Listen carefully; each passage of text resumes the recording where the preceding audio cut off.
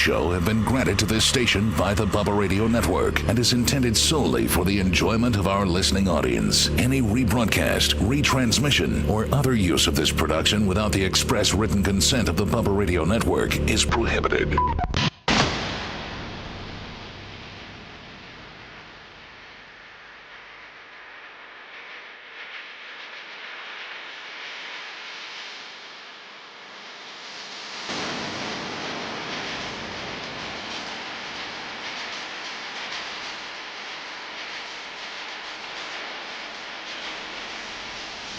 Welcome.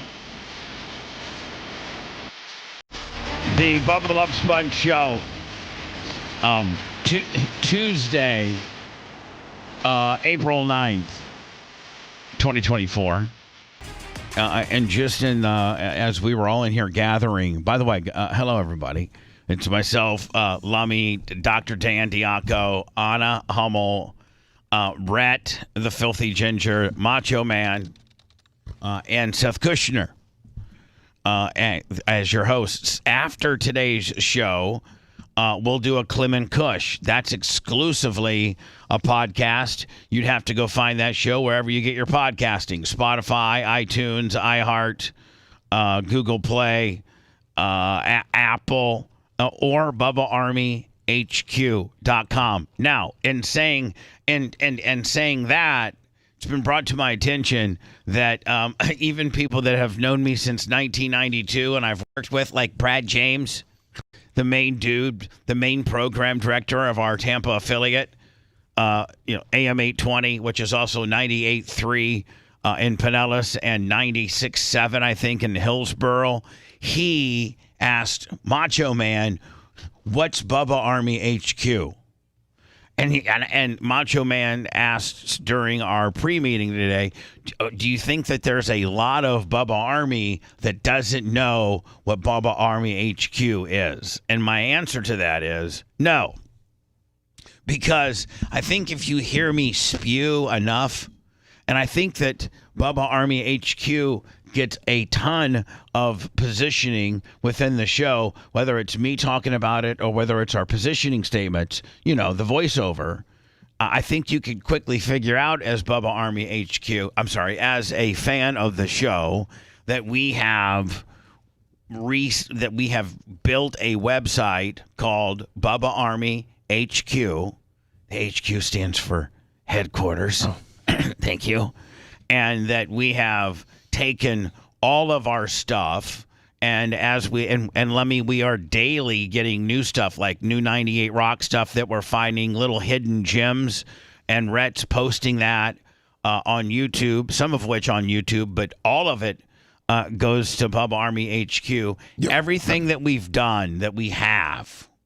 Formerly Bubba Army, was it Bubba Army Radio? No, Bubba. What was Bubba Army HQ formerly? Radio. Yeah, Bubba Army Radio. BubbaArmyRadio.com.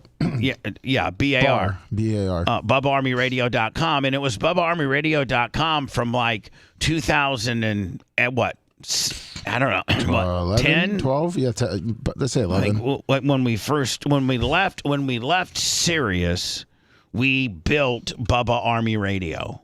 And that's where we broadcasted from. That's where we were. God, we were truly in the internet radio game way before. I mean, it's sexy now to be in it, but we were in it, 8 years ago? Yeah. You think I.O. was before its time? Honest to God, I really do think it was. I really do think it was so far behind its time. I mean, ahead of its time that it was not even viable. I mean, we had a full-blown morning show, and then I paid Shannon Burke to do afternoons. Drew did nights occasionally. Yeah, I think it was way before its time. You had all those little shows. You had the Diaco show. Oh yeah, the Diaco show and all. And by the way, all of that, we have, we obviously have, retained and saved. And we've put up on Bubba Army. We just basically made Bubba Army Radio, Bubba Army HQ, and it's pretty much everything we've ever done, including old stuff. And there's different levels of membership. And so that's Bubba Army HQ. And I think that you hear me talk enough about it daily that you probably, if you are truly a fan, would probably have gone checked it out. It's here it is right here. It's pretty. I think I got it. It's pretty slick looking though. Now let me. Oh, yes. Bubba Army Radio was getting very. I mean, it looked like it was 10 years old. Oh, it was. Yeah, it was dated. Yeah. Seth, have you done your pictures yet? Yeah. You did? Okay. Oh, yeah. So I think they're either in or I saw an email exchange I got from Ian that I think they're getting ready to put them up. Hey, I think I have to do a bio. A bio. Yes. All right. You look really good there, Bubba. Thank you, buddy. I appreciate it. Tan, Happy. happy. And so this is Bubba Army HQ. Oh, love. You know, it's got all of our crew, even Dr. Dan.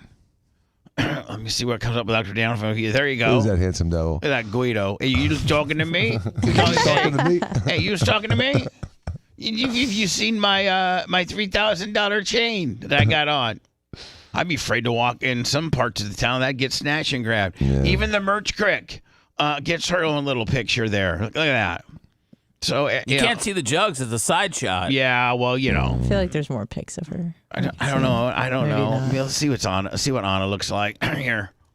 This is BubbaArmyHQ.com. Yeah. Wow, it looks like her boobs are as big as Birch Cricks. No, it looks I like know. her, that's her standard pose. Hi, gotcha. What you eating, Bubs? He told me how to pose, by the way. What you eating, Bubs? Gotcha. What you got going on over there? You still drinking hydrogenated? Are you still drinking hydrogenated water? You got her as Susie from Curb Your Enthusiasm, Bubba? Yeah. Oh, Yeah. no. Did you watch? I did. Oh, how good.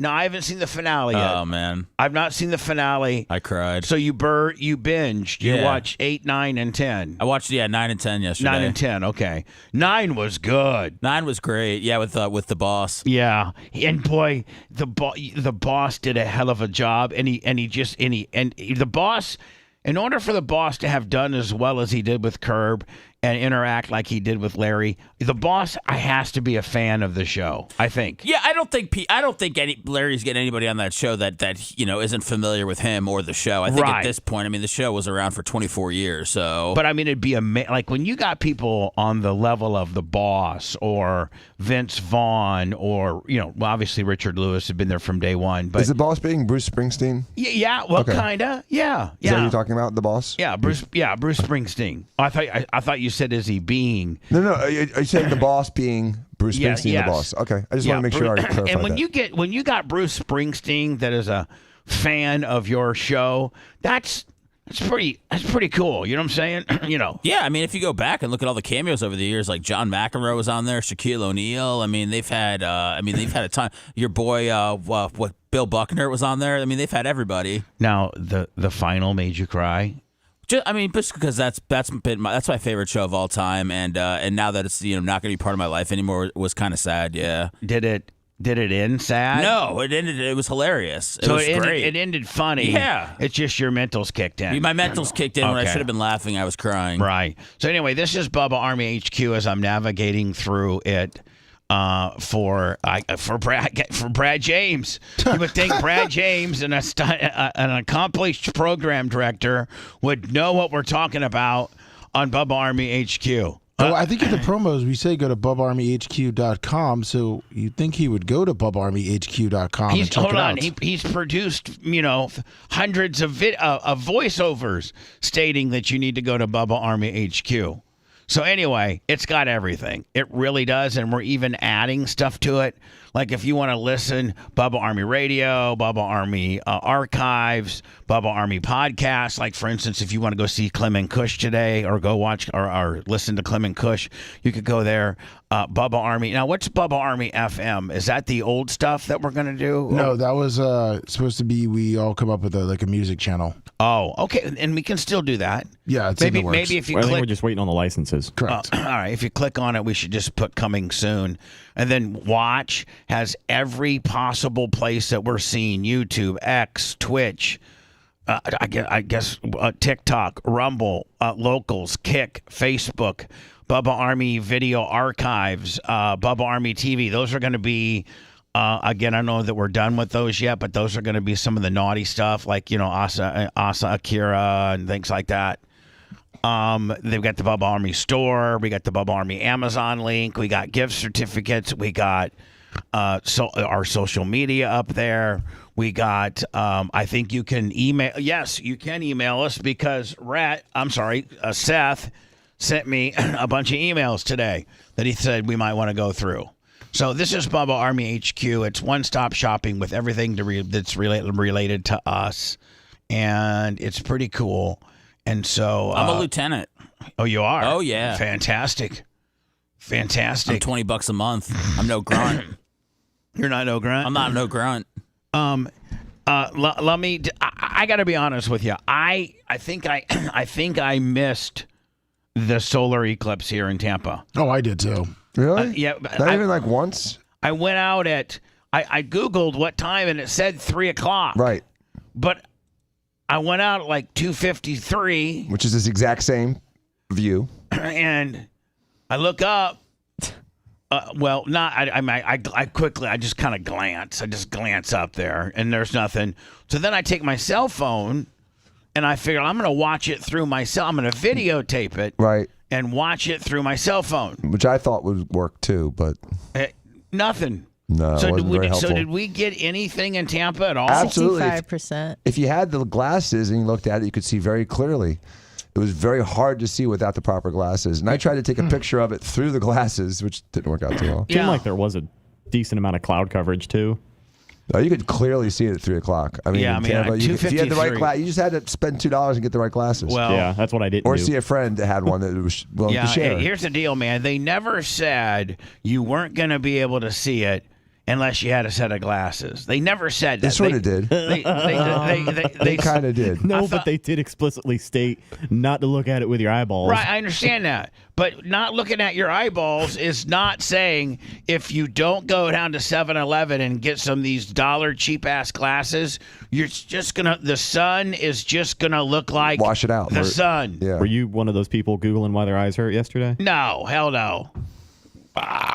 So, yeah, if you found someone that had glasses, and I didn't buy them, but, someone at my office had them, and then I went to the dentist, and someone there had them, and so I saw it a couple times, and you could see it really clear through the glasses, which were, like we said, so dark yesterday that you couldn't see a bright light through them. I did talk to and get pictures from Sumo in Columbus and also Gooch from Columbus, because Columbus was like right there, right on the line of being like a total willy. What, do you have a picture to show us? I have one on my phone that I'm gonna send to. Yes, I do. I'd love to see. You bailed on the Eclipse show? You were going to do an Eclipse special. Yeah, I was at the apartment and I just got home and I ate because I got to eat by. I got to.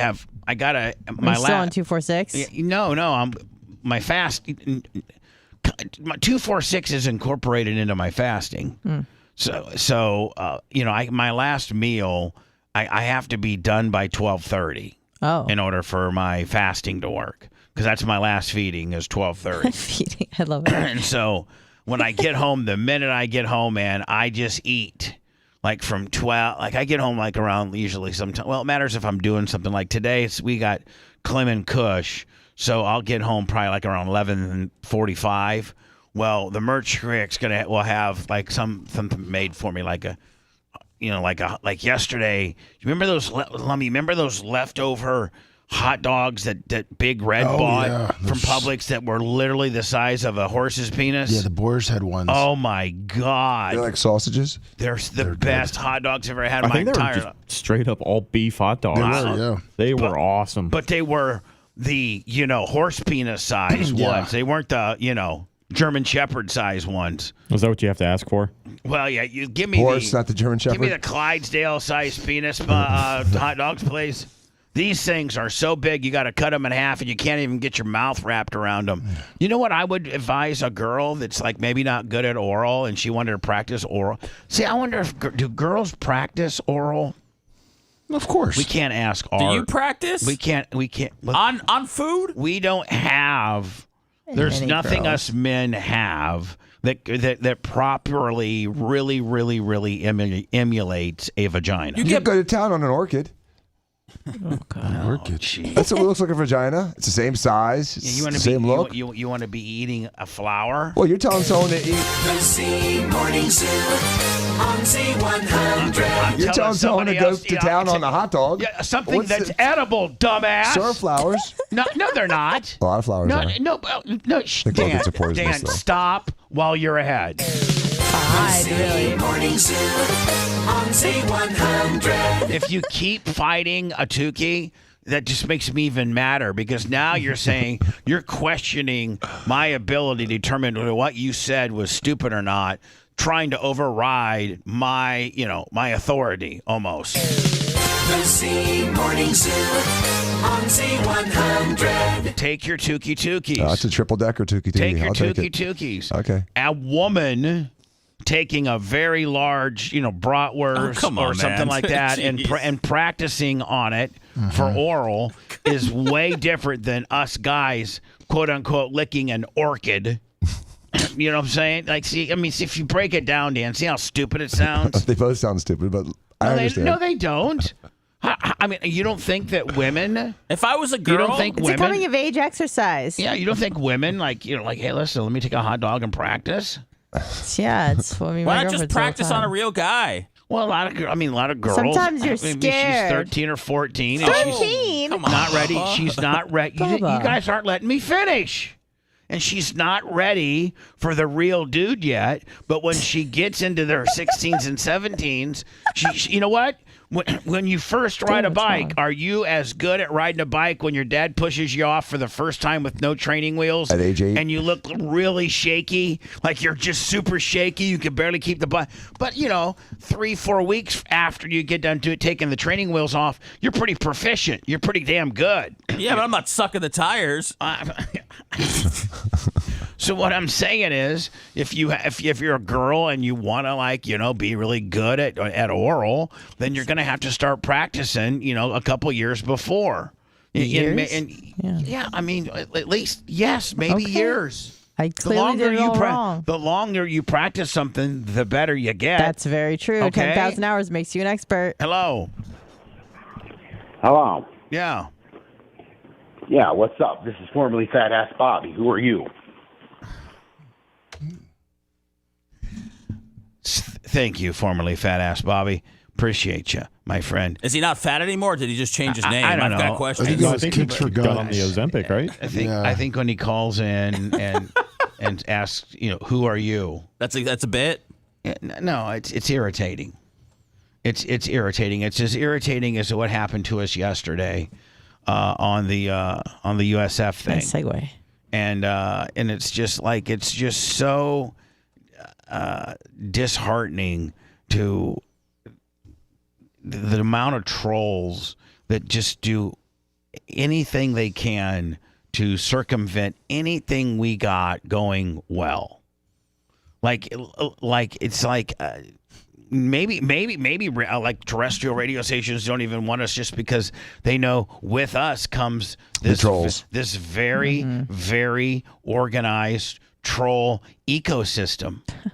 It does. No, you're right. I know you're right. It's like 20 of them that gathered around that got together early on during me versus Calta, and it's just Lummy, I wish our fans, which we have far more fans than any terrestrial radio show in Tampa.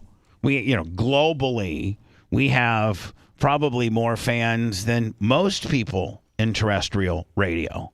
Because one, we have The digital presence. five or six terrestrial radios, so we're in that game. But then our digital thumbprint, our podcasting thumbprint, our Bubba Army HQ thumbprint. I mean, we have a very strong digital. Our YouTube, our Twitter. I mean, we're averaging. Seth will tell you, we're averaging 200,000 impressions a day on Twitter. Are we not? Yeah, no, that's true. 2-point-something million over the last week or so. Yeah, 2.3 million over the last week. I took Twitter over. I read up on it a little bit, just like I did Facebook. And Facebook's now making money, or has been making money for quite a while. We're real close to monetizing our Twitter. And it's just disheartening to know, because we do things so much better than this group of trolls that don't like us show that they support, which is a joke. And then they do everything. I mean, like even Skag, my buddy Randy from Skag, which by the way, doesn't answer to anybody. He's my friend.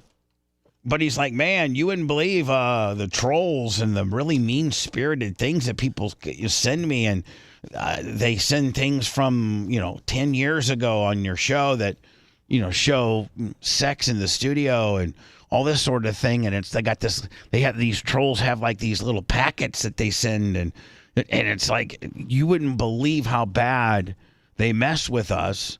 And yesterday was one of those days. And it's got Rhett fully flipped out. It's got Lummy fully flipped out. It's got me and everybody else disappointed. And it's a joke. It's an absolute joke how a handful of people can ruin almost anything we do. For real. They can at least, anything that we do, they can at least put some type of doubt in the person that we're trying to do business with. And it's just, I mean, I know Rhett and Lummy are closest to it. And I'm not upset with USF. I'm not upset with Mr. Warsaw. I'm not upset with the people you guys were talking to get this deal done. But man, did we get jobbed out yesterday. Did we get called out and jobbed out? Yeah, we're not upset with Warsaw either. Our meetings with him were great. He's a supporter of the show. He likes the show. He likes you. He likes having us out there. We heard that as recently as last weekend when we were out there for the spring practice. Like, things went well. But ultimately, what this stems from is someone not talking to someone else, potentially not talking to someone else. And I'm not going to throw any names out there. I'm not going to mention the parties involved. But it is incredibly disappointing, because if it were really that important, if those meetings that we've been going to for the last 2 months were really that important, someone should have been made aware, and they were not.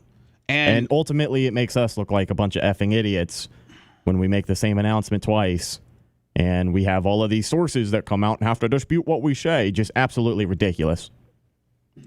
Yeah, I mean, so it's more than just a troll. I think it's more than just a troll thing. Right. I don't want to discredit what Bubba says, because he's right. We're always going to have, unfortunately, that following of people, but this goes beyond that. I would like to wait before we make comments, because we don't know what sources they're talking about. Hold on. But this thing listen, all of this and all bad things that happen to us start out by one troll questioning it.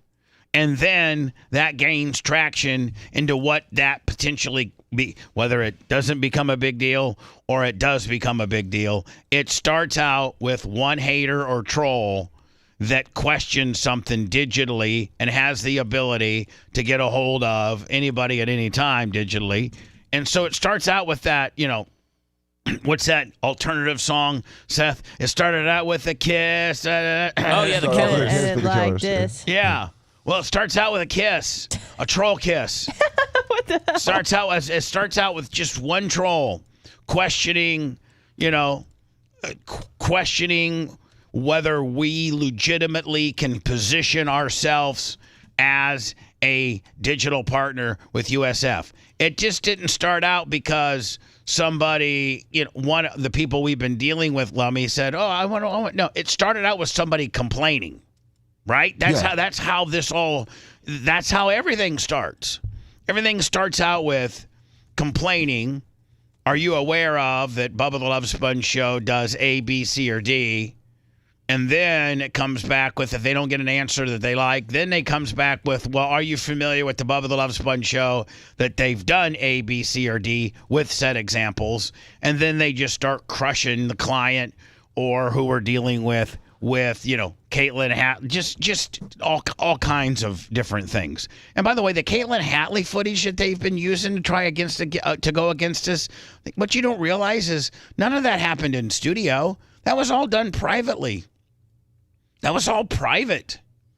So they went to my OnlyFans, and they captivated or recorded, the Caitlin Halley Brandon the quad excursion, and they send and they send that to they send that to clients, saying, this is how disgusting they are, and they use it in the complete wrong context, insinuating as if it happened on the air, and it's just like it's just ridiculous. It's absolutely ridiculous. And Rhett, you saw it yesterday in full force. Everything what I have to deal with daily, absolutely daily. It's just ridiculous, isn't it? Yeah. Dan, you're an expert at boob jobs. Did I dare you? The climate control bitch, Greta Thunberg. That she was, I think, 15 at the. But she's not 15 anymore. She's in her 20s. Right? I understand that. I was going to make sure I covered our ass by saying. That when she did the I dare you deal, she was like 13, 14. She was a kid. And she's now grown into a woman, and I know for a fact that she's, I think, in her 20s, if not 19. So her having boobs, or maybe having got boobs, or us oogling over her boobs would not be considered a creepy thing. I hate the bitch. I think that me calling her out had something to do with my blocking on Twitter. I swear to God I do. Probably. Because people were protecting her. She's protected. Right. She's one of those people that you're not allowed to criticize. Well, she now goes to these, climate changing conferences and things like that, and then her and a bunch of her friends will like lock arms across a major intersection, and they end up getting arrested. And so the latest was last weekend. She was at some kind of somewhere and got arrested. And this is a picture of the cops taking her to the paddy wagon. And it looks like to me, and you are the expert of it, but it looks like to me that she may have got a breast aug.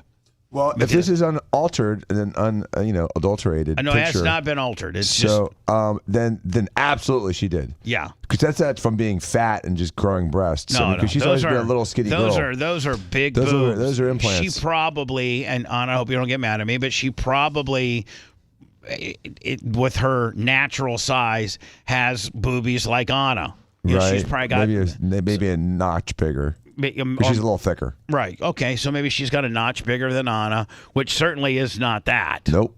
So it looks like how dare you? Looks like she had a breast augmentation, which is interesting because, I'm sure that the carbon footprint of the implant's not too, disruptive to the environment. Those look real to you? No, they look like those look like. No, I'm saying like it doesn't look digitally altered. No. Does it look digitally altered to you? It says, let's look at the original one underneath it. There's another. It says, here's the original video at the very bottom. All right, here we go. Well, yeah, there's a community note that's saying it's not real. What do you mean? It says underneath it's not an original picture. This image appears to have been digitally enhanced. Oh, there you go. That shows you how stupid I am. They made her breast bigger. I sent you the original video. I guess we were trying to click on to see. Okay, all right. So I wasn't trying to like fret over it or nothing. Like oh my God, she's hot now. The bitch disgusts me, and even if she had the nicest set of Diacos, she would disgust me. Oh, look at that. They give it to me, and then they're like, okay, we're gonna give you an ad. All right, here we go. Boom. Who has time on their hands to enhance her rack? A lot of people. Yeah. Oh, that's her. Normal. Yeah, that's not. That's just. Oh yeah, that is what. Hold on. That's the far What a cry. martyr. Beach Metal Detectives, $10 on the super chat. Oh yeah, I mean that Dan. Those are just natural, like Yeah, with a bra. B's. Maybe even A's, heavily brawled. She's just dragging her feet. So stunning and brave. Well, she just wants. She's not alone. She wants to not. She wants to go as as non-cool as she can go, because the more they have to actually Passively, carry her. yeah, she wants to passively resist. The more she wet noodles herself, the better the footage looks. They look bigger there. Hold on, you're saying They do look a little bigger. They do look bigger once they're pulling on it like that. Yeah, right there. yeah, like right there. Yeah. It still looks pretty big. Looks like an implant. I mean, because in England they don't get big ones; they get little ones, and she How may about have had Dan? 0. I mean, I'd like to see How a about picture of that? her from like 2 years ago.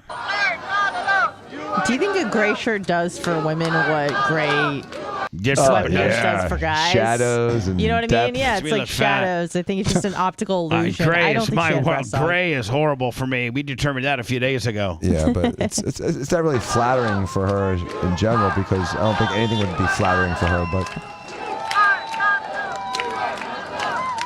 There's just one little angle, right. Hold on, yeah, it looks like a little solid something. like right there. Hold Yeah, on, I like to see right here. Mm-hmm. Like that's, I think, might be maybe the picture that I you just kind of minimized. drag it out. a little. Yeah, it looks like there could be an implant in there. In I that don't- angle because they wouldn't use a big one in England. They don't use big implants. It's not Florida. It's like New York. Is she in Look Sweden? at that. Looks like she might not even have a bra on. Yeah. From Dutch. Oh, she's in Denmark. Well, I wonder if she's got any. I mean, I mean, there's some Netherlands. weird dudes over there that are into climate. I listen. Oh, You think climate she's like change- a climate like pinup? Yeah.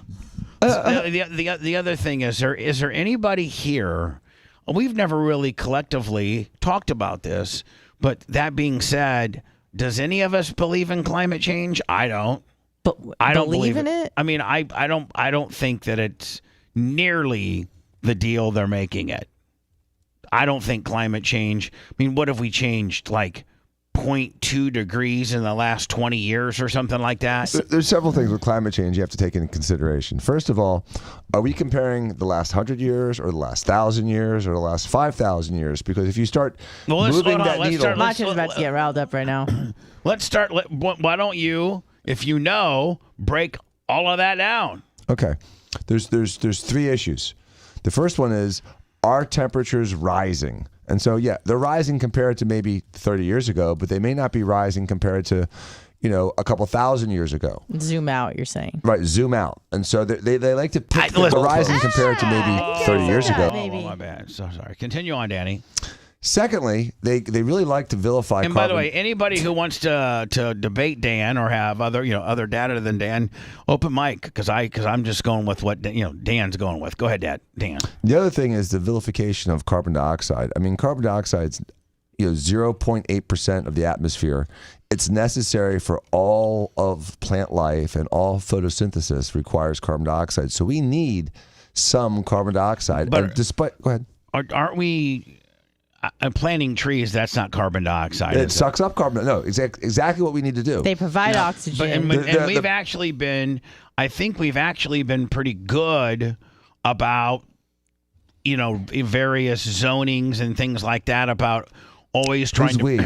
Our country. Yeah, Okay, for the most that's part. what- like if you're gonna build, A 20th if of the you're gonna globe. build a big like that big thing out Lummi out by 52. Yes. They make them put a certain amount of drainage and Green space and- green Yeah, space. Right. I and- think those trees. things. Some countries and some communities definitely take that into account. There's other places like Haiti that cut down all their trees and people. and they're suffering. So, yes, if it's planned well and you're in a conducive environment, yes, it makes sense to continue to maintain green spaces and maintain some natural environment to sequester the CO2 and convert it back into oxygen. So, number one, again, are we really climbing in temperature? Number two is CO2 really that bad? Because over the last 6 billion years, the CO2 levels on Earth have gone up and down. And that was way before we had machines and cars and things like that. So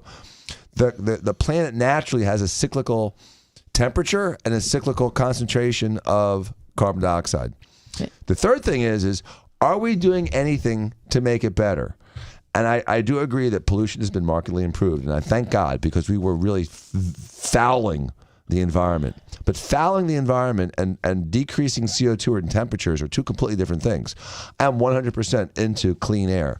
I don't want to be breathing, toxic fumes from tire burning and from, other industries that pollute the air. I don't like that. But when it comes to actually counting the carbon molecules you're releasing and using that as the indication of pollution, I think it's misleading. So, if I may. Yeah, please. I think I have a much more simplified understanding of climate change. As far as I understand it, climate change is happening. It seems like most people would agree that it's happening. The question is are humans contributing to that climate change, or are these just kind of naturally fluctuating temperatures? One step further, not only are humans participating in it, can humans reverse it or stop it? Mm-hmm.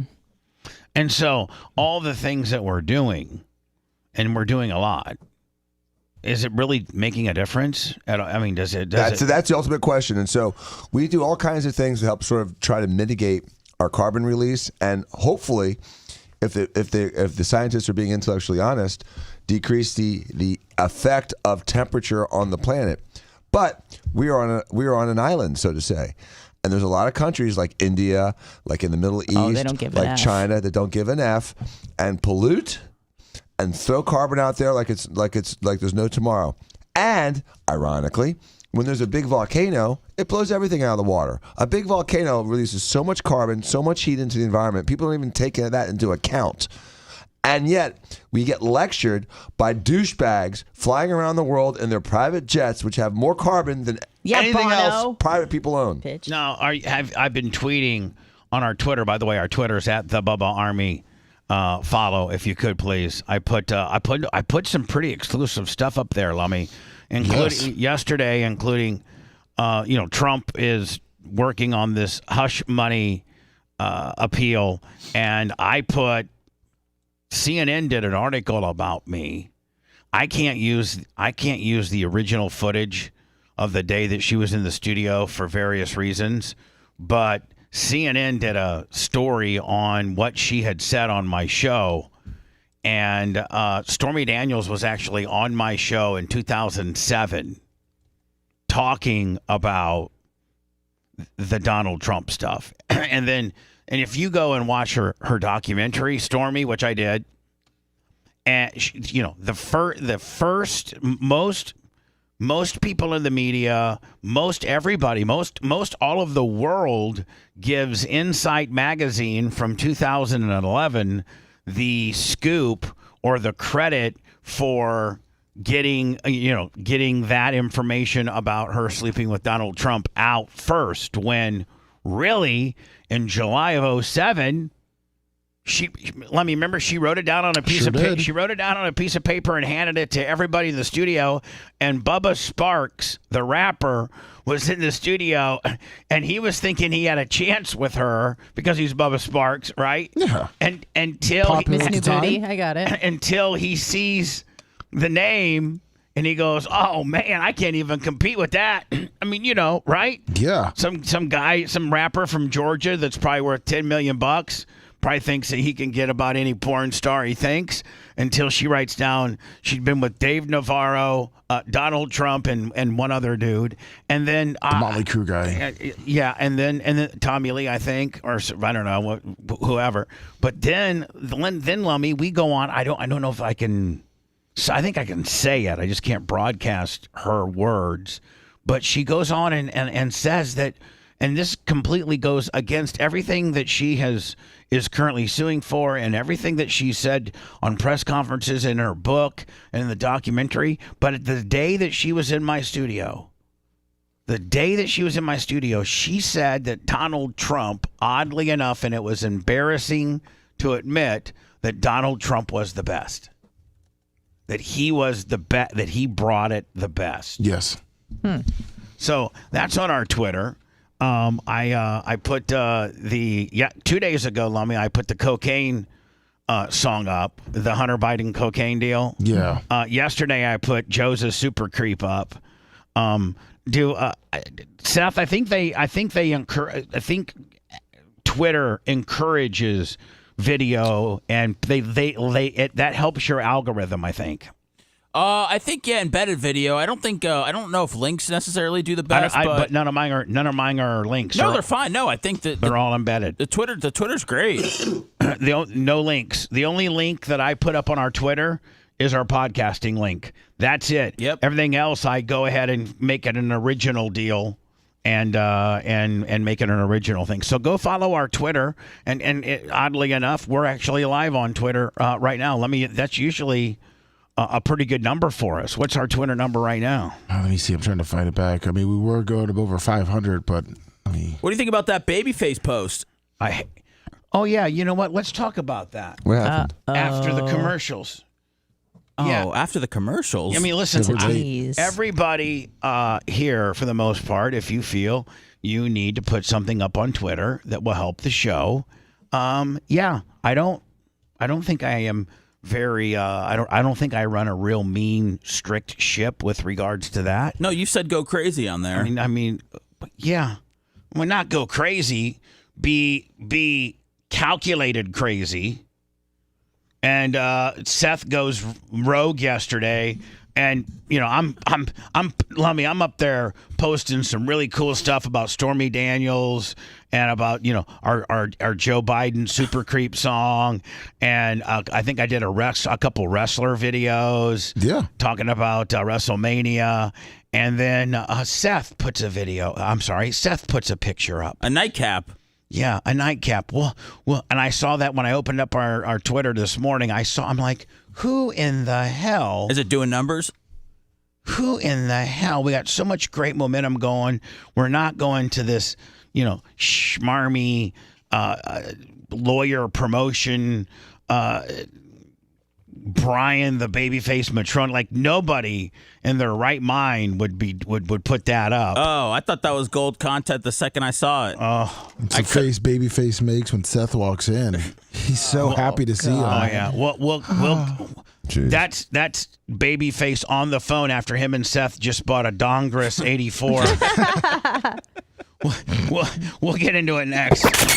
It's the Bubba the Love Sponge Show. Want to listen to the show on demand and on the go? Enlist today at BubbaArmyHQ.com and sign up and start listening. The Bubba the Love Sponge Show will be back after this.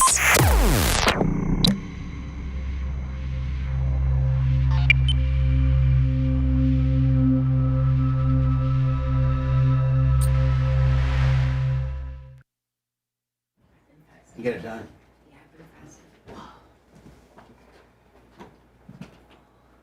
Took your vitamins. I think after. Huh? I could take them out. Take them out.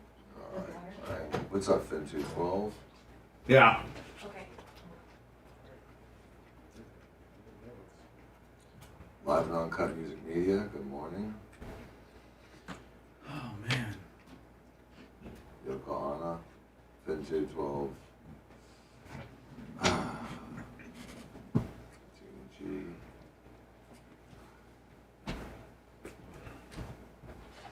Let me see. Bud Smokius, Scroll around a little bit. Let me see. Xerxes 69. Oh, 2.4. That's nice. That's real nice. Region That's E. real nice. I'm It's not good at all. talk. Oh, it's good, baby. That's real nice. Yeah. The one I put up before, 4.9. All right, how many did Fupa Boy have? Beach Metal, Detective, Scott Erickson. You gotta scroll down a bit, don't you? My Stormy, 6.1. My Hey, Dizzle. Well, I figured someone's got to tweet outside of 6 p.m. You That's know? fucking right. Yeah. My Wayne Durbin. You're right. I thought, dude, that's a home run, man. Yeah. We'll get into it, lover.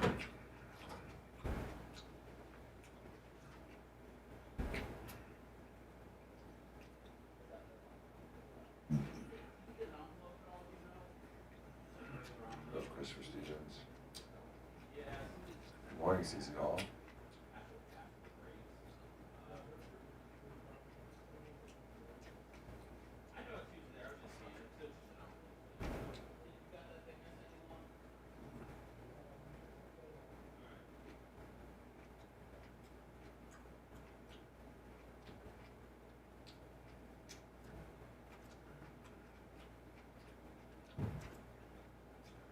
Mitch. Today I drove the Porsche. Since supposed to switch that, I got my Lamborghini clear rod. So I could pick that up. What's up, Max? Lives in Storage Shed. He's Exactly.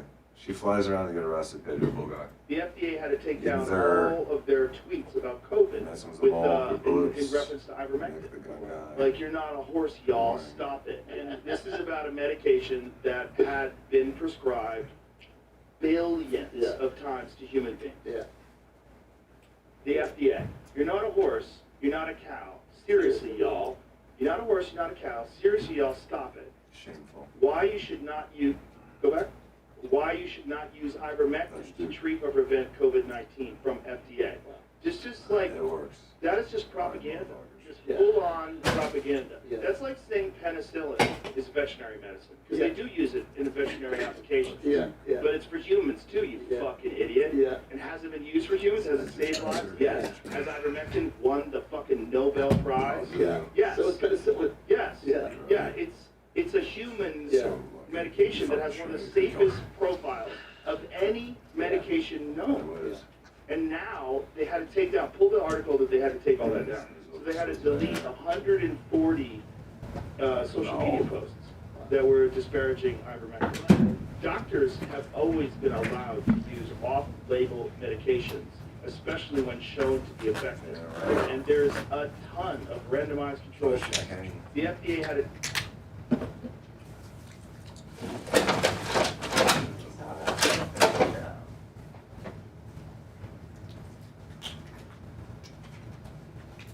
What up, Storage Shed? Storage Shed. Storage Shed. Storage Shed. Storage Shed in the house. The house is stone bushes light. left 3 inches. But my store, I was left 2 inches, which is why it's I'm Storage Shed. Oh my god. How about you, Old wall. little YouTubers? My little pumpkins? Little pumpkins. My little, 635 of you? How about giving me a little thumbing, huh? How's your food? Good. Oh, that's good.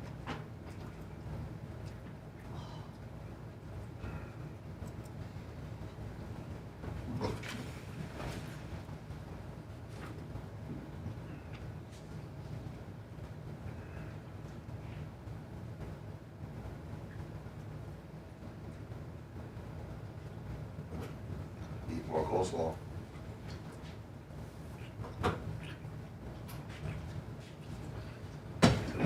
Oh, coleslaw.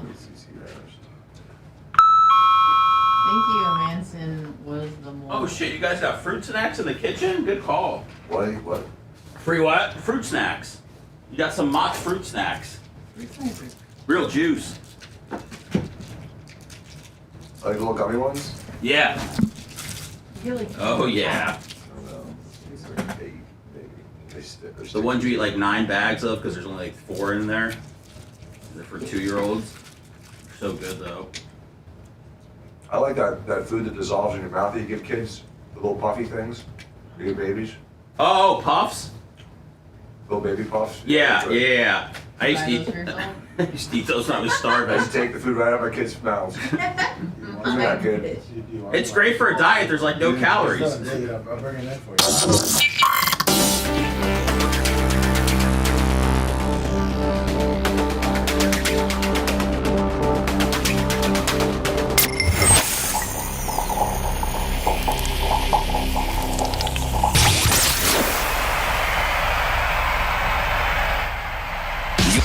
You're listening to the Bubba the Love Sponge Show. After the show, make sure to check out BubbaArmyHQ.com. It's all things Bubba 24/7. And now back to the BRN.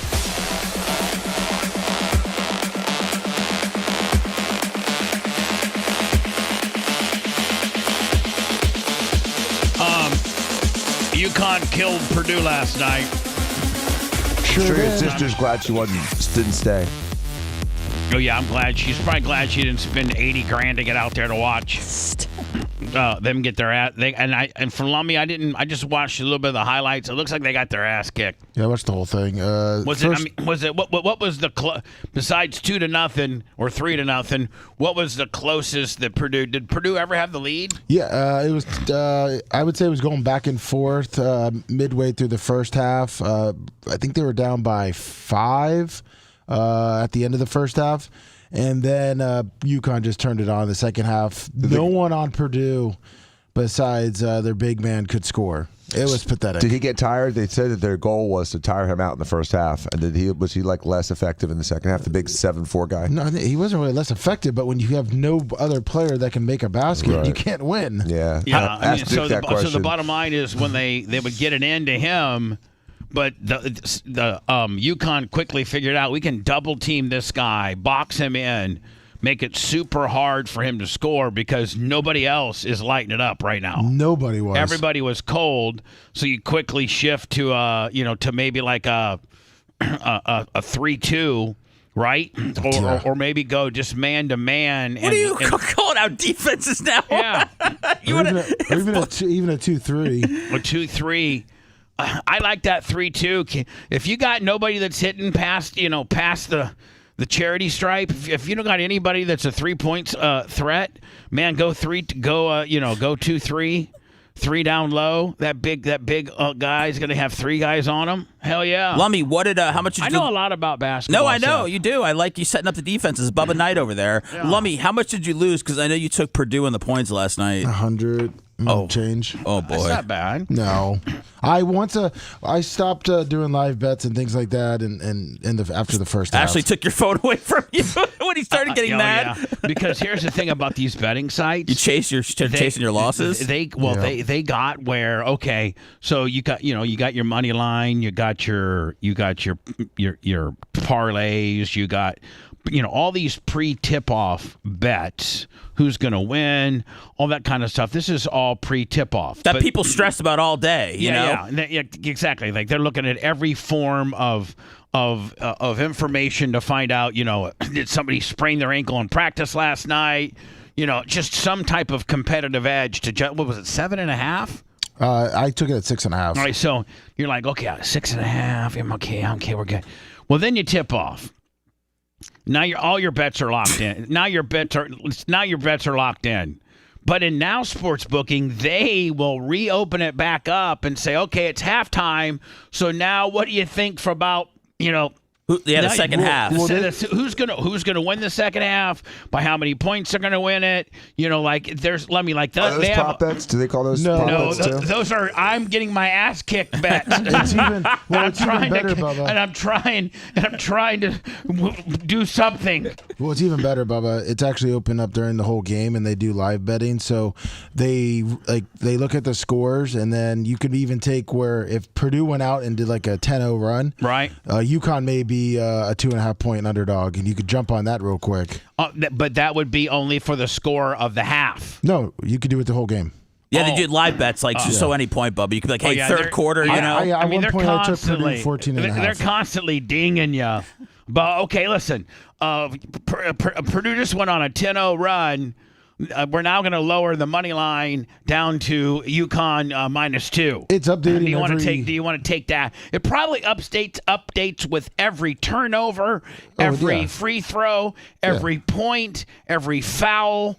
It's constantly every 10 seconds. It probably had. And here's what is it every 10, Lummy? It's maybe every couple seconds. It's ridiculous. And here's what all you degenerates don't realize is they got Johnny AI over there that's statistically going through every possible scenario way ahead of the drunk from Wesley Chapel. Hold on, John. Al the algorithm is in there, and he knows what a foul means. He knows what a turnover means. He knows what a block shot means. Lummy did too before he went through that window. I know. Yeah, but Bubba, Lummy, and as you're pouring down your shots, watching your game, you're getting duller on your ability to determine a game, and Alvin the AI is just locking it in. Well, it's more of like just how this game is looking. I've won a lot of in the NCAA because a lot of teams get hot. The smaller teams get hot in the first, and then those favorites start getting points, and then they blow them out in the second half. There's little signs, but Purdue just absolutely couldn't. Their second best player was 4 for 12. It was kind of like Iowa in the girls, and the fact that here's where Iowa and the girls messed up. Iowa was winning with like a minute left of the half. And then all of a sudden, 2 turnovers and a yippee-yo and 2 bricks from Caitlin Clark. And next thing you know, South Carolina, I think, was up by 3, 2 or 3, maybe 4. be at halftime. Yep. Whereas 2 minutes to go in the girls' NCAA championship game, which was, undefeated South Carolina, which, by the way, South Carolina, the one girl came off the bench and scored 39 or something. Yeah, they're like 8 or 9 deep. Right. They have a lot of depth, and they're giant women. Their second string, they literally, South Carolina could have put in their second string because, I think bench scoring, their bench scored like 40 points. Yeah, I think that those two girls, red weaves, scored points. Yeah. They were using them as defensive mechanisms. One of those chicks is 6'9". Yeah, she's huge. And her 6'9". weave makes her like 7'2", and then she would usually, literally use her hair as a defensive mechanism to to make people go further away from her. She'd use it like to set picks and stuff. Wow, damn. Her hair, it was unbelievable. Going there. Watch it. I wasn't quite going with the African American hair pick. I'm sorry, I had to draw a line somewhere. Dan. She uses a tool. So anyway, Caitlin Clark did her job though, because that game was watched by I think like 18.4 million people, Yes. the most watched game since like 1992, I think, for women. So Caitlin Clark did. She didn't win, but she did everything she could for women's basketball. And here's the thing, Seth. Yes, not just NCAA. Women's basketball, but also pro, because here's the deal. I can honestly say that if I lived in Indiana and I had an opportunity to be down in downtown Indianapolis and go catch an Indiana Fever game, which is their WNBA franchise, which it looks like Caitlin Clark's going to go to. And I had a chance to, like when I used to go to that racing convention, Lummy, in December every year, the Pacers, if they would have a home game on that Friday or Saturday night when I was in Indy, I'd call Larry, get tickets, and then go see Larry at halftime or before the game or after the game, and so I went to because it's NBA. One year they were playing Portland when there was who's that one guy that the Bucks got now? Lillard. Dame time. And it was George Paul and Lillard going back and forth. And it's like Indiana was up by like 10. And then Lillard decided, actually, it looked like he was just kind of taking the whole, like most of the game off, just kind of whatever. Then all of a sudden he lit a fire under his ass and scored like 21 in the fourth quarter alone, and it went into double overtime. But the place was packed. Indiana is all about basketball, and I got to tell you, man, I would go buy a ticket to go watch Caitlin Clark because I think that she's changed the game that much. Well, she's kind of her and this African American girl from LSU, and Angel Reese, and a couple of the girls from South Carolina. It's kind of like Caitlin Clark's Larry Bird, and those other girls are like Magic Johnson and Michael Jordan. And I think it all really, really, really makes the WNBA when you got these highly heralded, out of college, they're starting to get attention. That's exactly how you build a league. You know what's great though is seeing how successful these women are and what they've done for the sport, and then to see all these old women basketball players that are all mad. All these old heads are so like women love seeing other women fail. Like, they do. We sure do. Why are they mad? Why are they mad? It's more crazy. than men. You don't see Dan Marino talking smack about Tom Brady back in the day, right? No. You didn't hear Dan Marino go, "Well, I'm telling you right now, Tom Brady's okay, but he had some easy Super Bowls, he didn't have to worry about getting his ribs broken for the there's all these when Mike Singletary came in and there were no rules protecting the quarterback and he came in and smashed you down to zero. I mean, because listen, the game of football has changed tremendously to make it way more pro. It's way more pro quarterback. Yeah, offensive friendly. Right. I mean, but not only that, but pro quarterback. I mean, quarterback safety. Is that what you mean? Yeah, I mean, back in the day, man, have you ever seen the way Dick Butkus used to clothesline everybody? He would literally go. I've seen highlights of Dick Butkus. Maybe you could send him to me. That literally would go. The Lions quarterback would be like 5 steps back for a pass. Dick Butkus, number 51, Hall of Famer for the Bears, would come in and tackle the guy and literally, I'm not kidding you, literally try to twist his head off as if it was a champagne bottle.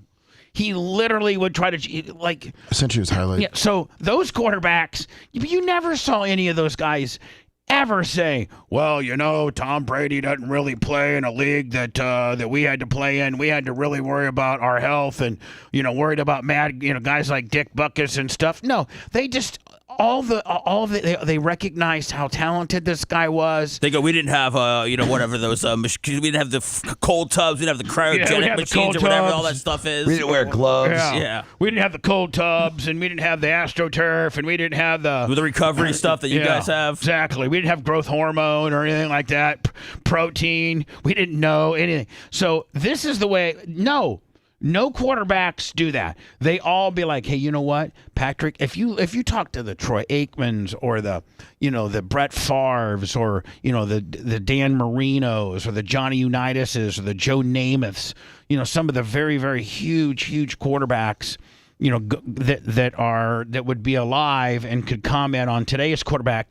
Ask Dan Marino what he thinks about Patrick Mahomes. Dan Marino will say, you know what, that guy is good. He's got a skill set that is just unbelievable. Now, Dan Marino being one of the best ever, and you never hear him talk crap. But all these former WNBA bitches, all they're doing is like, yeah, let me tell you something. Angel Reese has a big rude awakening. When I played, we had to have a man's ball, and we didn't have the 3-pointer line. So these girls have got a really rude awakening. They're going to play some real competition now. They're just not going to play some stupid 19-year-old girl from Kalamazoo, Michigan. They're going to really play some girls. Yes, they are. Well, they just get so bitchy. It's all of them. It's how women show aggression. Meanwhile, dudes, they're like, man, that guy. That chick's good, man. Like if they ask Joe Montana, what do you think about Patrick Mahomes? Joe Montana, one of the best ever. I mean, arguably one of the best ever. Am I not right? A GOAT. 4-time Super Bowl champion, I think. Joe Montana would be like, God, I got to tell you, man, that Patrick Mahomes, that Tom Brady, that kid from Baltimore, man, those are some really, really good athletes. Way more. I could just drop back 7 yards and sling it. I didn't have near the athleticism that these guys do. Well, that's what they say, don't they? Yeah, but I mean, usually, even if you ask, even if you use a comparison, like you talk to Patrick Mahomes about like Caleb Williams or guys coming out that have like a ton of hype, Trevor Lawrence, like right. they wouldn't talk down. They'd be like, hey, this guy is going to be, the game's going to be a lot more quicker and all that. But I think the guy's going to have the ability to grow and all this. Like they don't start like essing on kids that are coming out of college. Right. I'm sure there has been some of the current quarterback royalty. And if you look at the current league's quarterback royalty, I think it would go something like this. Patrick Mahomes, Lamar, the kid from Baltimore, C.J. Stroud on the young side, Stafford, the kid from Detroit. Goff? Goff. Obviously Aaron Rodgers when healthy. And, you ask every one of these guys about these up-and-coming prospects like a Caleb Williams, and Seth's right. They're going to say, you know what, the guy killed it in college, and he looks like he's got some unbelievable skills, and put into the right situation, I think the guy's going to be good.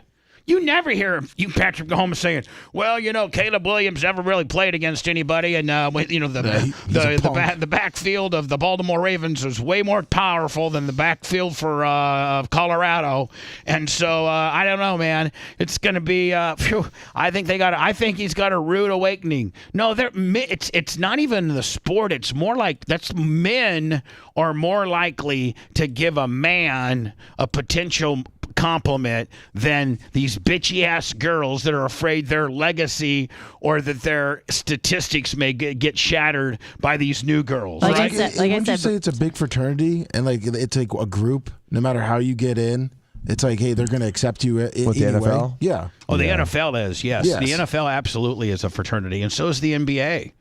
I mean, the most of them are, and I think Major League Baseball it's getting pretty there. much is. It's just these bitches over at the WNBA just want to be bitches. Well, unfortunately, no one's going to know. You can't take a bitch out of a bitch. Unfortunately, no one's going to know what the outcome because no one's going to watch. No, Nobody's going to forget wrong. next year. Nobody's going to forget. You're wrong. I think women's basketball is just like arena football. I think you're wrong. Okay. I think you're wrong. I think that this year was the much needed PR perfect storm. You got a white girl from Iowa. You got a black girl from LSU. You know, they're these arch rivals. They're the two best in the league. They're the two best in college, and they're getting ready. I think viewership? I think so.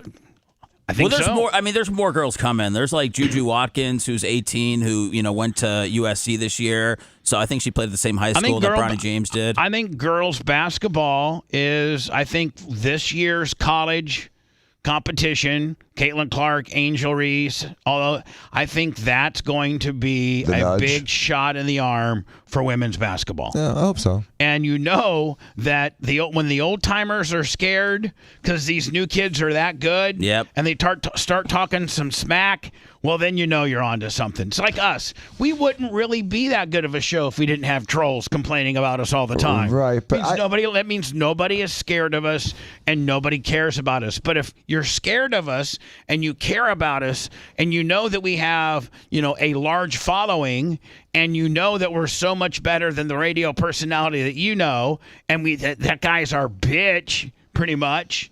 And what are they going to do when they get out of terrestrial radio? We're already doing what we were going to do when we got out of terrestrial radio. Right. And so it's almost a badge of honor that we have trolls. If you don't have trolls, then maybe you ain't good. Maybe you suck. Nobody knows. Well, I would have thought that the Brittany Griner controversy and the Russian thing would have added more hype and viewership to the WNBA, but I don't think that made much of a difference. No, Dan, that was way too polarizing. That wasn't a feel-good story at all. I mean, Caitlin Clark and Angel Reese and the girls from South Carolina that went undefeated, these are all, Cinderella, really warm and fuzzy stories. The girl that's in, Russian prison over smuggling in a weed pen and being a political prisoner that our country makes a stupid deal. And got traded out for the Merchant of Death. Yeah, and that doesn't make me, if I'm in downtown Indy for a race convention, what does she play for, Phoenix? I think she plays for Dallas. I thought it was Dallas. No, I think it's Phoenix. Oh, really? Okay. I don't know. Anyway, Phoenix is versus the Indiana Fever. I'm not and Brittany Griner is the starting. Please. That's the last ticket. That's the last bitch I want to see play baseball. I understand that's the last bitch I want to see play basketball. But if I'm in downtown Indy and Indiana Fever's number one draft pick is Caitlin Clark and she's averaging 22, and I got a chance to go see her, and the girl the opposing team has the Angel Reese girl. Oh, that's a hot ticket. I'm going to watch that. Right. Brittany Griner did more to hurt the league. Well, Brittany Griner was cool. Like in the back of the day when she was in college, I believe she dunked. So I mean, there was a little stuff with her, but no one was like, "I'm going to go follow her career because she's so tall." This is the way real men used to play football. Watch this. This is Dick Butkus, and I don't think there were rules. I think you could literally paralyze a guy. I don't think there were rules. I mean, I don't think there were chop block rules. Nope. I don't think there were clipping, like in the back rules, as bad as it is now. I don't think it is, the quarterback there was one rule. Just get him down to the ground. That's right. Punch his face in, knee his nuts. No blue tent back then. No, there's no blue tent. You know what there is? There's a big-ass needle in the locker room that they'll shoot up whatever area is hurting you and tell you to get the hell out there. I mean, Dan, you've probably seen it. Yeah, it was different back in the day. No, this is the best of Dick Butkus, one of my favorites. He came into the show one time. He's since has died. R.I.P. Dick Butkus, arguably one of the greatest Bears of all time. If you were to look at the Mount Rushmore of Bears, and I'm a Packer fan, but I know a lot about the NFL, and I do have a Bear fan beside me, so he can help me. I would say that the Mount Rushmore of Bears. Now, of course, you put maybe Papa Bear Hollis on there, but I don't know that he ever played. I'd put him on there. But let's say it's players only. Okay? Okay. Players only. Gale Sayers. Yep. Peyton. Walter Payton. Well, in fact, Walter Payton, Gale Sayers. McMahon. Dick Butkus. And McMahon. No, McMahon was kind of a flop. He just was good. He was like the Vinny Testaverde of the Ravens when the Ravens won. You mean Dilfer? Dilfer. I mean Dilfer. Okay. Yeah. No, I meant Dilfer. I mean, Jim McMahon was not the reason why they won the 86 Super Bowl. It was Buddy Ryan's 4-6 defense that won it. I mean, would you not agree, Seth? Yeah, but he's who we remember, though. Yeah. And he was the face of the team, and he was a good face for the team. But he's not on the Mount Rushmore of all-time Bears. I'd throw Ditka on there, but that's just me. Yeah, maybe. But you're probably right. I think I would throw Brian Urlacher in there before I put Ditka. Okay. Or maybe a Mike Singletary. Possibly. Something like that. That's what I would do all-time Bears. Here's Dick Butkus, middle linebacker, number 51. Came on the show 2 different times, one of which took us all to dinner at Charlie's. He's like, I had such a good time on this show. Oh, don't forget those new Butkus boots. Go to butkusboots.com. Yeah. He was slinging boots. And let me see if butkusboots.com's even still a thing. All right. I got a pair of mine. Seth, they had springs in the heels. They had springs in the heels. Was it like those training shoes to make your calves bigger? No, it was just like a work boot, but they had springs in the heels. Just for cush? Just for cush. Yeah. And Dick Butkus sold the hell out of them. And Gene Lasker is the one that introduced us. Here's arguably one of the most brutal, badass quarterbacks. And I want you to watch. There's 2 minutes and 36 seconds left. And every one of his tackles, I think, would get a flag in today's game. I think. Better get ready. That's it. Okay, that's a clean hit. That's targeting. Yeah. That's targeting. Now this is a quarterback. Watch this guy get the good news. Leading with the head. Leading with the head. I think every tackle was leading with the head. I think every one of Dick Butkus' tackles might have been targeting. From his personality to the impact of his tackles, everything Dick Butkus did was memorable. He's huge too. Although he watch him show Bart Starr the good news. Played on only 2 winning teams. Bam. He did not lower his standards to fit the company. He was Moby Dick in a goldfish bowl. Watch this. Bam! Hey, have you watched this before? Did you watch this a lot? As a Bear fan, how do you not appreciate that? That's black and white. Not only that, but I'll tell you this right now, man.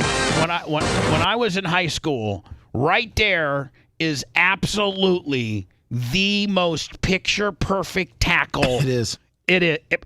Let me tell you, he played the game just like I did. Let me just back it up a little bit. This is absolutely the way. He played the game just like I did. If you played the game just like I did. If you played, thank you, Rat. Thank you, Rat. You son of a bitch. If you play the game just like I did, man, you were when you were the tackle. You played it the right way back then. When you were the starting nose guard for Warsaw High, and Coach Woody was telling you how to tackle. It was put your helmet on their face mask, then drive through them and try to plant them. Try to absolutely plant them to the ground. This is an absolute picture-perfect tackle back when I played.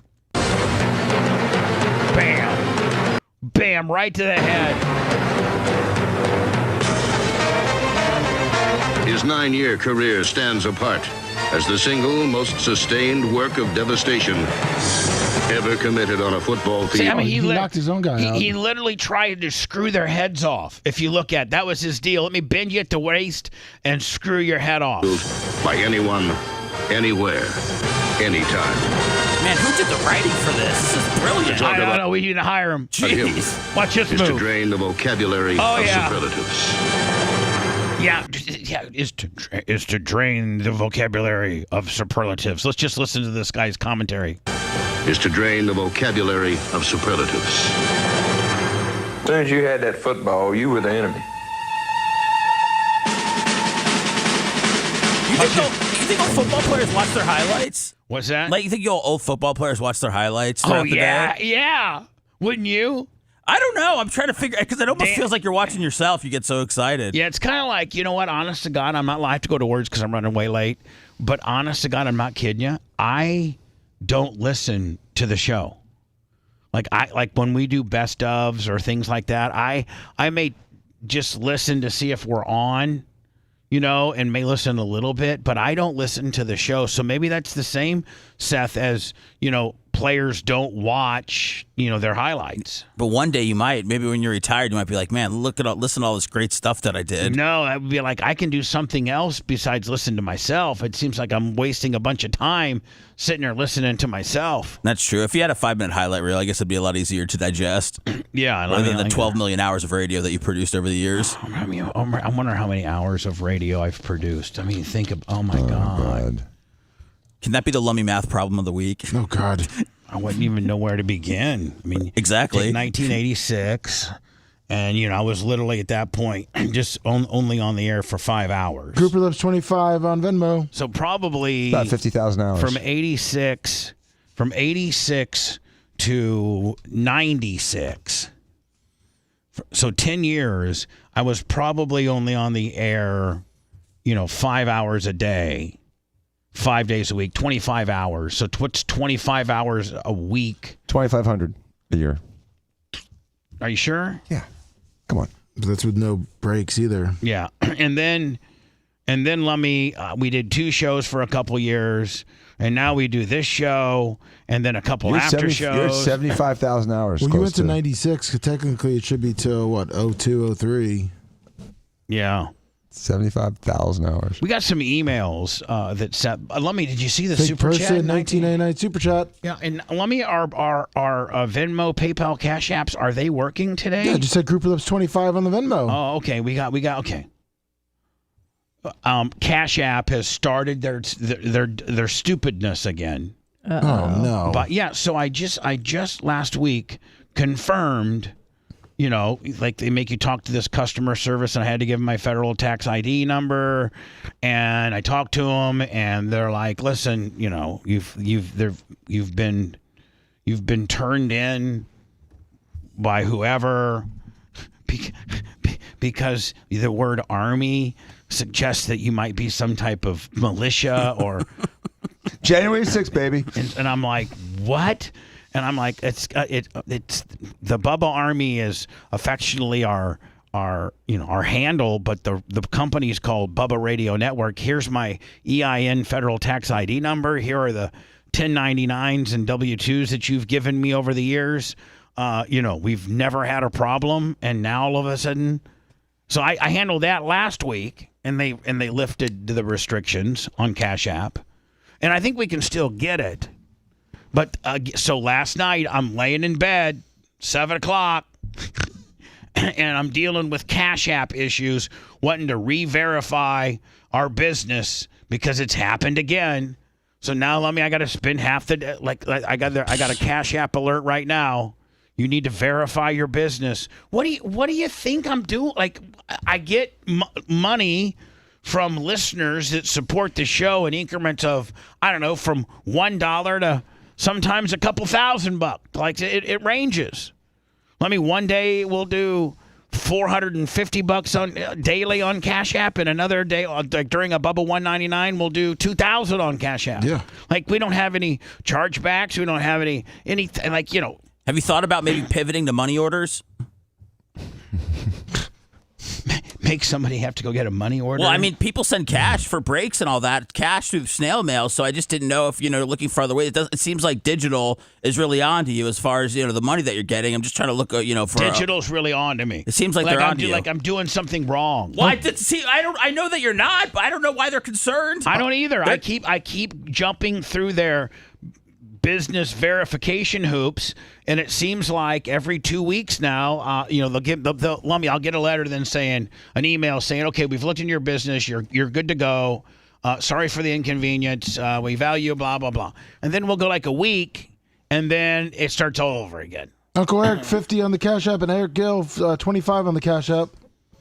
It's Venmo, Bubba, right? No, it's Cash App. It's Cash App. Oh, wow. We're getting money in, but yeah. So I just. So it goes into purgatory again now? You can't get your money out of Cash App? I mean, I can.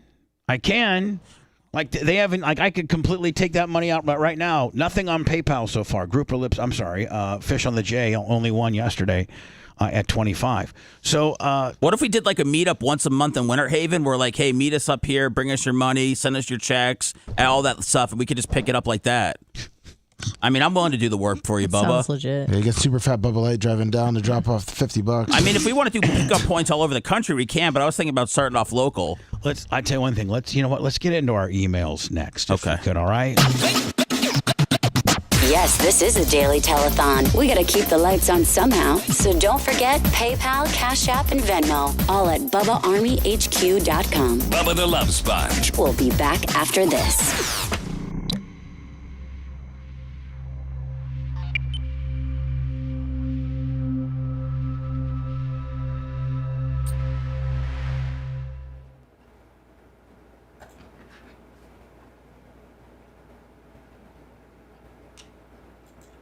Carlos Clown. It's funny.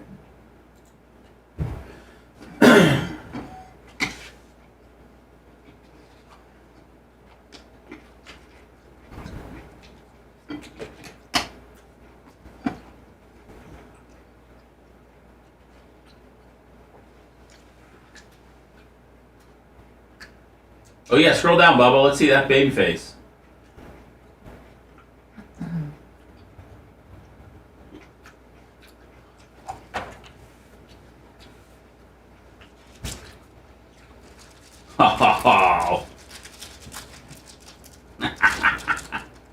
So you posted that picture? What's that? Posted it? No, motherfucker. You know where my loyalty lies. I'm not gonna put a picture over him. I was gonna put a picture of you in your Ferrari being a Mac. Not fucking babyface looking like a fuckboy answering the phone. Apparently Seth's got this secret love affair with him. I called it. I posted a picture of Dan on Instagram. I mean, Seth, I'll help you anytime you need help. I'll never blow you. Oh dear. What's up, Ellen Close? Shut up, Dan. Oh Idiot. no.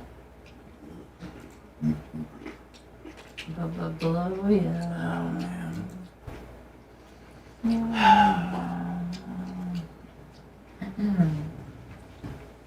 what's up, Timothy?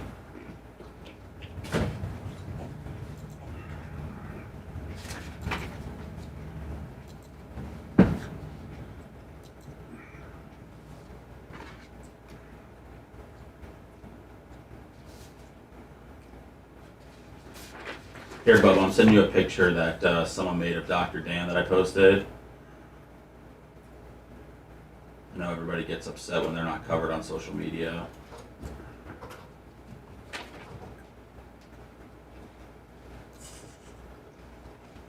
Oh good, Ellen Close. How was the audio? I felt like it wasn't the best, but you could hear. I thought it was cool to kind of get to know Jennifer more. What up, Spencer? Rusty, aka Albert.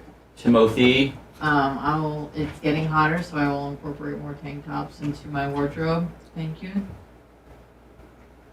Into my rotation. I have them all. I just don't really wear them. What's up, Berto Perez?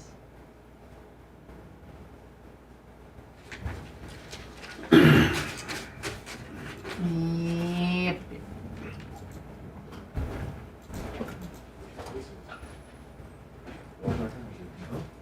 Okay, good.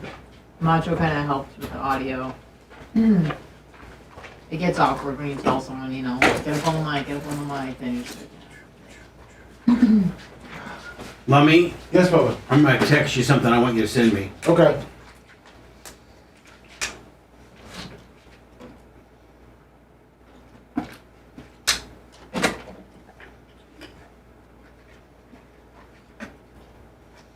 Stopping Steve, 70 months. Ed Hingis Revenge, 76 months. Thank you, fake person.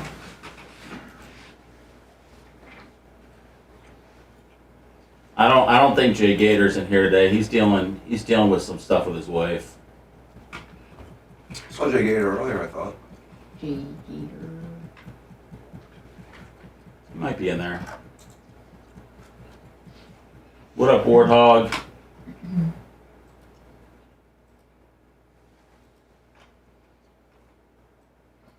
Steve went fishing yesterday. I think he caught a bunch of like redfish and snook and.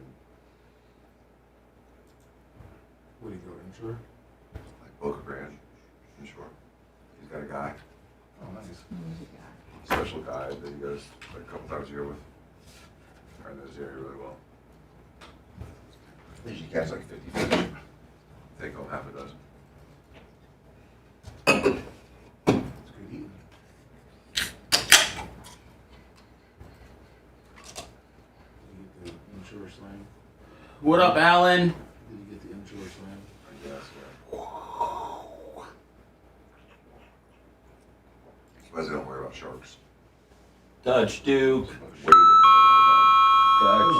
Dutch Duke. There's so many tarpon to eat. Dang right there. We're all fed. Favorite for the national title next year with You Connecticut. have your little scraps. You know, the Costa Rican sharks are like that. People Oh, like, man. were you worried about the sharks? No, because they eat well. Exactly. Just plenty of food for them.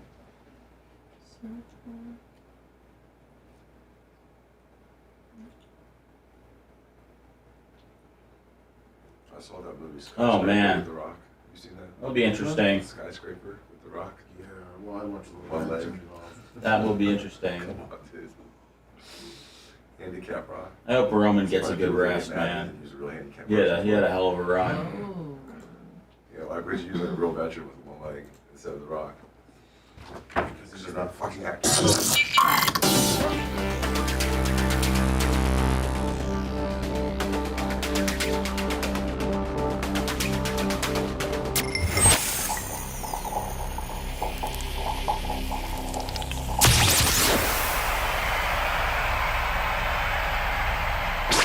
It's the Bubba the Love Sponge Show. Missed part of the show? We got you covered at BubbaArmyHQ.com. Now back to Bubba Live Worldwide. We often think about if you'd like to become more heart healthy, that's going to be some big changes that we have to make that we may not be able to do. But with Super Beat Heart Chews, you can get the daily blood pressure support in just 2 tasty chews a day, and they even promote heart-healthy energy without the stimulants. Paired with a healthy lifestyle, the antioxidants in Super Beats are clinically shown to be nearly 2 times more effective at promoting normal blood pressure than a healthy lifestyle in itself all alone. From Super Beat Heart Chews, they are the #1 recommended doctor, pharmacist, and cardiologist recommended brand for cardiovascular health support. Plant-based, no artificial sweeteners and or colors. You can double your potential of Super Beat Heart Chews and get a free month supply of Super Beat Heart Chews on all bundles. You're also going to get a free full-size bag of turmeric. That's worth about $25 with your order by going to BubbaLovesBeats.com. You can only get this exclusive offer at BubbaLovesBeats.com. So we were talking about our show Twitter. And I've gotten, a lot more aggressive, and I'm doing more things on it because we're close to monetizing it, which would be another avenue to monetize content, which is what you want to do if you have the ability to. A lot of people can't take their terrestrial radio show, slice it up any type of way, distribute it any other place. Or some are trying to do it now, but you're so late into the game that your 5,300 subscribers will never get any better. You don't have any content from back in the day of interesting content.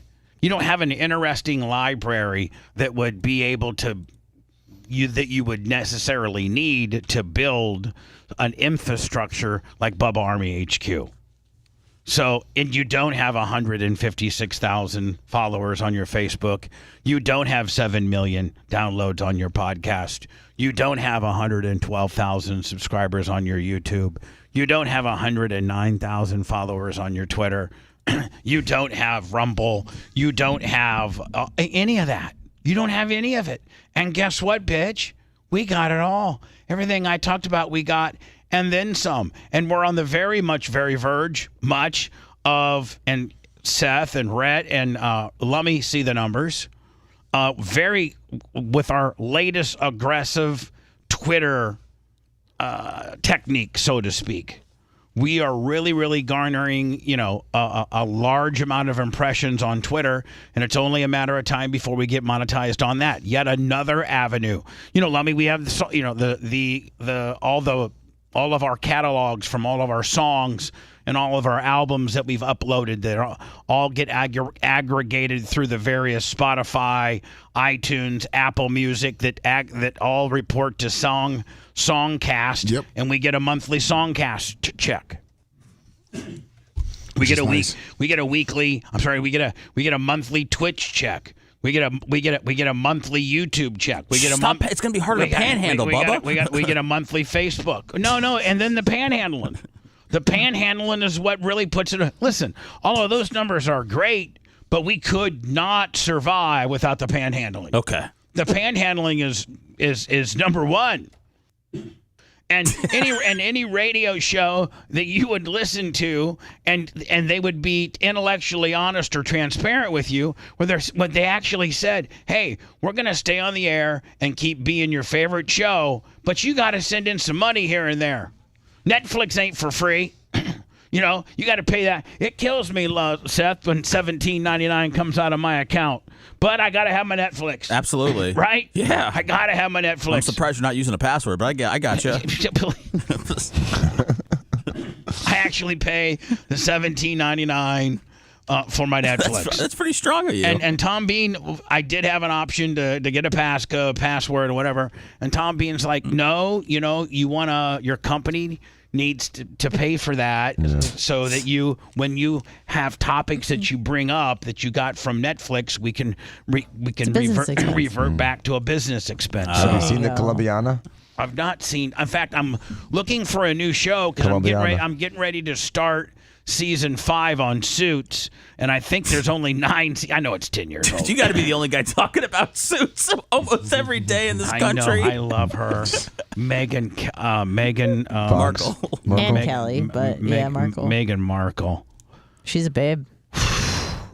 Whoever did the hiring and the firing on the Suits. Listen, do you want me to start finding some podcast guests from Suits, like showrunners or just anybody that was on the set, Bubba? Yeah. 8 P's. That might be easy, Seth. Primetime Toys, 25 on the Cash App. Find me Donna. I'd love to talk to Donna. Okay. Hello. Who? The Harvey Specter's secretary. Oh. Donna. She's this redheaded ginger that's just hot as F. Hello, yeah. Hey, this is the first time I've turned you on visually in a while. You're looking good, no homo, Bubba. Looking good. Thank you. Thank you for the no homo. Yeah. Thank you. They say no Diddy now. No Diddy. It's the same way as before. See you later, buddy. Appreciate it. So, Dan, I was That was different. I followed Joe Rogan. Sunny Days, $100 on the Cash App. Oh, look at that. Lummy's new window. And let's be honest, man, if we didn't have the panhandling aspect of it, that also goes into the BARP, Bubba Army royalty aspect of it, that goes into the people that attend the party every year because they meet the threshold of $2,400 aspect of it, and the Hall of Fame aspect of it, if we didn't have the John Costicas and the Joe from the West Sides and just all the great with the Wizzies and the Iggies and the Creatine Travises and the Big Reds and the Bob Cooks and all the people that are, the Teases and the Susan Poitrases. Fake person, 1999 Super Chat. The Little Wilburs, the Mitch. If we didn't have the panhandling aspect, we wouldn't be here today. T-shirt well, 50 on the Cash App. So, as much and cumbersome as it may be, or I don't know, maybe even kind of piss you off that we have to shout them out, it keeps the show on the air, okay? So just deal with it. Thanks, appreciate it. It's like commercials. So, Dan, how satisfying is it to know that your concoction, that the United States government tried to corner you and label you as a quack, jeopardizing your medical license, having to potentially lawyer up because not only were you, prescribing an alternative to their COVID jab ivermectin. Is that how you say it? Ivermectin. Ivermectin. Ivermectin. I like the way you say it better. Yeah. Anyway, well, ivermectin. You know what I'm saying. Alan Iverson. Ned Scissorpiece 20 on the super chat. And some pharmacists wouldn't fill it. Mm-hmm. It was just you were a quack. Mm-hmm. You were absolutely a quack if you prescribed ivermectin. You just were. And Joe Rogan was one of the very first to get, not one of the very first to get COVID, but one of the very first public figures to get COVID, fight through it with the alternative concoction that Dan and a bunch of other great doctors had. Dan, what was your secret formula? It evolved over time. At the beginning, What did it start out and what did it stop? Okay, it started off with hydroxychloroquine, which is Plaquenil, and a Z-Pak, which is azithromycin. But there was a false, misinformation, biased, manipulated study that was retracted that said that the combination of those two caused a cardiac delay in conduction. So they were worried about people having arrhythmias if they were combining azithromycin with hydroxychloroquine. So there was a hard stop on the pharmacy's computers. Like if you put those two in an order together, the computer would come up with a flag and stop it. Oh, so they would input, if these two are ever together, automatically as a computer system flag it. Right, So based on a that- flawed study that was retracted. It's such BS. So that some pharmacy tech that just counts out pills just couldn't fill them. Nope, wouldn't let you. But the report was wrong. Right, All right, correct. continue on. So while that happened, people were talking about using doxycycline and ivermectin. And the beautiful thing about doxycycline is it's a primary outpatient therapy for community-acquired pneumonia. And a lot of people were getting pneumonia with COVID. So doxycycline made sense to pivot to that medication as And the was antibiotic. that was definitely not WHO guidelines, was it? I mean, No, they were saying that it was all bad. They said it was all theater. That They you were said it only was supposed all- to do exactly. No, at the time they're like, go home and die, and Well- if you don't die, come back to the hospital and we'll give you remdesivir. Right, that's what I'm saying. Put you on a What vent. I'm saying, they Kill had the United States government, WHO, CDC, that didn't have any doxycycline, didn't have any ivermectin, didn't have any of that. It had remdesivir or get jabbed with the vaccine. And then I think Before the vaccine even, Bob, but we're talking about that the first 9 months. Like February, March until December, when the vaccine came out. All right, so of 2020. When did the vaccine come out? December of 2020. They announced it the day after the election because they didn't want to give Trump any push. And then it started rolling out in December, and it was rolled out primarily for first responders and old people. All right. Which made sense. 50 on the super chat. So they quacked you out. They quacked. Remember, they quacked. They quacked everybody out. They even quacked Rogan out. Because Rogan was on the ivermectin. Well, first of all, they quacked out Trump because remember, Trump took hydroxychloroquine for a couple of weeks over the summer as a prophylaxis, which was actually, according to the research, smart. And they jobbed him so hard, and they started attacking hydroxychloroquine so hard that it became difficult to get. I was having difficulty prescribing it, and so this ivermectin was floating around, but there was so little data on how to use it for COVID because you weren't allowed to talk about it. So they were preventing doctors from sharing critical, life-saving information because they wanted to continue their own distorted narrative. All right, so I'm going to have to dump out a few of Joe's language here. But Joe Rogan was one of the, CNN clowned him. Clowned him. Remember? There were Sanjay Gupta tried to clown him. There were major networks that would prop up their doctor and their whatever, and they would clown Joe Rogan. Joe Rogan, one of the most powerful forms of spoken word and the distribution of media and content. And God forbid that he's not towing the corporate line, and he's doing it the way that he's basically doing on the same cocktail that Dan's prescribing, almost to the T. They also filtered his video so that he looked more pale and sickly. To take down all of the. So now he's talking about how the WHO, the CDC, the United States government now has had to, or they made a ruling that they're going to go down and take down all of this propaganda that they had propped up about how bad ivermectin was, and that it was horse pace and it was only for animals. And I guess now the USDA or the CDC or the WHO or United States government now is going back and trying to delete all of this. And Joe talks about it. Do you know why? I'm sorry, Bubba. They were sued. There was a lawsuit. The only reason this happened, they didn't just come to this epiphany like, oh, we were lying, we should kind of like pony up. They were sued, and a court forced them to do this. Really? Yeah. The federal government was sued? Yeah. Really? Yes, that's the reason they did this, because they were successfully sued because the language was distorting. The advice, they're not allowed to give advice to doctors. They're not allowed to give mandates to doctors. It was all a racket. Who sued them? Joe even gets into when a doctor takes an oath, he takes an oath to help you by any means that he can, legally. And, right, that's your oath. Even if it's non-conventional, Dan, if you are a doctor and you believe in it and it's not illegal, like it's not an illegal drug, it's a prescribable drug. Just used off-label. Used off-label, and it's working for you. That's the oath of a doctor, right? Yep. Is to try to do no harm. Do no harm and try to When my dad was a baby, he almost died, and my grandmother, the doctors went into the room and said, "Listen, we have this new medication. It's brand new. I'm not sure if it's going to work, but it's supposed to help in this situation. Is it okay if I try it?"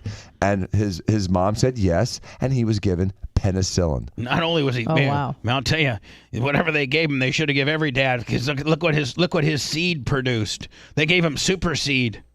I mean, whatever they injected Daddy Joe with as a baby made him have. I mean, look, he's got 3 lawyers and a doctor, right?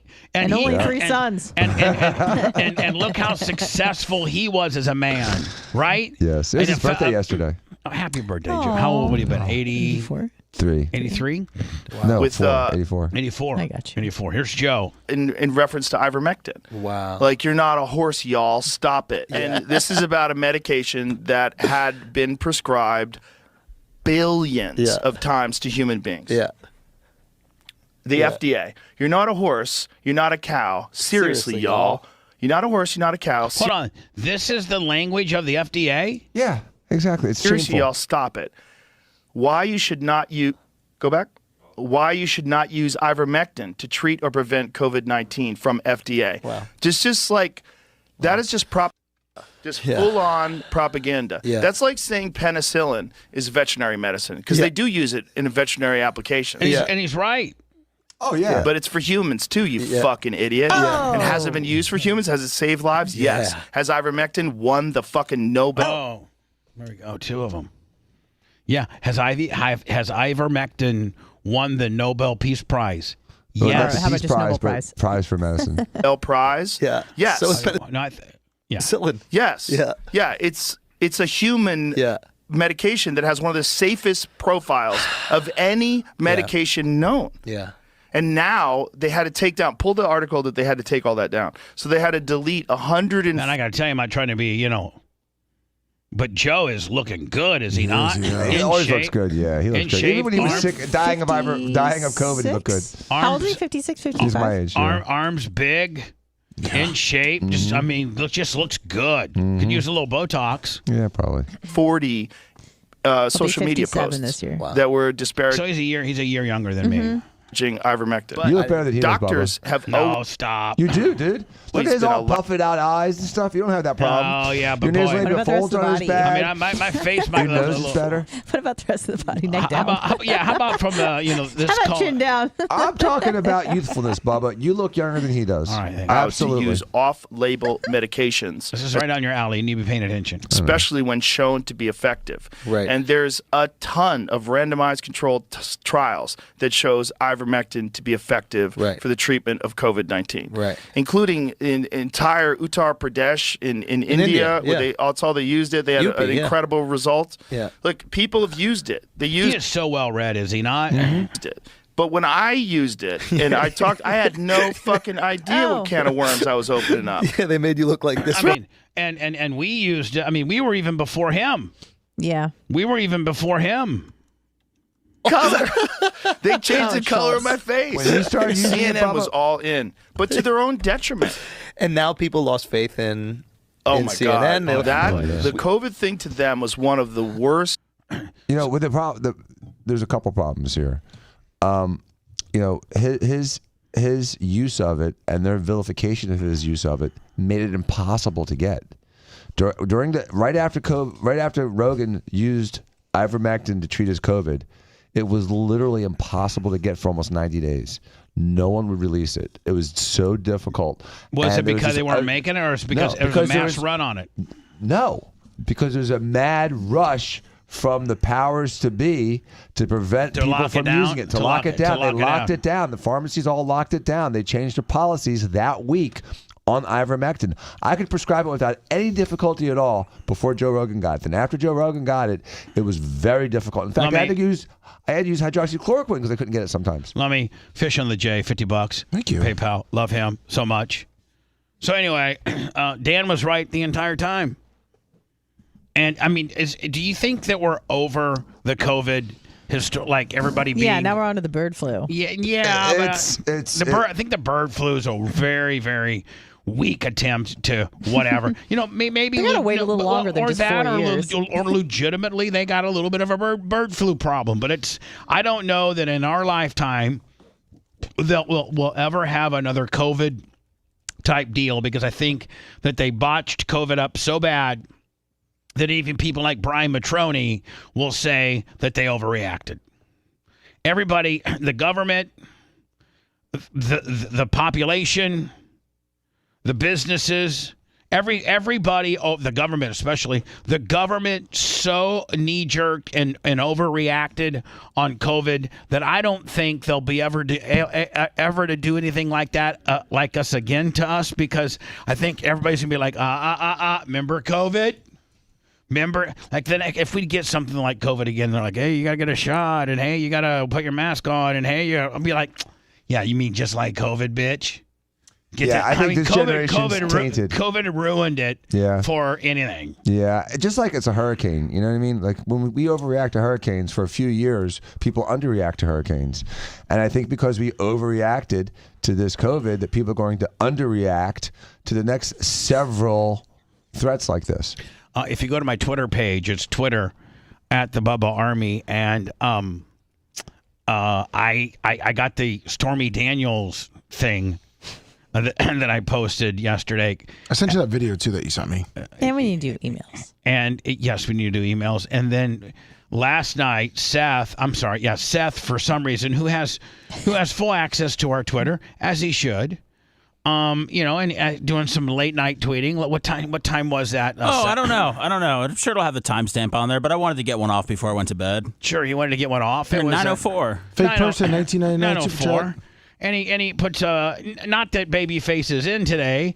Might have been a little bit made more sense if you would have had one with our guest Dan, but. We know that you got a secret crush on Babyface. It's not secret. I mean, like you are. It's pretty public. You two are. You guys are little two peas in the pod, kind of like me and Dan. I like Dan a lot. I like Dan. Probably the best.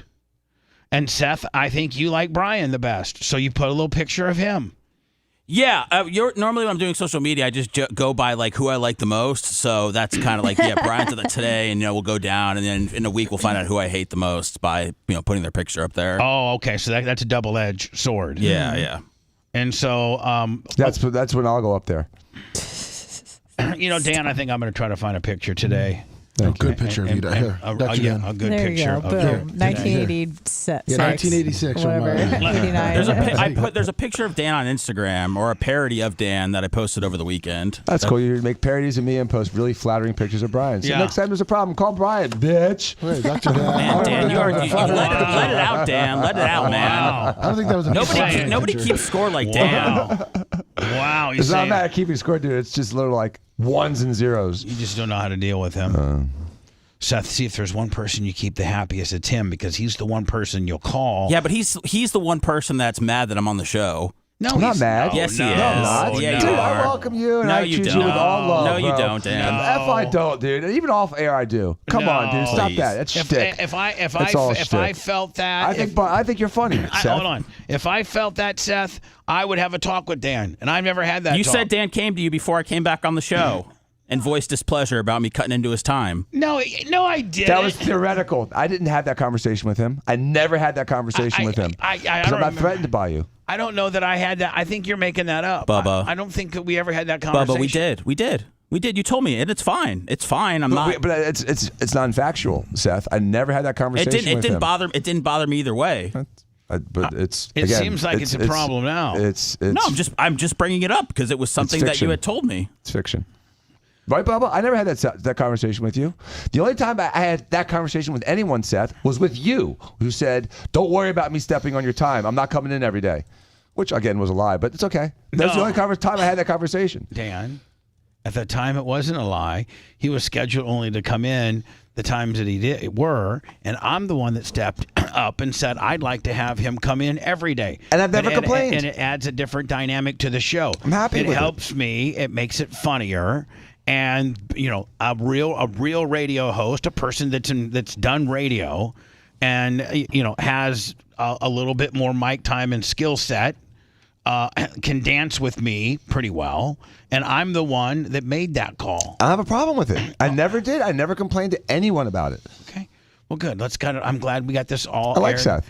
All aired out, and can we, everybody, not have a little attitude about this? Eric Gill, 50 Because on the Cash App. The more people the more that you guys have attitudes about potentially all of us being in the same room together doing a great show, puts pressure on me and makes me, at the end of the day, really, really, really, have mentals.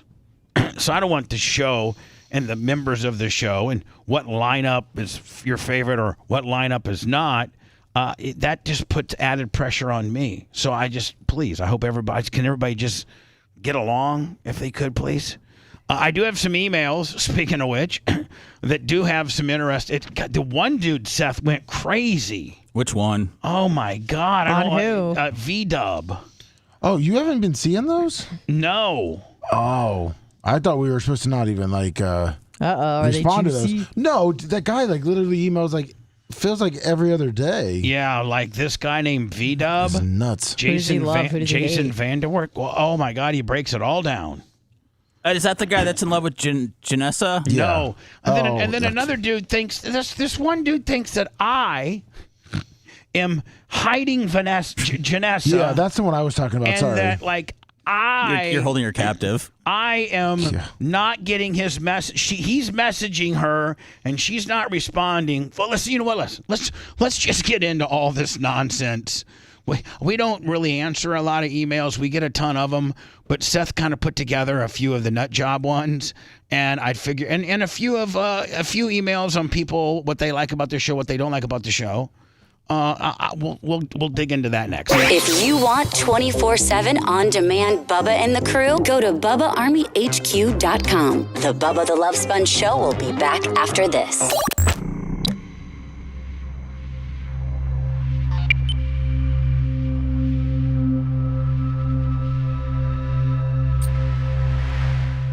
I was getting hungry, and the place wasn't open yet. Smoothie King delivers faster because they're closer. It's not like by my house. Then it's about 25 minutes.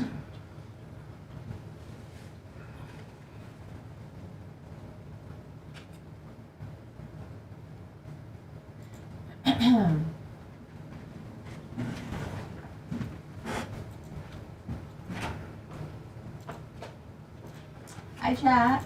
Excuse me. Knight Rider, you are 100% correct.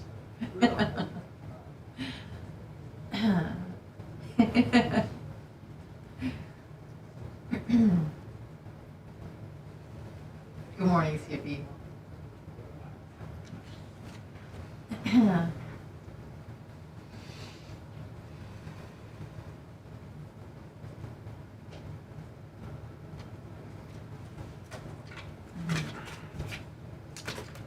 Just a lot, Knight Rider.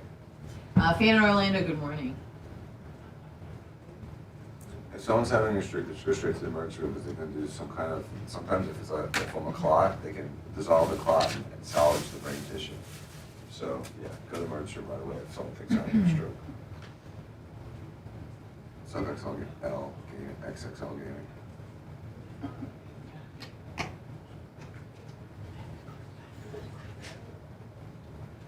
Mitch, I would. I'm going to take my, huh? No, thank you. I'm good. Yeah, I got my smoothie coming. Mitch, I'm going to take my Strato off the road at the track on their cross course. What about that? Also, they got the same kind of bag. Yeah. Is it an Uber Eats bag? No, I think it's theirs. Because they're the ones that give it to you. To seal it to make sure they can make sure that it's sealed for your protection. Mm-hmm. You're welcome.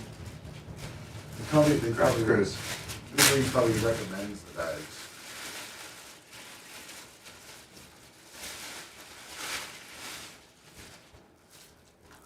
We got me a milkshake at this ice cream place at their house.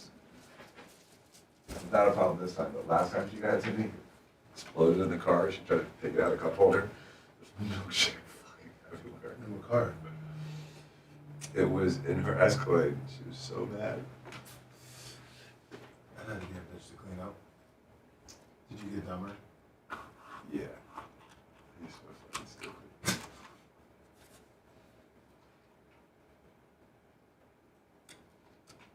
Well, temperature in a stroke, sometimes you have a paralysis, headache, can't talk, and a heart attack, you have chest pain, sweatiness, your left arm hurts, and EKG change. They're a lot different. You like it? Yeah, it's a little strong on the strawberry. Mm-hmm. I agree. That's true, CC. Morning, Mitch. Thank you, everybody on the Cash App. It's a strawberry banana with protein, whey protein. Is whey protein good or bad? I always thought it was good. Some people like have a thing about whey protein, say it's bad. What does Much say?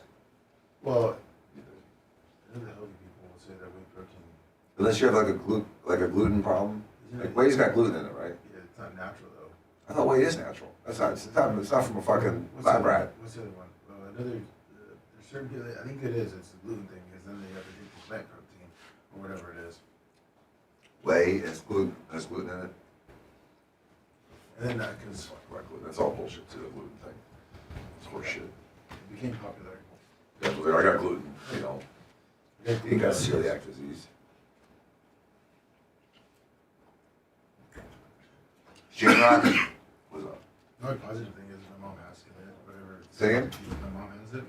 And for the longest time, she never really eat out because it was always gluten. Now you can find gluten-free menus everywhere. Yeah. That's true. Chocolate Gladiator. You didn't see that. I used to drink strawberry muscle milk back in the day. What's bad? No whey protein, just gluten. Lactose, if people have lactose issues. Whey's got lactose in it? Mm-hmm. But if you have like a whey isolate, I think it's like somewhat pre-digested. All right. Well, I mean, the whey protein, they put in the protein shake. If you don't have a problem with lactose, it's fine. I do have a problem with lactose. Oh, you do? Yeah, so it's going to be fatty. Is that any different than any other No, day? it's just normal morning. I'll just lean to the left instead of leaning to the right. I appreciate that.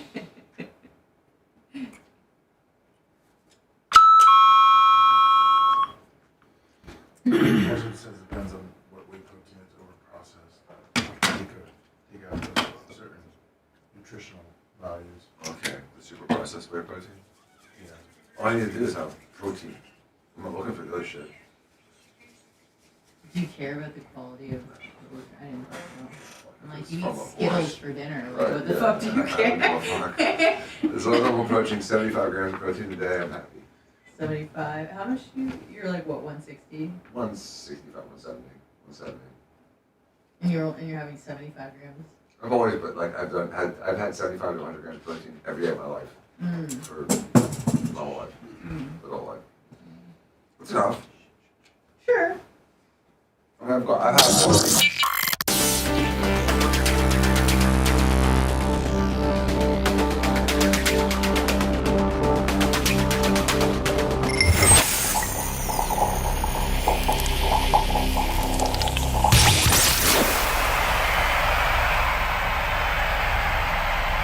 Do you want to hear all the times Hulk Hogan or Tucker Carlson called in? We have it all for you on BubbaArmyHQ.com. You're listening to the Bubba the Love Sponge Show. Venmo, PayPal, Cash App. If you'd like to put a little donation in to the kitty, we appreciate that. Or, you know what? Just follow us on our Facebook or our YouTube or our Twitter or our Instagram or Bubba Army HQ. I got to tell you, the YouTube channel really has some exclusive stuff, from the shorts to the long-form old-school 98 Rock videos to my Lummy's Goat Report, my food review. Lummy, of which, where can I, probably today or tomorrow, I got to think about going. What's out there that's new that I could potentially try for the food review? You know? Well, there really wasn't any good like foods that have come out recently, but there is a new restaurant. It came out. It's a nationwide chain. It's over the bridge in Clearwater. Yeah, what's it called? Right, what was it called? Jollibee. Yeah, Oh, Jollibee. the Filipino stuff? Yeah, With the like spaghetti? Filipino fried chicken. I think they got rice and gravy bowls and some other Spaghetti. Do they got drive-through? Yes. Yeah. You should do it. All right. Filipino food, Where's Bubba? Where's it at, Lummy? Is it It's on like Gulf hot Bay? dogs and spaghetti. Yes, it's on Gulf Bay, right over the bridge. I'll text you the address. Okay, but like, Yeah, they got spaghetti there. is it how far from the original Hooters? The original Hooters? I don't even think it's on that side of town. It's over. The one that I know of is over there, almost in Pinellas Park. I think it'd be the closest one. No, I'll send it to you. It's not that far from the original Hooters, Bubba. Okay. Well, Rhett's saying that the one on Pinellas Park. I might mean, be. maybe there's another location. Just the only location I know is over there in Pinellas Park by the B-dubs. Oh, that might be closer. Just to hop on the Gandy and go over Right. there that way. Okay, Yeah. I'll send Anyway, you both Lummy, just locations. find me the close. What's this place called? Jollibee. Pekong? Jollies. Jollibee. Jolly. Pekong? Yeah. What the hell? Jolly is wrong Bee. with you? Jolly Bees. Jollibee. And is it Jollii. like noodles and egg rolls? It's like and, a weird combination. I think Filipinos really like Spam and hot dogs in their spaghetti, so I think there's that. You should try that. Yeah, but they got fried chicken. And which fried is- chicken. All right, well, they got fried chicken. Okay, There okay, I you got it. go. All right, gotta so get the this. You all should try the spaghetti, though. It's cheap. Okay, thanks. I've been trying to get this email since 7 o'clock. So you can send emails to the show. I think on Bubba Army HQ, we have an email section. I think email the show. Is that Seth? Is that where you're working? I just started getting emails one day, Bubba, that like Amazon orders were coming in and donations were being made, and then I started getting listener emails. So Perfect. I'm in the mix. So here are some emails that Seth printed out. I don't know if I can get through all of them because this one dude is wacko. This whack job named V-Dub. Well, I might just get through all of it just to show you how crazy he is. Are you going to read them?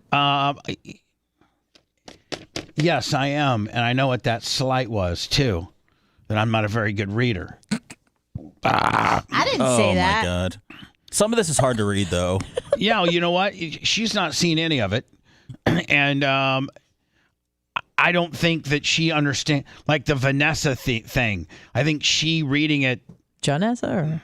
No.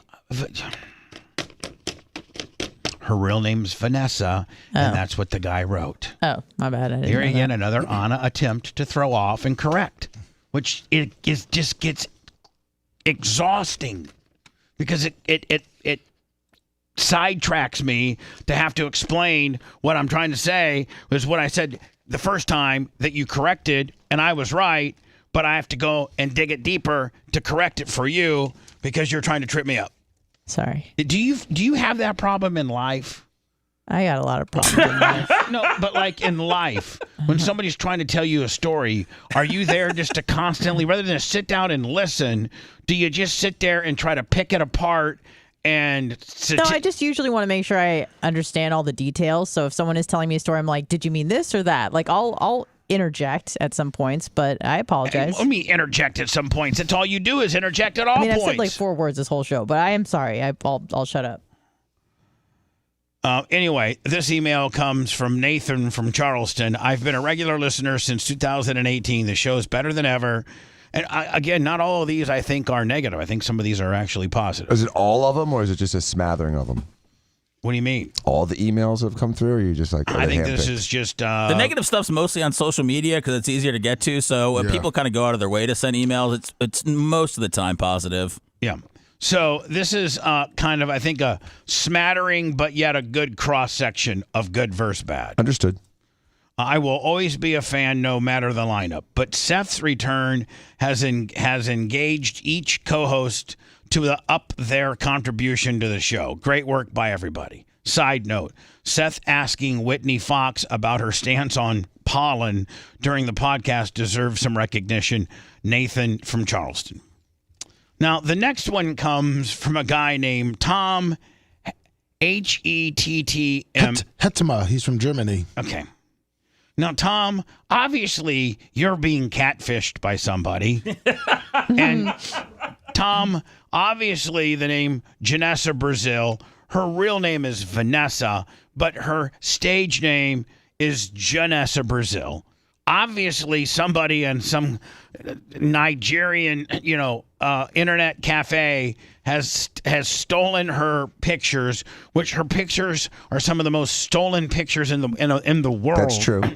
And they are, working you. It's hard telling how much money you've sent, who you've been talking to, and in your big, deep, drill down investigation Googling of Vanessa/Janessa Brazil, obviously my name comes up a lot when you Google Janessa Brazil for a few different reasons. One, you hit that. Let's just don't worry about the personal aspect of it. Let's talk about the show aspect of it. One, when I first started in Howard Howard 101 with Howard from 2006 until 2011, she was a very frequent guest of the show because she happened to live in Tarpon Springs.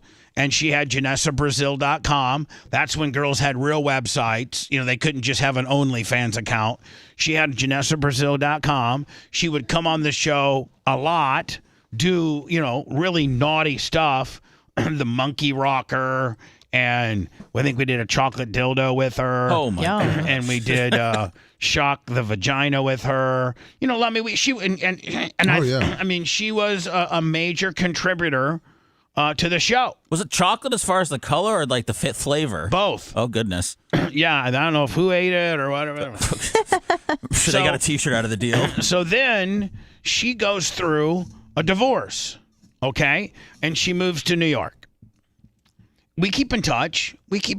Just, how you doing? What's going on? I think she was dating a guy in L.A. for a while.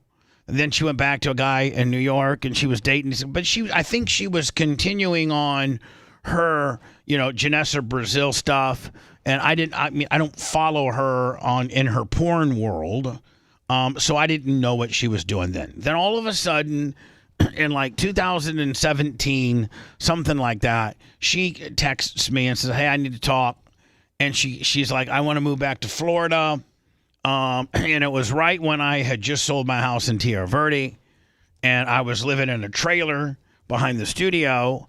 But I was looking to rent a house in like the Odessa area. And Lummy, this was before, this was like 2017. Yep. Where like literally I had a 4-bedroom house in a guarded gate community in Odessa for $2,000 a month. Lummy, you helped move me in. Sure did. And I was like, you know what? Yeah, you know what? You can, she's like, all I need is a bedroom. and I'll set it all up. That's where I'll do all my camming from and stuff like that. And we were roommates. We were roommates. Yeah. And then Lummy, we started doing Bubba 199s. Yep. And I started bringing her in and like dressing some real sexy stuff, and she would shake her ass and play Twister. Do Twister, which got us suspended. Oh, sorry. Which now looking back at it was nothing. Really, a girl in yoga pants. I mean, you can go to the front page of Twitter right now. In fact, last week I walked into engineering and Rhett was on the front page of Twitter with this girl that was doing like, she had see-through yoga pants on and she was doing deep squats and her vagina was just hanging out. Oh. It was on Twitch, not Twitter. Okay, fine. But Twitter has gotten, from the hot tub parties to just, Twitter has become a haven for chicks to be as... Twitch. You guys get me so... Twitter has too. Stop correcting him. But so our very, very first digital venue was Twitch. And then we started doing these things. She wasn't on the show. She was just my roommate, doing camming and stuff, hanging out as roommates. Banging. And stop. And that's it. And then I start Twitch was our very first digital platform. It's the only one. For the longest time, it's the only one we had. Yeah. And it paid all the bills. And then I was like, let's start doing Bubba 199 where I just play music and she, wears like a tank top and looks hot as hell. And that was working. But that pissed off Manson. Yeah. And Manson said, I quit. If you're going to have her, I'm like, listen, she's on Friday night. I have her on my show from Friday nights, 8 until 10. What she brings in pays for your salary. I'm not asking you to be here. I'm not asking you to watch it. I'm not asking any of it. Like, what's the big deal? So he quit over the fact that I had her in on Friday nights. And the reason he really quit, I think I've told the story a few times, is that one Friday night, Lummy, we got her white yoga pants are too white, 2-day suspension. So I didn't get the paper. They didn't text. Twitch didn't contact me. So we do Monday's show. It's me and Manson. Lummy, I think you were in here. Who was that? What was the lineup back then? It was me, you, Manson, Tuttle, and Trace. Yeah. Me, Manson, Tuttle, and Trace. Oh, man, the show's really gone. Jeez. This is like, my God, this is like... Yeah, well, Manson took up your whole salary cap back then, Now you've kind of spread it around. So that's the lineup. And we get on Monday afternoon at 4 o'clock, Lummy, because Twitch is based out of San Francisco. At 3 o'clock... some troll, back to the troll elements, some troll had put in a troll complaint that Janessa Brazil's pants were too tight and she was showing some camel toe. Okay, I can go on Twitch right now and find 500 girls that are blasting out the camel toe. So they suspend us for 2 days. We get a 2-day suspension because Janessa Brazil was showing too much camel toe. Yeah. So it's no big deal. I get it at 3 or 4 o'clock. Happens to be I'm sick. I don't get sick very often, but like I am deathly sick. I got a bad cold. So Dan calls me in some prescriptions. I take some NyQuil and I pass out literally at 4 o'clock in the afternoon. I don't know what she's doing. I don't know. But we were on both in her bedroom was pretty far from mine, and I go to bed early at 4, hoping to sleep off my sickness. I wake up at 4 o'clock, and I'm driving to work, and I text Manson. As I'm driving into work, I text Manson to say, "Hey, listen, I need you to come in today." But we got a 2-day suspension from Twitch for something Janessa did Friday night. Well, he doesn't come in. That makes him so mad that he doesn't come in. So then he calls me and he says, I think that you need to stop. I don't like her being on the show. I don't like our show associating with her. And I'm like, listen, whether you like her or not, it's because your bulldog wife is insecure. First of all, I can assure you she's not interested in you, Manson. I can assure you that. Second, I can assure you that. I know that firsthand. Okay, she's not. Doesn't want to sit next to you. Doesn't want to go on the air with you. Doesn't want to be part of the morning show. She just wants to do her Friday nights with me on Bubba 199. And he's like, well, I'm not, I'm going to have to think about it. So I went over to Tom B and I said, hey, I got a guy that's making X amount of dollars, a lot. And, he's being a dick about this. And so I told Manson, at that point, I loaned Manson my 04 Crown Vic to drive around. That's how, tough times were. And I said, hey, listen, and I did need my Crown Vic. I needed to drive it. All I had was the smart car, Lummy. It was before my sister co-signed for my truck. So all I had was the smart car. And that wasn't running great. And the smart car was like not running great until Terry fixed it. But prior to that, it wouldn't run or whatever. And so I needed my Crown Vic. I said, can you come in Wednesday, make a little bit early, because I'd like to talk to you about this situation. I wasn't going to fire him. But were you taking the car back because you were mad? I had to take. It may seem like that. It was out of necessity, though. But right? it was under. I even explained to him. I'm like, Manson, the smart car is not running right now. I don't have a car. I need you to bring in the Crown Vic, and I'd like to have a meeting with you, Tom being present. Now, my intentions were to tell him, hey, listen, she's my friend, she's my roommate. She's got a pretty damn big brand in her little world. The amount of money we make on Friday nights at Twitch is almost as much as we make all week or all month. And you never have to see her. You never have to be in the same building with her. You never have to be like nothing. Like, you know what I'm saying, Seth? Like, they have nothing to do with each other. Yeah. And he's like, he quit. He says, nope, I quit. So she then, Lummy, I just replaced him with her. Yep. I put her in there. And she did good. She did all right. And then her boyfriend from New York started watching the show, getting all jealous. And she went back to New York. And I haven't really had much contact with her since. Didn't her grandmother or mother was sick too? Didn't she have to go? Her mom was sick, right? Yes, her mother was sick and her boyfriend was chirping on her. So she went back. And I really haven't had much contact since. So everybody thinks these people that have been catfished by people posing to be Janessa Brazil think that I am like with her, or you're her keeper. Yeah, like I don't have nothing to do with it. So this guy starts out. Tom Hetman says, "You really think you can destroy me, don't you? I'm not giving up, Bubba. You're not stopping me from meeting Vanessa. It doesn't." So when these guys do these checks about who potentially she may be with, or is her friend, or did a radio show with, or lived with, or whatever, I appear in some of these searches. And so these people that have been catfished by her, they get a hold of me. They're like, oh, I know that she's still like I'm her keeper, or I'm dating her, or she's living with me. Would you say posing as Janessa Brazil online would be a good livelihood? Oh, yeah. Okay, thank you. I can give you some pictures. Oh, there you go, Seth. Okay, thank you. I just, for me and everybody else out there listening that's, looking for a job. This guy's been emailing us since 2023, too. You're not stopping me from meeting Vanessa. No, you're right, I'm not.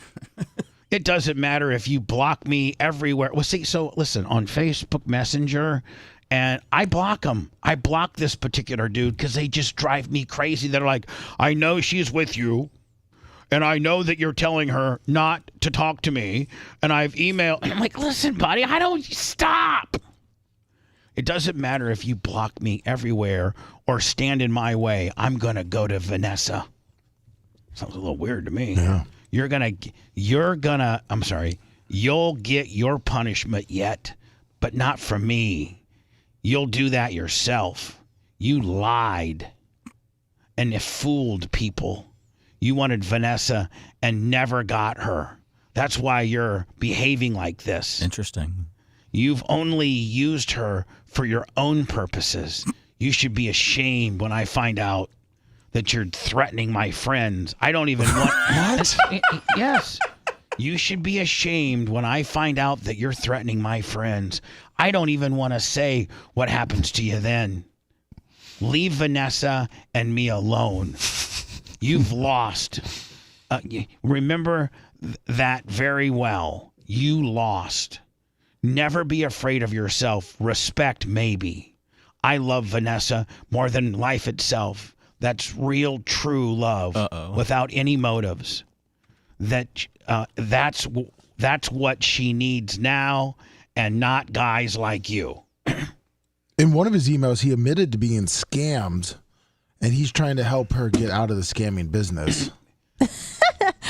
You know what, Tom? Yes, you know what? I'm into polygamy, and I got the Merch Crick and Vanessa at my apartment at all times. Move to Utah. Exactly. I live by Utah standards. So I just wrote him back, gave him your cell phone number, Bubba, if that's okay. You know, if I was you, I'm going to send you a picture of Janessa? Yeah, and just send those back to him. Oh, really? Yeah. Okay. I'll just send you some. Like, I got a couple of ones of her just sitting on the couch and, you know, laying in bed watching TV. Yeah. Just real organic stuff. Send them that. And be like, hey, you know what? Here you go. Keep it going on. Maybe we can get him to say, Send some listen, money? if you pay Bubba $29.95, I bet you I can get you some really, really never seen before pictures. I mean, that could be good for all of us. It could be. Hello. Hey, Bubba. Good morning. Good morning, buddy. I had I tried calling when you guys were talking about COVID. I wanted to ask Dan's opinion on something, and then I had a question for you as well. Okay, go ahead. Dan, the whole COVID thing was a pretty weird era, and I grew up in the rub dirt on it generation. So I think there's a lot of trust issues with the medical community. Just in your opinion, what is the percentage of the medical community that's bought and paid for by Big Pharma? 90%. I was going to say most. 90. Maybe higher. Yeah, they're all because here's why. I really enjoyed hearing your points of view during that time. Thank you. I would like to say thank you. Here's why. The medical business has shifted in the last 20 years, and a lot of doctors' practices are owned by bigger entities like hospitals. So most doctors these days are not autonomous, and they have to listen to somebody else because they're bitch and they have to work for them. Can I tell a story to reiterate that? Please. So my primary, Dr. Chiramonte, had a very good practice as a primary doctor for like 20 plus years in Brandon. Just a single doctor. He had a nurse practitioner that worked in the office with him. I think, Dan, that's probably the way that most primaries do. Especially back in the day. Yeah. And so Flying a plane? Or? You working near a wood chipper? What are you doing, buddy? I apologize. Right. I'm driving a truck, and these big trucks aren't made the best. Right, exactly. So anyway, one day I go into Dr. Chiramonte, Dan, and he's the one that gets my sleep meds, and he's my primary, right? Right. And I do my blood work through him. He looks at my blood work, and he goes, hey, I just want to let you know, this was like in May.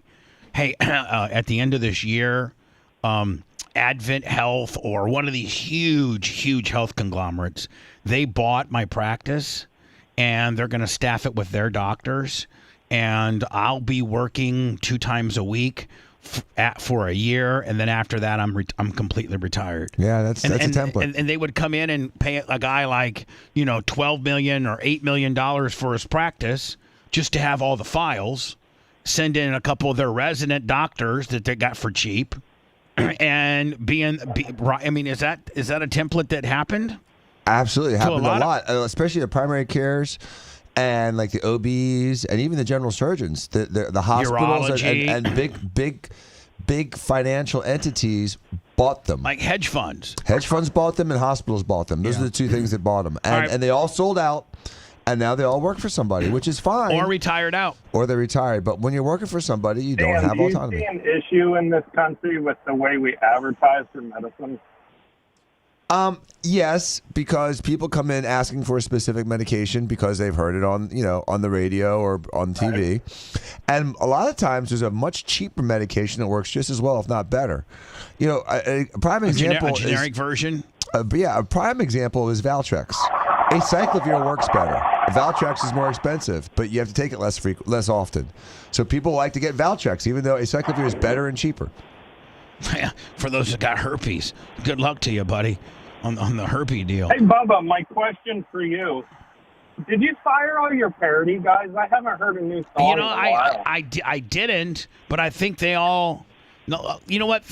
I'm gonna let you go and listen to my answer, okay? Because I think that's a very good question that may take a while to answer, and I need to send it over to Lummy. Lummy, is there something that I don't know? Are they doing like a revolt against me, or is there a coup? Is there a parody guy coup behind my back because I, was mean to Anna one day, or Seth has mentals, or maybe you didn't like their music and they were tired of being critiqued harshly. Well, I'm just throwing it out there. I think half of it is me, being very critical and taking a potential shiz. Yeah, I don't think those guys are sensitive. I just wanted to throw it out there.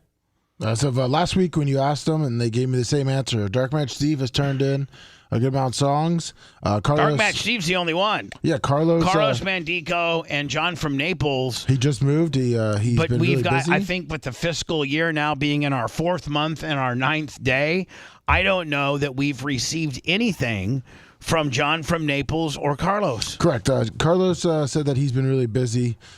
He just moved and but here's the deal. Do they want to if they can't do it anymore, then let's just, as friends acknowledge that they can't do it anymore, and then that way I won't be waiting for anything. And I'll just say, listen, we only have one parody guy, and it's a Dark Match Steve. The other two quit. Did they quit? No. Carlos Clem is in chat right now, and he said the same thing now. His business is slammed. He's been busy. He doesn't want to quit. John from Naples, on the other hand, I've not heard from John from Naples. So we're saying, okay, so Carlos might still be on board, whereas it looks like John from Naples might have quit. No, I don't think he quit at all. He hasn't produced anything. He said he's been busy a month ago when I spoke to him. And that's about it. The two are the same. Carlos and John from Naples said they've been busy. And Dark Match Steve, obviously. Well, one would think that, the magic number of qualifying for BARP in lieu of $2,400 is to have produced 10 parody songs by August 15th. Yep. One would think that they better get snapping. Oh, man. I mean, they've already burned 3 months, out. I mean, they got April, May, June, July, August. They got 5 months. It's one every 2 weeks. That's one every 2 weeks. That's almost not doable. Isn't it a blessing, though, Bubba, that the Bubba Army's thriving out there, making a ton of money, and they're just so busy that they can't do anything? Does that make you happy? Not in this particular situation. Well, they're not contributing to the show. Meaning, some of their parody stuff is quite funny. Yes, and it makes for some great content. It means less. Their happiness, I guess, equates to less content. What happened to Florida Stanley? I thought he had some good ones. Oh my God! Oh my God! And you are irritating today, aren't you, buddy? Me? Yeah. Oh, I'm just throwing out the names Started that I know. out with a baby face picture, and now we're supporting Florida Stanley. Well, I mean, if you want a parody, look how you've progressed. Yeah. How many parodies has Dark Match produced so far this fiscal year? I believe he's on 5, or he has turned in 5. Was he parody song of the year guy? Yes, an artist. You know what? Maybe there you go. His sweeping of the awards means the other ones don't want to play no more. There you go. We just broke it down. Yeah, they're jelly. Maybe that's John from Naples, but I think Carlos. John from Naples and Carlos are jelly, because Dark Match Steve rolled up in here like a pimp and took and swept the Academy Awards, or the Grammys, I should say. He is a pimp. Let me do some words so I'm not so late, and then I'm going to break this one particular email down. And this guy is crazy. Like, is this the guy that's been a fan since the 90s? Yeah, and what's up? Been trying to get a hold of the show. Longtime listener, like 1997-ish in middle school. I was in the Coast Guard out in the Bay for 8 years, and lugged Bubba from South Pacific patrols chasing pangas and up in Alaska counting fish. F the shows when Dan, F-U-C, that word. F the shows when Dan started. Coming on regularly in summer of 2022 were gold. We were keeping an eye on Antifa at the Portland Rose Fest with Bubba blasting up on the boat, chasing migrants down the border at 3 a.m. No problem. At 6 in Tampa. Like, this guy is very detail oriented. I love Operation Pigmentation. The one dude sounds like Keek the Sneak. Yeah. Check out the C40 song Muscle Cars. He's second verse. Bubba would probably like, this guy just goes on and on. I mean, Is that the same paragraph? It doesn't make It's there's not a that lot bad. of It's not different negative, topics though. with it. It's not bad. Just kind of a list of things randomly together. It's like a book report. I'll read the Bubba book report from an insane listener next. Hold on. If you want a deep dive into the Bubba the Love Sponge show from the past, go to BubbaArmyHQ.com. The Bubba the Love Sponge. After these words.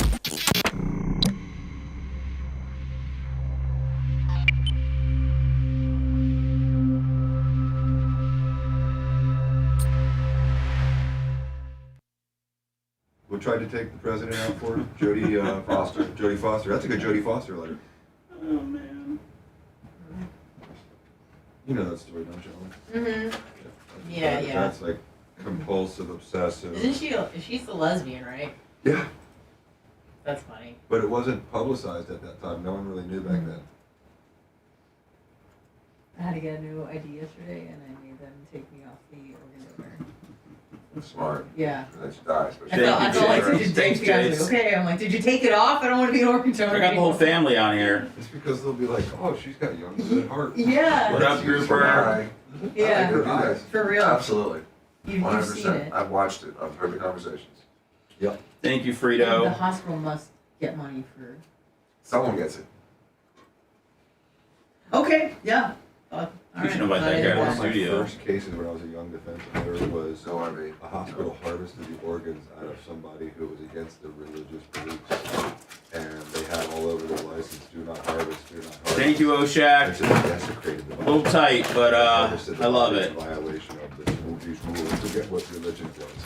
And so it was intense. I went and had to take the medical examiner's position. Who desecrated the body of the hospital? The nurses decided to harvest. What the up, organs sister from a body girl? That said, do not harvest. And it wasn't just SGT? because of, like you, philosophical. It was religious. Like, don't touch the body. And there's a big case. They paid out a ton of money. How did they? So don't, find, like, how did they like- find out? The body was. Mess with. Okay. Wasn't messed. I didn't know if they like. Yeah, no, they found out from the cremated mortician. or They found out from the mortician. And I think, no, actually, they found out what was happening, which was even more dramatic. No, I'm good. They basically kept their family member alive to harvest the I'm organs. good, Big Daddy. Thank you. And they found out while that was happening. They found out during it, couldn't stop it, and then I'm it good. was a I'm good. big loss. Because you can't desecrate a body, there's like a specific claim for that. I still think I talked to John from Naples. I think he still posts clips of the Was show. it the harvesting the organs against the will, or both? That was considering the desecration. What up, Snizuk? Slayer? You are seen. You are validated. It was a younger person. I was. You're acknowledged. Yeah, it was, I want to say, probably my age. At the time seemed old, but not really an old person. No, not at all. No. Fuck. It was crazy. And it was like one of my first cases. And the family won a lot of money. Excuse me? The family won a lot of money. What up, Brian? I wonder what religion it was. I don't remember what it was again. I'll try to think of what it was. Let me look it up. I mean, doesn't, don't, like, Muslim? fundamental Jews believe to have their body within 24 What up, you snake in the grass, Jay Bowler? Could have been just that. What it do, If Permagram? One of my dear friends, Inez, said something about Brian Bailey, what's up? I know You have to you. bury the body quickly. How do you know that? I don't know. Because she was talking about one of the reasons is to get your peace of mind, because we waited like 2 weeks for my dad. It was a stressful 2 weeks. And she's like, that's why we do it in 24 hours, Jay. Like, oh, okay. I didn't know that. It's quick. It's, yeah. Internet Fred, Bubba's my Lord and Savior. Just silently mourning about Curb Your Enthusiasm being over. I love you, Bubba Nash. I feel your arms embracing me right now. Yeah, you're right. You don't want me. I know you're not supposed to get tattoos and stuff. And they'll cut them out for your body if you have them. Really? If you want to be buried in a Jewish cemetery, yeah. Traditional Jewish law is clear that the deceased must be buried in the earth, not cremated for several reasons. Body is considered the property of God, not the individual. Must be returned to God in its original form because humans. I'm looking forward to it, Brian. I'm just glad we were finally able to lock it down. I finally found who had the missing division last night. Put together the fucking puzzle. Patience? I got payment plans with almost everybody on the second break.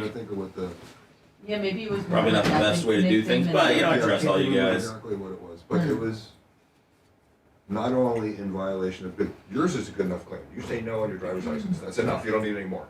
But there was an additional reason why. Yeah. Yeah. Dark Matt Steve is like probably planking. Made it worse. I wonder who's getting them money.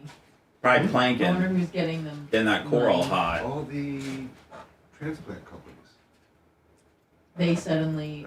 I got your rookie card for lips. Organs. Yeah, they get organs. Meet me at the 7-Eleven on Dale Mabry. A 36-year-old healthy female will be there in an hour. Keep that Oof. Yeah, I'm glad I got that changed. Oh, you're good, Bailey. I'm sure it's coming. Yeah. I didn't know what day it was when you said you sent it on Thursday yesterday.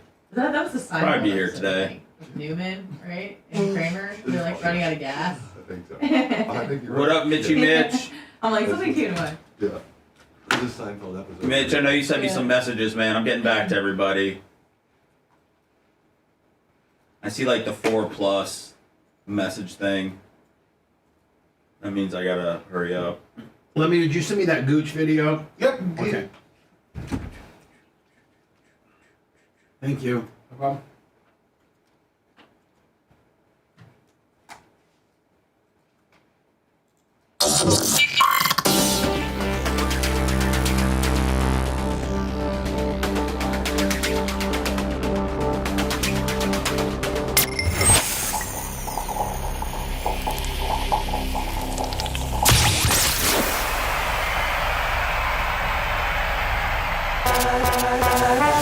You're listening to the man that is best friends with Deion Sanders, Tony Stewart, and not Hulk Hogan anymore. Now, back to the Bubba the Love Sponge show.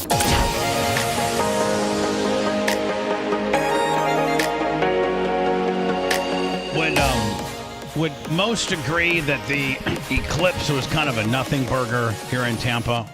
Oh, yeah. I mean, nothing happens. It's just like you see it and it's gone. I mean, it's like it's a sunset. Here, this is my buddy Gooch, who lives in Columbus, Indiana, and this is his driveway cam. And Columbus, Indiana was almost in the direct totality. Like they were like 10 miles south of the absolute direct, most, directest. And here is his driveway cam throughout the day. And, and it's fast forwarded, obviously. It seems like there might be a neighbor next door doing some kind of lawn work or something. And now this is Gooch's driveway, and that's his like his neighbor's house. This is just the entrance to his driveway.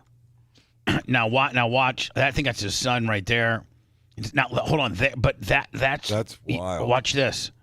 So let me put a pause. Real dark. Hold on here. Damn it. Okay, here we go. So let's go back here. There's not a cloud in the sky, too, by the way. It seems like a nice, clear day. Not a cloud in the sky. Not a cloud in the sky. You said this was at Columbus, Indiana? Columbus, Indiana at about 3 o'clock, and it lasted 4 minutes. And so here we go.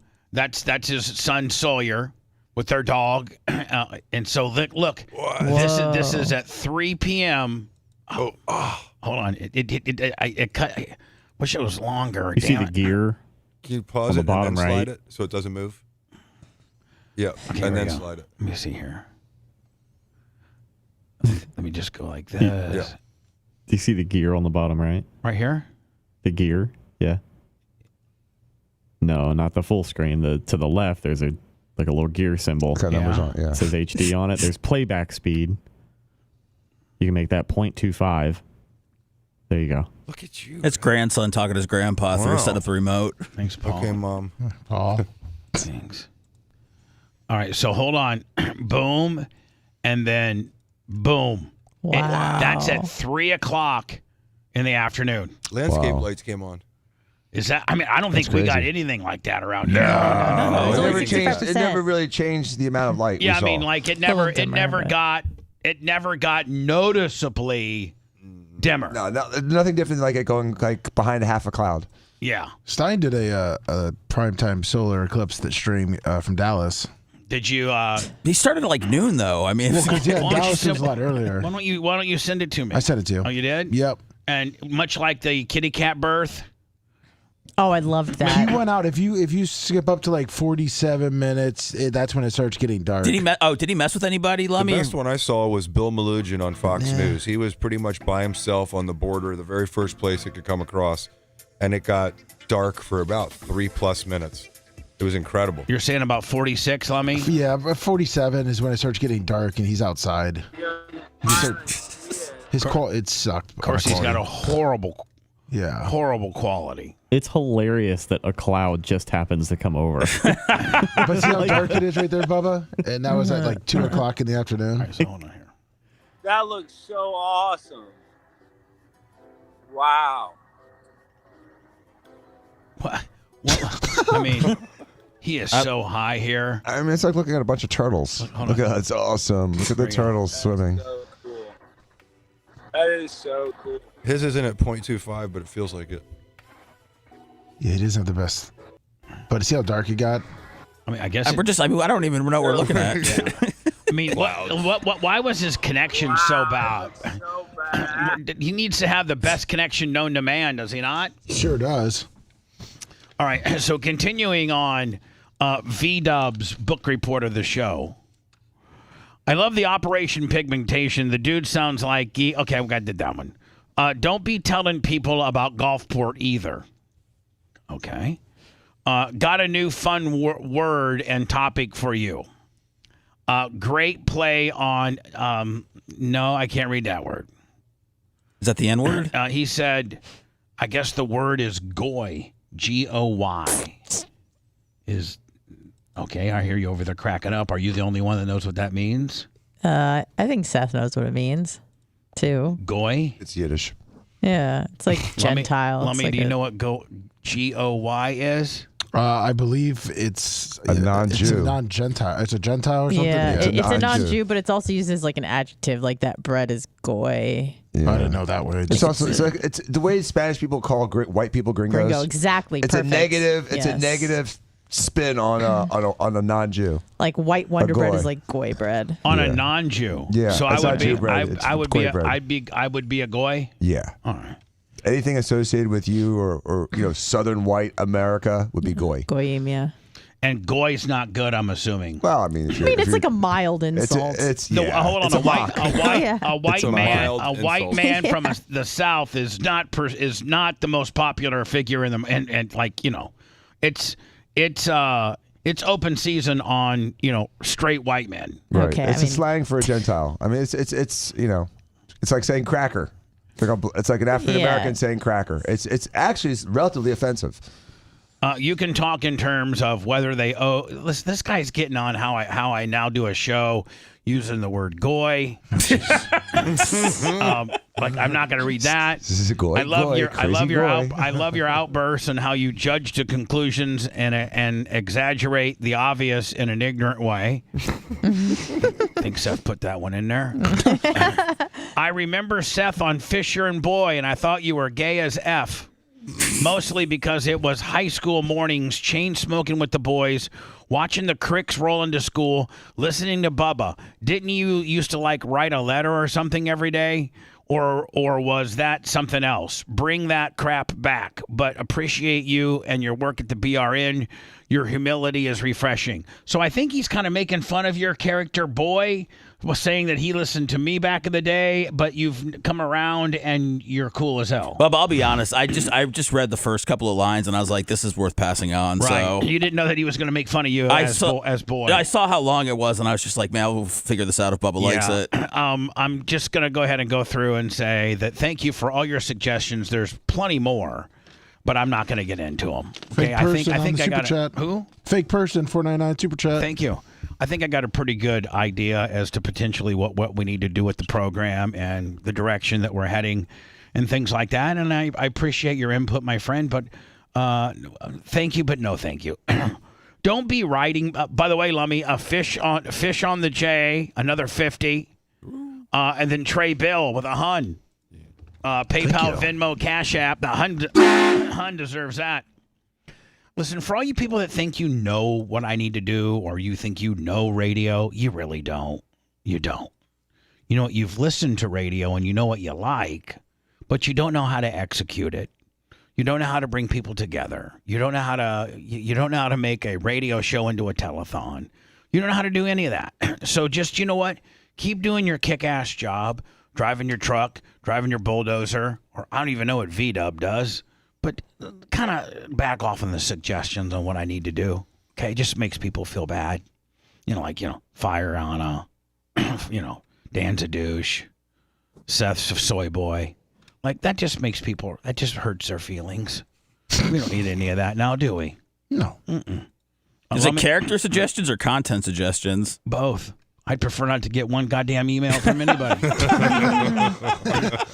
I mean, I'd prefer not to even have an email option. I'd prefer What to is this email thing? Yeah, no. Well, email. I didn't know. Lummy apparently just hides these from you. I didn't know. Any more compelling emails to talk about? $100 from John Costica. Thank you. The steel. Never like being told what to do. Well, I don't mind being told what to do, but I like to be told what to do via listeners, via radio people. Like Shannon Burke, for instance. Shannon Burke and I actually had, on Saturday night, Shannon and I talked for about an hour, straight radio programming. Like straight. Really? Yeah, like, on the phone? Yeah, on the you phone. Never do that. Dad's his RP's 20 on the super chat. Saturday night, I was home. He was home. He texted me and said, "Hey, I got some ideas." And we talked for like an hour and 7 minutes about different Long stuff. time for you. Good dude with super a vast knowledge of experience, education, and training in the radio industry. A guy you'd listen to. For Absolutely, sure. I would. Great voice. And too. the best voice, man. Really does. But I had some voice envy. suggestions for him, and we but I'm not gonna V-dub from wherever the hell V-dub's from. Rob Green, $100 on the Cash App. Great show. Thank you. Wants to talk about how he thought Fisher and Boy was okay, except Seth sounded gay and had a letter of the day. When can he bring that back? Seth, as Boy, did you have a letter of the day? I did not have a letter of the day. There you go. God. What's up with Seth and Bubba? I heard you guys on a podcast. I work between Los Angeles and San Diego in a city called Corona, California. Yeah. Kind of lost interest in your right-wing bullcrap and how you get caught up and admitted you cheated with the ratings. Okay, I don't think I ever admitted that. That was a sealed settlement that I can't speak about who admitted to what. But I will tell you this, if you knew the truth and it was able to be unsealed, you'd be pleasantly surprised. For sure. You need to stop whining about getting back on FM radio. They're never going to have you back. They're and Donald Trump. He says, instead of saying they're and Donald Trump should be going to jail soon. Okay, this guy is saying that I need to be going to jail soon with Donald Trump. What other celebrities did your ex bang while you watched? Well, none, and I didn't watch any of them. Heavy equipment operator here. Boy, you give heavy equipment operators a bad name. I wish I could reach out and just block you by whatever means you listen to us, you piece of shiz. Clearly doesn't get it from FM in Orlando. Your prediction was wrong, buddy. So this guy's from L.A. and you asked for California. 103.1, right? Yeah. No, I did. We asked for California people to reach out, and he's one of them. Because we had big California podcast numbers, so we were trying to see who listens to the show from California. He's just not a fan. Sounds like. Hi, I'm from Placerville, California. I've been listening to Bubba since his first day on Howard. I love the show, the lineup, and I listen to the show every day and the ancillary shows. I love that Seth is back. Anna is great with her views and snarky comments. Sir, why'd you have to say that? I love that just validates her snarky comments. She could use that every now and again. What, a little prop up? A little a little pat on the back, slap on the butt. A check that she gets every 2 weeks is validation enough. I guess that makes up a good point Thank there, you. sir. That's the problem. No comment on my end. Just Proceed. saying. I love that Dan is on 3 days a week and Brian is on Thursdays. The knowledge of current events and behind the scenes of what's really going on in our world is amazing. I basically get my news from your show. You should. And you know what? Even further your news from my show by following us on Twitter, because I got a bunch of good stuff up there too. If you just followed me on Twitter, you'd be up to speed on what you need to know. You get 60 good tweets a day. Yeah, I do. I'm putting about 50 to 60 good retweets of really cool stuff that you need to know. Like in Detroit, they had this rally that said "Death to America." Mm-hmm. I tweeted it. And you know what? It's their right to say that. Sure is. Just when you get this, listen, the First Amendment was fundamentally written upon what offends you. When, you know what, you don't appreciate the First Amendment until something pisses you off so bad that you're like, oh my God, it's kind of their right to say it. I could be saying something too. Of course, I cannot forget Lummy. He is the man. Oh, thank you, sir. Thank you, Bubba, for what you do. Never miss a show. I do have one thought. And I'm so curious about some of the people or callers over the years and where they've come from, like Xanax Steve. I don't listen, sir. My phone number, I think, did change from 1-888-69-BUBBA to 813-90-BUBBA because a local line cost me about $12 a month, and that I roll over 5 different times. So I think my total phone bill with 813-90-BUBBA is about $50. Whereas if you have a 1-800 line, it's like $700 a month. So that's why we changed it from 888-69-BUBBA to 813-90-BUBBA. Local versus, nationwide charges. So Is there a difference anymore on cell phones? I mean, does anyone get charged differently to call Georgia versus California versus I don't think so. Brandon? I don't think so. But I miss free nights and weekends back in the day. But business lines, landlines are different. Right. Let me see here. I'm from let me see. This is another one? No. Yeah, I live in California and I work in Texas. I used to listen with my dad on Sirius back in the day. Was scrolling through TikTok last year and saw a clip of Lummy posted and went, holy crap. Downloaded the podcast and Rumble and have been listening every day since. Love the show. Need some more content. Need some more content from Dr. Dan. Come on, Dr. Dan. Yeah, so Dr. Dan, they're Step it up. more Okay. comment from you. So there you go. That's a excuse me. That's a cross section of our emails, and we won't be doing that a lot. Hello. Right, Sandy State right here. Hey, what's up, Cub? Hey. Is this? Yeah, formerly Fat Ass Bobby. How you doing? This is an unexpected call. You tell Grouper no. You tell all the rest of them no. This is unstable. King Sponjo, you said if we come to you with the best calls, it goes right to the top of the line. No more BS. And I know we're on the radio, so listen, this is an unstable call. Mr. Shootmark can back it up. Joe Shootmark. Maria Guatemala can back this up. No name Willie, her husband, can back this up. This is not BS. This is all straight true from Bobby, formerly Fat A Bobby. You know what I'm saying, cuz? Are you done, Bobby? Yeah, well, no, I'm not. I've lost over 236 pounds, and this guy didn't snipe me when I threw the grilled cheese at my dad. I went to jail. I was in a group home for 2 years. He didn't snipe me. I'm from you, Bubba.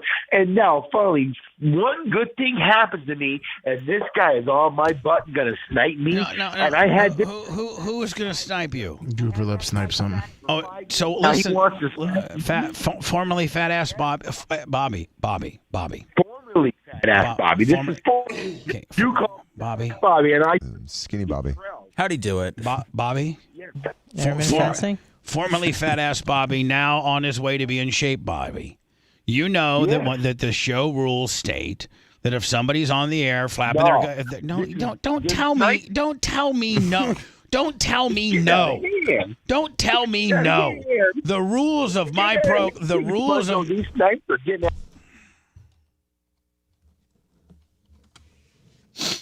you just can't even deal with those type of people. The rules of my program state, the bylaws, if you will, that are constantly a moving target. If you're on the phone and somebody doesn't like you and you're just being stupid or irritable, or maybe people just genuinely don't like you, like Gary, we have a $100 snipe fee. And I mean, like, you know, if I had Donald Trump on, you can't snipe. There are some people that are unsnipeable, but for the most part, Lummy, any caller or you know, like they're snipeable. Correct. And fat ass Bobby gets sniped by Grouper Lips when he calls in. And if he could shut his mouth and open up his ears for a little bit and let me explain to him, Bobby, it's nothing personal. It's just the way we do things. Stop taking it personal. And realize that you're really helping the show, because you're so goddamn irritating that somebody wants to give me $100 not to hear you anymore. It's absolutely, quietly, frankly, brilliant radio. Call back. Bubba conditions his listeners to when somebody's irritating, somebody can throw a hundo and get that guy throw it off. I mean, I don't even know that Howard has that ability. We do. And we actually throw them off. And we get rid of them, and we get that 100. DC123 said this dude thinks he's in the gym room smack off contest. Yeah, you're right. Exactly right. His phone calls are formulated in that manner. You're exactly right. I mean, he did say he talked to No Name Willie, which is a big deal, because I know No Name Willie doesn't always talk to people. So I don't know that No Name Willie doesn't even talk to his wife. I don't think. Right, I know. I think she just gives him orders. I think it was just someone's name in chat. No name Willie. He probably thought it was. Hello. Final call before I go into words. I'm running way late. Hello. Hello, Bubba. Yes. Yeah, hey, I got a question. Why is almost 1,000 on YouTube right now? Nice. That is unbelievable. Why is Anna's Friday show what? No longer a podcast.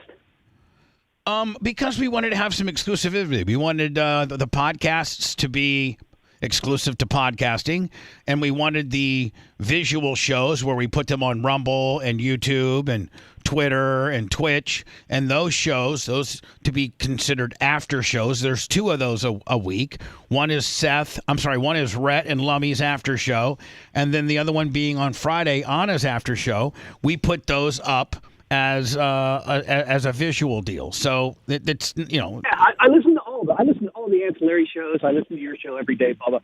Love your show, man. I've been listening since you were on. And here's the deal: if I put it up if I put Anna's show up as a podcast, then I think it will dilute people finding her on YouTube and Rumble and things. So I'm trying to kind of keep a separate world of podcast things versus visual things. Okay. Well, I don't get a chance to listen on those other. So I kind of missed that show. Except I do have. I mean, you can hold on, but if you're a big Anna Show fan, which thank you, every Friday about 10:20, she does a show on her own. It's called the Anna Hummel Show. She does well with it, and you don't have to miss it, sir. You don't have to miss it. It's on YouTube and Rumble and Twitch and forever. And YouTube. Yeah, like I mean, just go to our YouTube channel, and she's got a nice little thumbnail, pretty as hell, looks good as hell. It's on Bubba Army HQ too. Yeah. If it's on Rumble, I can listen because I listen to you guys on Rumble every day. Yeah, it's on Rumble. Honest Friday show's on Rumble. Yes. But one thing I am disappointed, her podcast with Naba was the audio was awful. The audio was horrible. I couldn't hear Naba almost at all. And Anna, you kept interrupting her. Anna, what happened? You talked over her. What happened there, Anna? Okay, shut up. I'm going to get Anna's spin on it. What happened with the audio? First of all. I was, when someone is like new to using a microphone, you're like, get closer. And then I think at a certain point, I was just like, kind of gave up. And I saw Macho come in and he turned up her volume, so I thought maybe we'd be good there. And then just proceeded to You do the show. couldn't teach NABA maybe before you guys go on the People air. get uncomfortable being this close to it because they think they're gonna overproject. But and I told her, get up on there, and then she kept backing away. And I saw Macho come in, turn up the volume, but apparently it wasn't good enough. Especially so on I apologize. Especially on a woman that speaks more softly and doesn't project. It can get you probably had her jacked up all the way and you still couldn't. Like, how far was she talking from the microphone? Pretty far, right? And kept backing away. You got to tell them, rub your lips against the windscreen as if it was your husband's penis. Okay. That's what Dan does. See you later. See you later, buddy. This, by the way, this is 4J. Thanks, Bubba. Hold on. This is 4J. The Z Morning Zoo on Z100. And intimating that Dan, talks into the microphone like as if he was talking into a penis. I mean, usually, Jay, you're not the one that fires the first schmarmy shot. I know. But you did today. I did. Dan, what's that all about? You should look at him meanly as the older brother that you are and be like, I heard Filioma from yesterday still. Jay's got a different swag when he has a hat on. Yeah. Yeah. And by the way, Jay's the only one allowed to wear a hat. Thank you. Nobody else has the ability to wear a hat. I'm either suited up for war or I'm wearing a hat. My eyes are boiling. Dozens of social media users claim that they've been left with sore eyes after looking at the solar eclipse. Even some that wore glasses as Google searches for eye pain spike. Isn't it just kind of a natural reaction, much like when the doctor hits your knee bone with the thing and you the reflex? Yeah, the reflex. Isn't it? I don't think it's human nature. Like if you look at the sun. And you start looking at it like you look away. I think you just naturally look away. Yes. And I mean, you have to probably make yourself look at the sun, and in that case, you deserve any type of damage. Exactly. I was trying to look at that, and I could look at the sun, and you can't look at it. These people are. This is a BS story. I was then looking I went at and found my I was 2017 glasses, and I saw it just fine. So. I was looking at it like it was like I was sneaking up on it. When I was looking at it a little bit. I look at the side of my eye. And like your little peeping Tom. Yeah, I'd look forward. Then I had some sunglasses on that supposedly had like some UV rating, but I know that doesn't do anything for you. So I would just kind of look straight, and then I just kind of look up there. Okay, nothing's happening. It didn't work. The only thing that worked were those stupid glasses. Those opaque glasses that I brought in actually worked perfectly. Did you try your welder's mask? Because no, I didn't. Because listen, here's the deal. If you didn't have those goofy ass glasses like Jay had, or some of those glasses that you could buy, it looked like the sun never did anything. Right. Like I swear to God, I went outside at 15 till I Googled and it said. Tampa, it's the maximum solar eclipse of Tampa, Florida was like 3:01 or something like that. So I went out there at like 2:50, sat on my tailgate of my truck, and with my short little T-Rex arms, and was videotaping the sun, looking at the sun through I figured if I looked at it through my camera. Yeah, I tried that too. It'd be okay. And nothing. So I'm looking at, and now it's 2:58. Now and I'm videotaping 2:59, videotaping 3 o'clock. I turned to the crick and I'm like, man, that should be like maximum. And she's like, it looks the same to me. And I go, it looks the same to me too. You let her out of her cage for the event? Yeah. And then I'm like, okay, now it's like, okay, I'm still taping. It's 3:03 now. And I'm like, well, I mean, we're probably long gone. Yeah, we didn't get any darkness here, but if you wore the glasses, it was like a 65% coverage. So it looked pretty impressive when you had the glasses on, but without them, it was like a non-event. So Dan, with regards to people calling up or going to the emergency room or calling up and Googling, sore eye, like what could people have done to their eyes? And you can get retinal damage by overloading your light. I mean, you can also get like a flash burn. Like people that weld without the welding glasses burn their eyes. Well, ever since I never wanted to say this, but I'm going to say it now. Ever since COVID, I've had floaters. You probably had them before and didn't realize it. No, a lot of people have them. A lot of people have them at this I've age. also had the same thing. Yeah. So and it was COVID. Do you feel it was COVID related? After the first time I had it, yeah. Right. Me too. Really? So I never. Yeah, I it's mean, like a little black speck. Yep. Mine is this one that looks like a little seahorse, and, you it's on my really right eye, and he's always rolling around there. Like right now, he's just going like. Well, I only really notice when I like zone out and stare at something, especially outside. Like if I'm looking at the sky. I got 2 floaters, one on my left and one on my right, and I never had them prior to COVID. Now, Dan, I know you're not what's a eye doctor? Ophthalmologist? Ophthalmologist? Yes. I know you're not an ophthalmologist, but is there a treatment for No, floaters? there's not a treatment for floaters. There's They're not. just little scar tissue in your eye. I wouldn't worry about it. I'm glad you're telling me not to worry about my floaters. Because everyone's got a lot of tell you people how have floaters. No, they're irritating. Are they? Like, you can't ignore them? No, I mean, no, you can't the ignore them. haters? No, you can't ignore them. They're right there. Everything I look at, anything I do with my eyeballs, I have floaters. The only time I notice floaters is like if I'm in a bright bathroom and I'm We're looking not at talking a wall. about you. We're talking about. But it doesn't bother me. But I'm saying the reason I'm saying that is I am talking to my doctor, and I don't want you to know what. I don't go to you is it and really go. distracting you though? I mean, what I'm saying is that they don't. You know, Yes. everyone's got a little bit of floaters. I notice them if I'm like staring at like a bright wall. Back to me, Dan. Up close. Dan, Back this to ain't- me. But they don't. I'm They trying to bother get a me. diagnosis from my doctor about my floaters, not your stupid floaters because you're in a pink bathroom. I want to know about my floaters. Bathroom.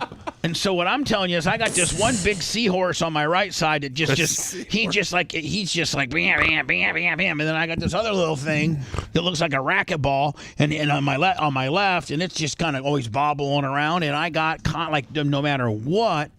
I got constant. If my eyes are open, I'm floating. Really? And Yeah. You can't get I'm past open, it. I'm floating. You can't ignore them. I've learned how to deal with them. Okay. Because you say that there's no treatment. There's really not a treatment for it. No. Should I go to Uptograph and? You can ask him. He's not gonna. He's gonna say deal with it. So my other question to you is this: you know, you and I are the same age, and You're a little older. By like 6 weeks. Does that make you feel better? No, it usually makes you feel better because you use that. You know. Shut up. You're my elder. Shut up. So what I'm saying is this: I keep up on my health pretty good. I get my blood work drawn once every 3 months, a quarter. Every 120 days, I get my blood drawn, and I also bloodlet through Florida Blood or One Blood, whatever it's called, and I do double red blood cell donations, which keeps my iron levels in check. And so, and then when I get my reports back, my primary doctor, Dr. Cheryl, she's okay. You need this. You need a little more. Okay, listen, I need you to start taking some saw palmetto. You need to incorporate some folic acid. You need a B12 complex. Like they go through my whole thing, Dan. And I try to pay attention to what my health is. All my liver enzymes and all that. I get as you know, I get my colonoscopy every 5 years. I just got that done. That checked out good. So I was going to ask you, should I go to a cardiologist? Because, people my age, my fatness, even though if I needed to go to a cardiologist, would there be some other markers within my tests that I do that would be saying go to a cardiologist? Or do I need to go to a cardiologist, because I've never been to one? You've never had an echocardiogram? I've never had any of that. Okay. Really? Had a few. Well, do you think I should, or am I just, healthy as a horse doing good? It's usually at this point, there would be an indication that you would need some cardiology support. For instance, like my super by the way, high cholesterol or high blood pressure. All right, so I'll tell you my cholesterol number is 172. Normal. And my blood pressure is 112/74. Which is perfect, which is why you're not a huge cardiac risk. Now, I would ask your primary care doctor, is there any other tests, maybe like an EKG as just kind of a baseline to make sure there's no conduction delays or anything that's like, spooky. But unless you start having chest pain and you don't have a huge history of heart disease in your family. Like your No. mom doesn't have it. No. Your genetic dad didn't have it. No. So it's not really a risk for you. You don't smoke. You don't have high blood pressure. You don't have high cholesterol. You got your not weight under at risk. control. You're not at risk for heart disease.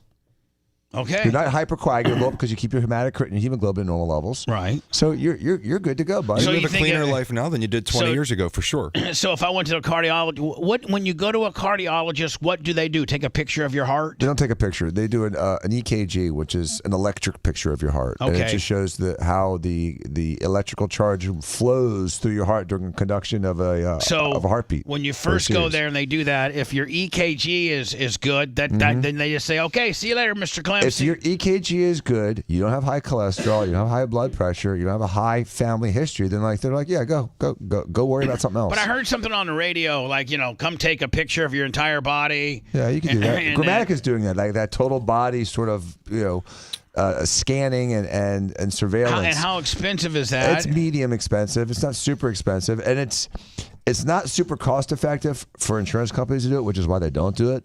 Because really, like the only test that I do on a physical exam that wouldn't have an indication because of a complaint is listening to your neck and carotid bruits, which is like showing me that you have a blood flow obstruction in your neck arteries.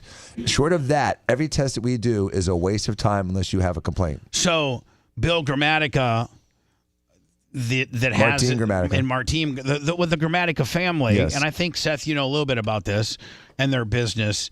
And so what do? They put you in like a big MRI. They do everything. Yeah, they do a full set of tests. They'll do an MRI of the whole body. They'll do about 5 or 6 What is it different called? Like things. body scan you? Like what is it I called? can't remember the name of the company. I'm sorry. Seth, do you know the name? No, I just deal with Bill's real estate Dude, there's stuff. been a big trend, though, within the last 10 years for people doing these executive physical examinations in their 40s and 50s where you just kind of get everything checked out. It's not something you need to do every year, but it's not unreasonable for someone in their 40s or in their 50s to do it one time to sort of You know clear my everything. age, and I'm It's not unreasonable to do, Bubba. Okay, not unreasonable to do. Not unreasonable to do. I don't think it's medically indicated, but it's not unreasonable. Will those scans pick up cancer? Some depends on what scan they're doing. So Does they also do Grammatica- markers. Lifeguard do they- imaging. Lifeguard imaging. And what do they offer? I'll send you their website. Okay. Ooh, this sounds fun. And so now, like I can't fit in the normal MRI? You know what I'm saying? Like I can't fit. Not anymore. I bet you could. No, I can't. Dan, tell him as your man, I cannot. can't. I get No? I get claustrophobic. Okay, so you can fit. You're just not comfortable. It's not 'cause comfortable. It's freaking If you out. get in a race car, get strapped in. You can get in a small plane, get strapped in. But God forbid it's an MRI. You know why? Because that plastic is just It's nothing, dude. It's nothing. 1 It's- inch. it's- It's 1 inch from my nonsensical. It's 1 inch from my thing. I mean, from my Football helmet was. Didn't scare you. It's a little different, Dr. Dan. It's not different. It's the I only challenge thing. this. It's I the challenge only this. thing that I have anxiety. I don't have it. I know, you're tough as nails. You've never heard me say Yeah. I have I anxiety. know. Bubba, this is coming from a guy who got invisible fire so bad One at the time, track dude. one time One that he time. stripped his One time. suit off and ran to the hotel room Because because I his was choked helmet was out. touching his roll cage. That's the guy here telling you about claustrophobia. Yeah, I could sit through an MRI all night long. True story. We're late. Just do everything to try to denigrate. We are me. late. They said invisible fire though. I've never heard of that. Let me see. You can get an artery calcium score. That's good. This sounds fun. Which for is the heart 600. thing. You Lung can get a scan. lung scan for 800. So it's a Full CT body of your scan lung. is like. You can Jesus, get an 35. abdominal pelvis scan for 2100. You can get a full body scan for 3500. Wow. Who get that? You can get a virtual colonoscopy like scan that. for 2350. And a bone density for a The DEXA scan or- bone density for 295. That's only relevant if you're an older woman and postmenopausal. radiologist reading fee 350. So you got to pay 350 for whatever scan, whatever you get on here. I Plus think you got to pay. $350. They got a interpretation. 350 kicker to get it read, right? Right. So I mean, I guess at the end of the day, you probably would want to get a full body scan. Provides a complete picture from shoulders to base of pelvis. It is a comprehensive scan that can detect issues with almost all major organs. Ooh. I'm surprised they don't offer a brain MRI. You know, because it's like everything from your neck to the bottom of your testicles. But you know, I would like to know what's going on in the brain. Yeah. The full body doesn't include the head. No, it says from the neck to the bottom of your pelvis. I actually just have I have a very dear friend who they just found a tennis ball sized tumor in his head. Oh, no. That's what happened to Uncle Nick. It's catastrophic. Oh man, I'm sorry. It was And Uncle Nick. They went and took it. They went and got it, and then it grew back. Oh, so because they had to leave a certain amount of margins that go to the main blood flow area, and there was a little bit of it in there, and it was grew. it a meningioma or is it inside the brain itself? Was it like the outside of the brain pushing on the brain, or is it inside the brain itself? It was his very, very, very back, behind his ear, at the very back part of your head. So it's a meningioma. And is that more superficial? They come back though. At one time, and it's still. The pressure created him. The pressure of the tumor messed with his optic nerve, and he was blind in the eye where the tumor was. Fake person 499 super chat. And then they went in and got it, but they had to leave certain margins. Dan, you probably know certain margins for where the main blood flow is, and there was a little bit of it, and it came back, and he just got the second one taken out. And you going through chemotherapy too? I don't know. So Dan, did people actually go to the hospital complaining that their eyes were burned?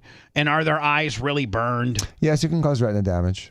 Most of it's reversible. I figured if I went and looked at it, maybe it would burn some of my floaters out. Yeah, that's how it works. Permanent retina damage doesn't come back, but if you just beat it up a little bit, it comes back. Just like after a flash, you have that ghost you look at for 90 seconds and then it eventually fades away. This woman, damage caused by staring at the Eclipse without eye protection. This woman was gonna break it down for us, but I didn't know I was gonna get the advertisement. But we'll get the Oh, hey, how you doing? What's up, shorty? Here we go. Oh, that's nice. That's the kind of place Dan would go to right there. Right now. I'm the Hampton Inn with the free Continental. I'm not going to. I want to go to a wedding. It's for adults only. And do wedding. Oh, adults only. Hell yeah. Okay, it's been about 6.5 years. I guess it's time to finally tell my story. Yeah, it is. It pains me that me and the orange man have something in common, and that is that, yes, I did look at the solar eclipse 6.5 years ago. I didn't realize or just didn't get the glasses, and I thought it wasn't going to be a big deal. And I closed my right eye, and I stared at the sun for a good, 15 seconds. Didn't think anything of it. Not an issue. The very next day I woke up, and I woke up on my right side, and I opened up my left eye to read on my phone, and I couldn't read every other word. Well, I haven't been able to read even since they invented reading. There was no eyesight problems, just, comprehension problems. There was a blind spot on every other. I got a seahorse floater in my right eye. Word that I was reading. And I was like, okay, that's weird. Maybe I haven't woken up. So I woke up, walked around the house. I couldn't see things. I couldn't see, and it was a Well, you shouldn't stare at the sun for 15 seconds. Maybe just 8. Direct. You know what I mean? And I said, oh my God. Nah. And I researched it, the solar retinopathy. I said, no. Started driving to the eye doctor and couldn't see the signs. This all happened in a span, 10 seconds. Only 10 seconds. She's telling us it's our fault that she looked at the sun. I'm so sorry you're a moron and you looked at the sun for 15 seconds. I do feel responsible. Isn't she scolding you? Maybe, I don't know, maybe she's got to GoFundMe at the end of the day. Testing at the eye doctor that it's happy there is no damage that was done to my cornea. We've done all of it, but there was some damage that was done to something. Called your maybe retina. some of the cells. I don't know, girl. In which I know if that top keeps coming down, though, I'm going to start getting a little more interested. I was going to say that was a nice touch. Certain parts of my I mean, if we could just get a little bit more gapage on the left breast willy, I'm in. I don't think we're going to go fund. I think we're getting an OnlyFans. So I actually now have slow 20/20 vision. What? I have slow 20/20 vision because I stared at the solar eclipse without the glasses. I feel so bad that she's got slowed 20/20 vision. I feel so bad that bitch was able to bamboozle me in for listen to her stupid nonsense. We'll never get that 30 for 2 seconds minutes. It's the Bubba the Love Sponge Show. Want to listen to the show on demand and on the go? Enlist today at BubbaArmyHQ.com and sign up and start listening. The Bubba the Love Sponge Show will be back after this.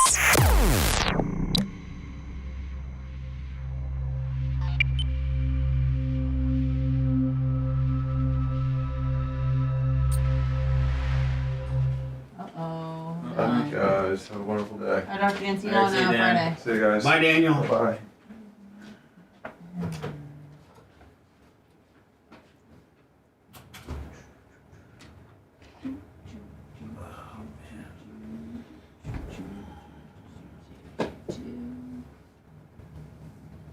What's up, big lunger? She's a brave woman. Thank you.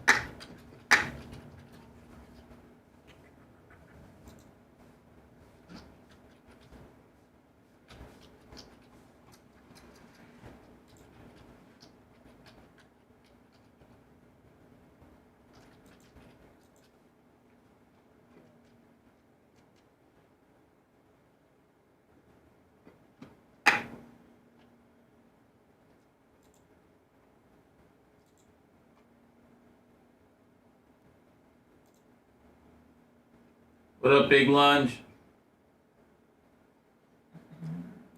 Oh, Big Lunge is on YouTube and Rumble. Oh shit. Forget.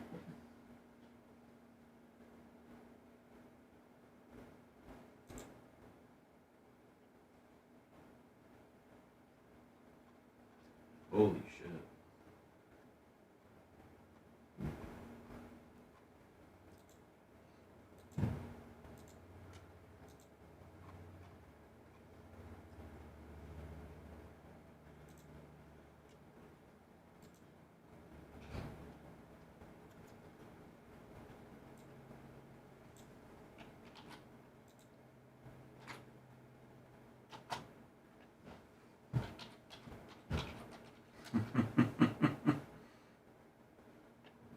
Thanks, Redneck. I appreciate it. Swag on the rise.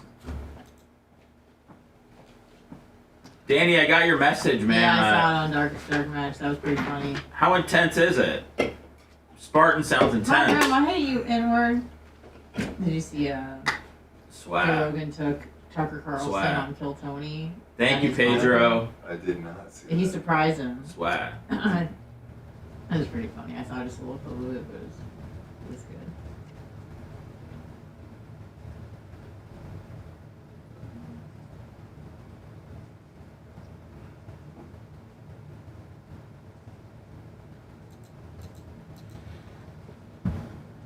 You know what though, Bama boy, Lunger, he's never corrected us. He's good either way.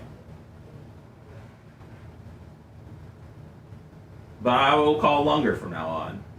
Hey Tina.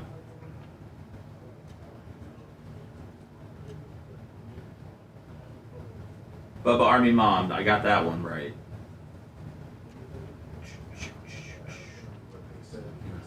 They put, and if you saw my response, they said, we know about it, but, you know what I'm saying? Oh wow, that's awesome. I'd hold any Otani card for sure. His value's not going to go down anytime soon. Probably ever.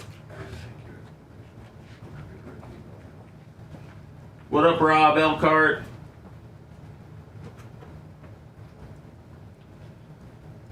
What is it, numbered? What's it? Tell me about the Otani. Talk to me about it. Morning, Jay. Good morning. How are you, I'm good. Danny, you gotta get me on a plan, dude. You gotta get me ready.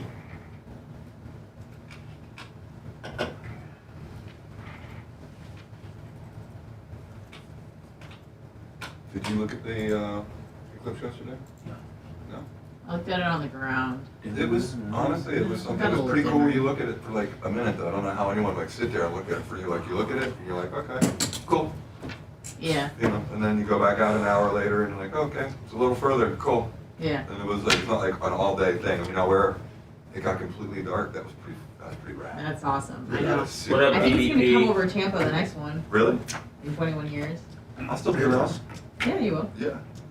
I don't know if I've seen that one, Bama boy. You're gonna be 54. 70, I'll be 75. Was Clint Eastwood in that? I feel like I feel 15.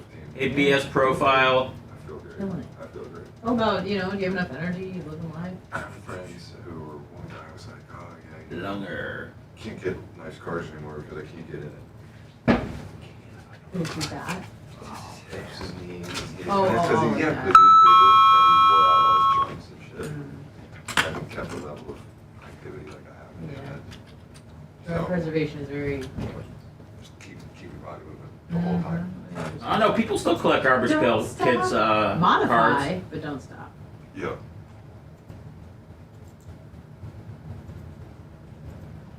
I don't have to modify too much, which is pretty cool. I still feel like if I put the time in, muscle back, I still get it. We'll talk, Danny. Because you never stop. Right. You know? Yeah, I love Sopranos. That's what happens. Is people are like, oh, it's so much harder than it was in the 20s. It's like, yeah, because you stopped for 10 years. Exactly. So it's hard to get back anyways, even if you are young. So. What up, DC? Really sad when they killed Adriana. Grand Prix.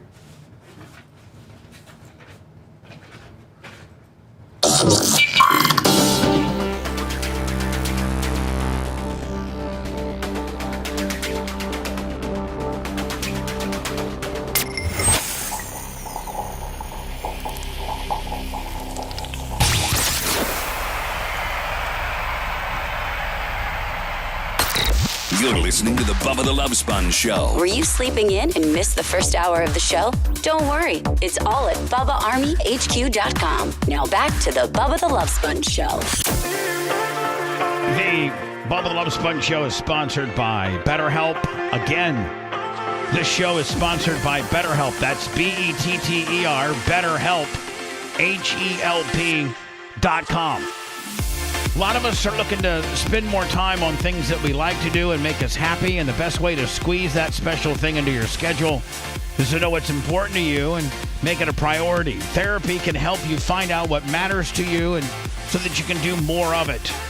Like Seth, baseball cards. That's all you should be doing nonstop while on the phone with this therapist. If you're thinking about starting therapist, give BetterHelp a try. It's entirely online, designed to be convenient, flexible, and suited for your schedule. Just fill out a brief questionnaire and get matched with a licensed therapist, and you can switch therapists at any time for no additional charge.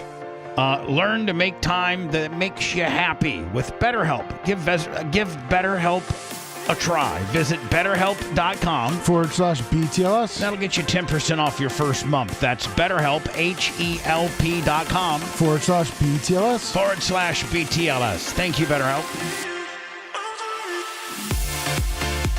It looks like Bronny, and I think everybody called this, even before they made it official, but Bronny James, the son of LeBron James, who was, I don't even know that he was a starter for USC. Was he like a sixth man, or was he bona fidely a starter?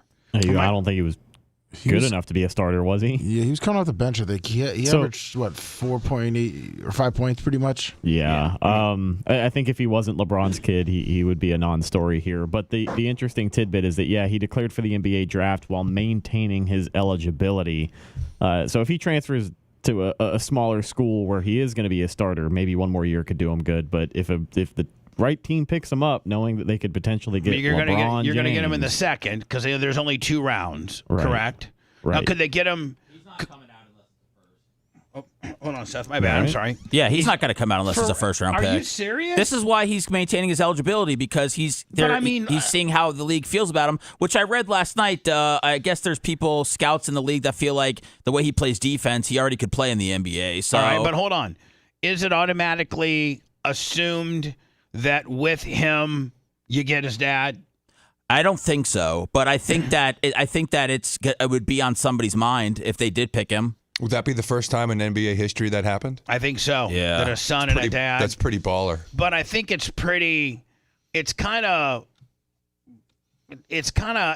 shady in the fact that I think if you take LeBron James out of it, the father figure, if you will, that this guy is just another So Bronny Clem doesn't get this opportunity?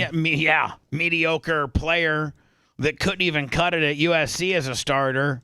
Well, I mean, Bubba, he was coming off the heart issues, you know. I mean, it was a weird year for, you know, like an 18, 19-year-old kid. So, I mean, their coach got fired. He might transfer. So, I mean, there could be better options out there. I still think, you know, whether a lot of times in college, like guys don't have big numbers and they'll still go pro just because the potential's there. They weren't able to, you know, play for whatever reason. But I think Bronny James is a bona fide first-round pick. I don't think You do? that. Oh, absolutely. First round? Yeah. Wow. Not first overall, but first round. So, and again, if he's not, if people don't feel like he is, then he'll definitely go back to school. But will he go back to school at USC? No. So he'll probably transfer. He's definitely in the transfer portal. Yes. And he's not going to USC. Maybe a smaller school where he would play more and build his stats up and maybe validate a better drafting next year. Yes. But does his dad, how many more years does his dad have left? Because isn't that kind of the ultimate goal with LeBron is that he wants to play at least 1 year with his son. He said that publicly. Yes, he did. That's a lot of pressure, though, to put on your son if your son's not ready, though, and he's like, I got to play with my dad. That's a lot, Bubba. That's a lot to even set up. Like, Which is completely opposite of Larry Bird. Listen, hold on. Hear me out. So when Larry Bird in 1986, Eddie Bird, who was Larry Bird's younger brother, who broke all of Larry Bird's records in high school, went to Indiana State. Now, he had to sit out his first year because he was Prop 48, dumb as hell. So, then they asked Larry. He went on to Indiana State and had a pretty good career. I think he ended up being like fifth maybe on Indiana. I don't know. Maybe he ended up being the all-time leading scorer for Indiana State. I don't know.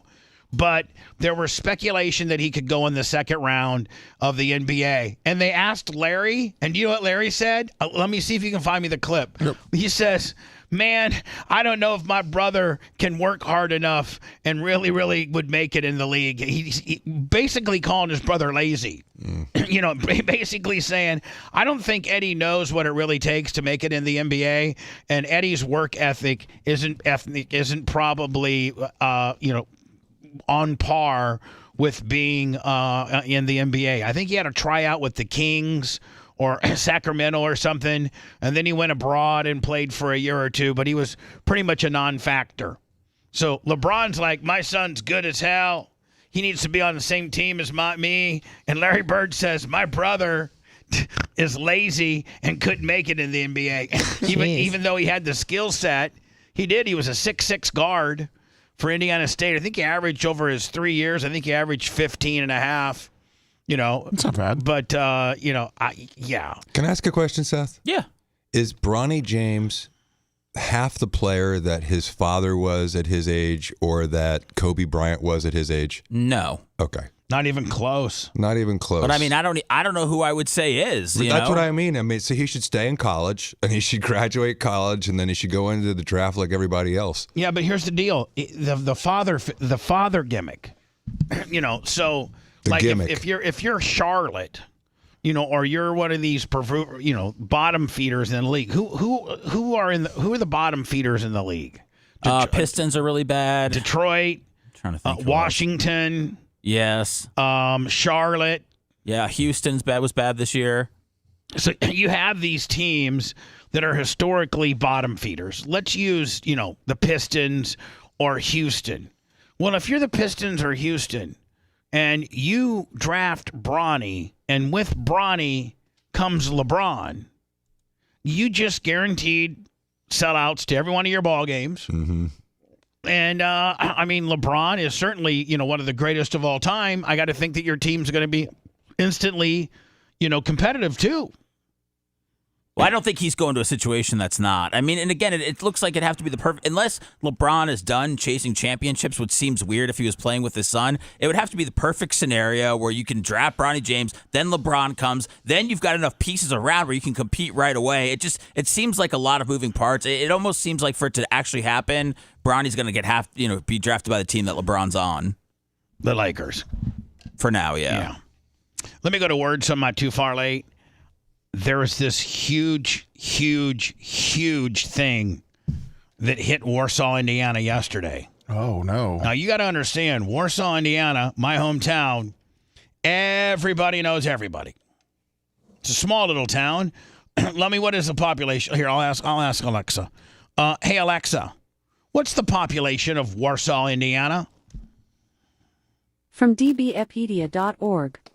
The population was 645 at the 2010 census, making it one of Indiana's smallest county seats. No, hold By the on. way, you have a new notification. There's no Do you way want it to hear was- it? Let me bing. No. Yes, let me be.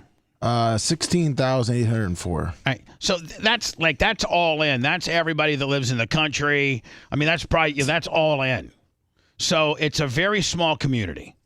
And this guy right here, who is a very good friend of mine, Dr. Stephen Haller. Oh. He's 1 year behind me. 2, he was on the 1984 Warsaw State Championship basketball game. No, hell no. Team. And that's when, and the thing about basketball in Indiana is back then they didn't have 5 different divisions. It was small schools like Warsaw played, just like the movie Hoosiers. That's the way that's how Indiana basketball up until like the 90s were. Everybody played everybody. Like there was no divisions. So if you were the state champions, you beat everybody. And my senior year of my high school, being in high school, we won our boys basketball team won the state. And it was just such a neat thing to experience. And he was on the starting 5. He was the I think he might have been the shooting guard. He might have been the point guard, the guy that brings the ball up. And then his dad, Charles Haller, was one of the most famous dentists in our hometown. Like his dad was the dentist to go to. His sister, oddly enough, who was 2 years ahead of me, was arguably the most beautiful girl ever to go to high school in Warsaw.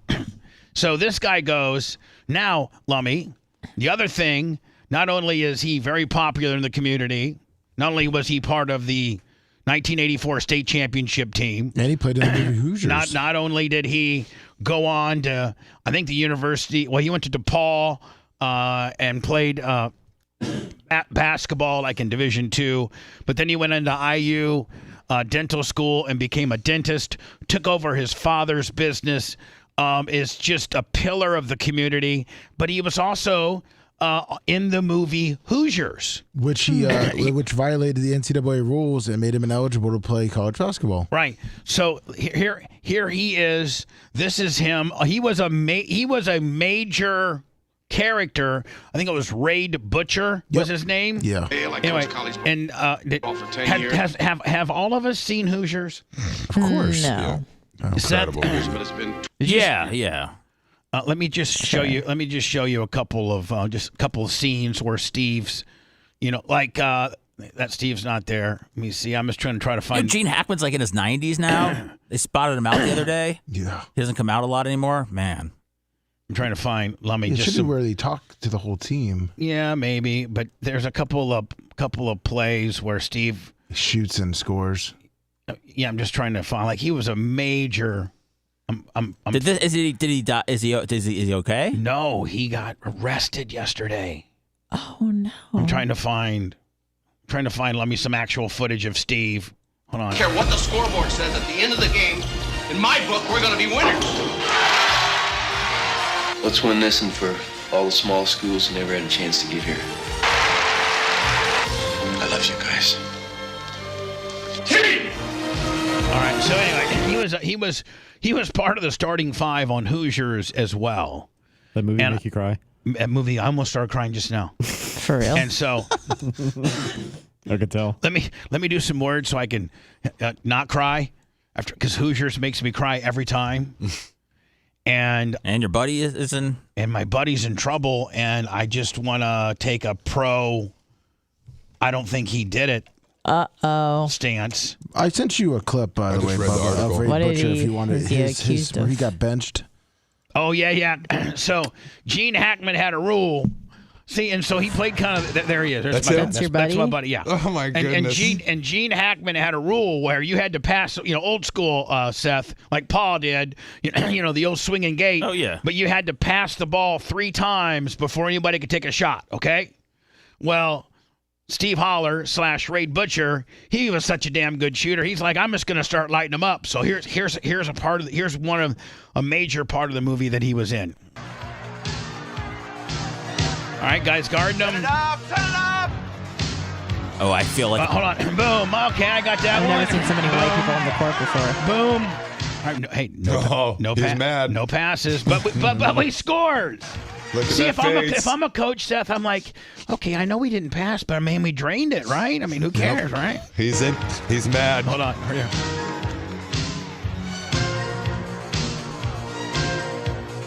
Get the ball again. Steve gets the ball again.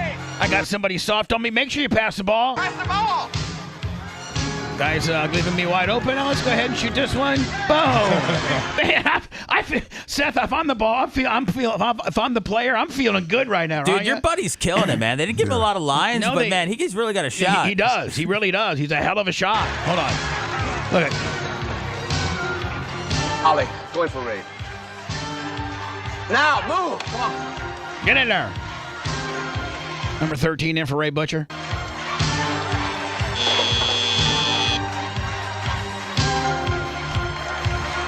And now he comes back mad as hell.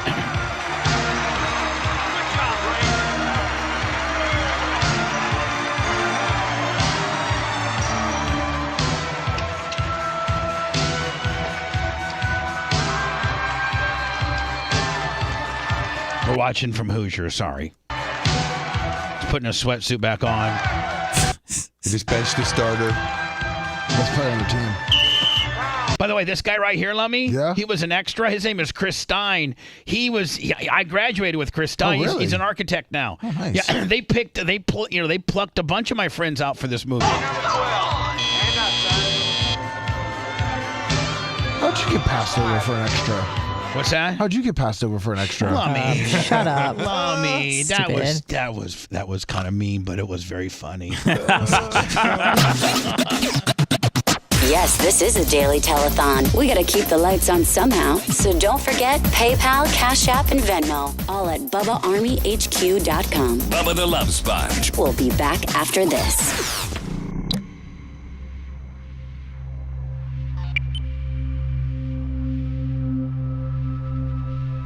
I would be that guy that was working security, a cop. Johnny Constable. No, like you could have been a team manager, but I don't think they had one of those in the movie. You could have given your buddy water, and like it's okay, man. Oh, I gotta be the water boy now? What team manager they call it? Like a secretary is like an executive assistant. It's got a fancy name. What do you want? How's your trash? We're a big longer. Got a day? It can make it till Friday. Till Friday? That's ambitious. How do you know what day it is? It's Tuesday, motherfucker.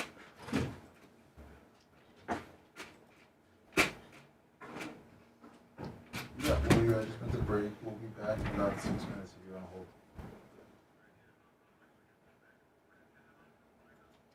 So Jay, he got booked on a. Sorry? I read the whole article. Yeah. So I'm gonna ask you about this, okay? Yeah. I will have to check into it. I gotta contact them, so I will find out what's going on. Thank you. Lummy, is there something going on? No, he just had a quick question. Where you can get the ducks for ducking? Bubba Army Shop, Bubba Army Store, BubbaArmyMerch.com.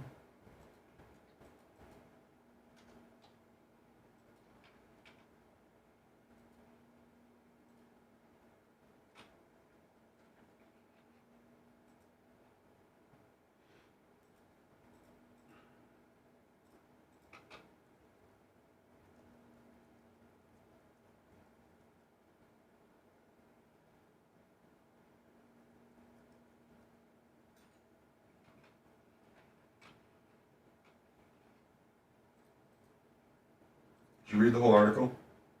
Yes. I'm familiar with it all. I'm gonna try to have you help me break it down as to this might be a shakedown. but he didn't better himself by not having, being behind closed doors. But then again, you don't know what they're going to have to get in there and investigate, other employees to see if even her complaints are valid, right? Mm-hmm. But here's just another example of a guy. When they find that that maybe he didn't do anything wrong and she's making this shit up, there's not going to be as big an article clearing him as what. You're not talking about Vince McMahon, are you? No, I'm talking about my buddy Steve Holler. Oh, okay. No, your buddy did it, man. I don't know the guy and I don't know what he did, but he did it. Seth was like, "This Vince McMahon was innocent." Exactly. He's ready to defend Vince. No, I wanted to make sure. I was like, "Whoa, Vince McMahon isn't beating shit." Diddy's like running free, man. Oh shit, gold foil out of 138. Keep that, man. Keep that for sure. Partying. What's that? What up, HS Bubba Fan 69? I said P Diddy's still partying. Yeah, P Diddy's not worried at all, man. He's having underage parties still at his house. His son just got sued for alleged sexual misconduct as well. I know some kind of chest price. How many times can the Who? FBI raid? Diddy's. Oh. Say again? How many times can the FBI raid your house in a year? As many times as they get a warrant. Love you, Pippi. I mean, obviously somebody. Jay, did you ever watch Suits when it was popular? Not really, but I know the premise of the show and I love it. I think it's hilarious. It's kind of like ad agency in the 50s and 60s, right? The Suits? What was the one? Ad Men, the other one. They're both very similar shows. Mad Men, yeah. Mad Men? Yeah. Is Suits on Netflix? Yes. Okay, I'm actually bored with television. I'm gonna start watching that. Man, you will fucking start from season 1, episode 1. Okay. Oh my god. Wait, is it a lawyer show? Yeah, and Jay is kind of a mixture between Harvey and now he's not like Lips lit. But wait till you see this dude named Harvey. Yeah. He's the fucking man. Is he fucking hot as shit? Yeah, he's really good looking. Yeah. And he rolls the fuck around and he didn't give a fuck about nothing. It's his fucking. He didn't give. He fucks and if you owe him a favor, motherfucker, he's gonna come rolling up and get that favor. And he's all about man law and His name's Bruce. No, his name's Harvey Specter. And Jay. Harvey Specter. And he doesn't give a fuck. I'm getting this.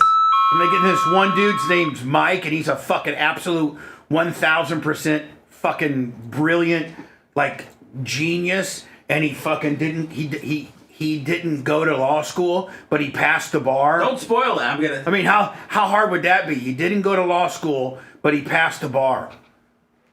And then he would take the bar. Is that him? Yeah, Harvey fucking Specter. Always dressed to the nines. Always got he's got like a 1963 Aston Martin that he won on an auction because over this one dude, and he's just fucking.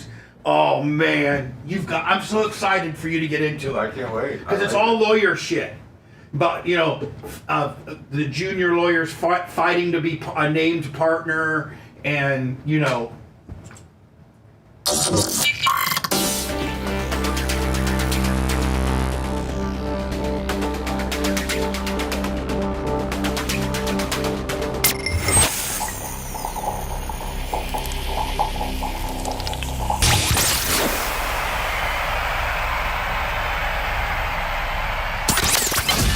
The manliest alpha man that wears women's deodorant. You're listening to the Bubba the Love Sponge Show. I think I just got Jay maybe to start watching Suits. It's on Netflix. Listen, it's 10 years old. I know that.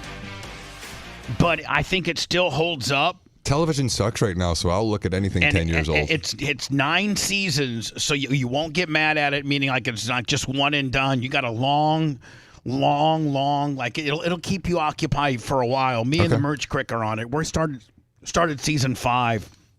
And I mean, especially being a lawyer, like you'll love the posturing and the legal wrangling and the screwing over and the bluffing and, just everything that you do, you probably. The practice of law has certainly changed in the last 30, 40 years. And this isn't the biggest fishbowl of all. This is in Manhattan. So there's, huge cutthroat. Yeah, and there's we got some big players here, but in New York City, those are some big firms. You know what I'm saying? $1,000 an hour, $1,500 an hour lawyers.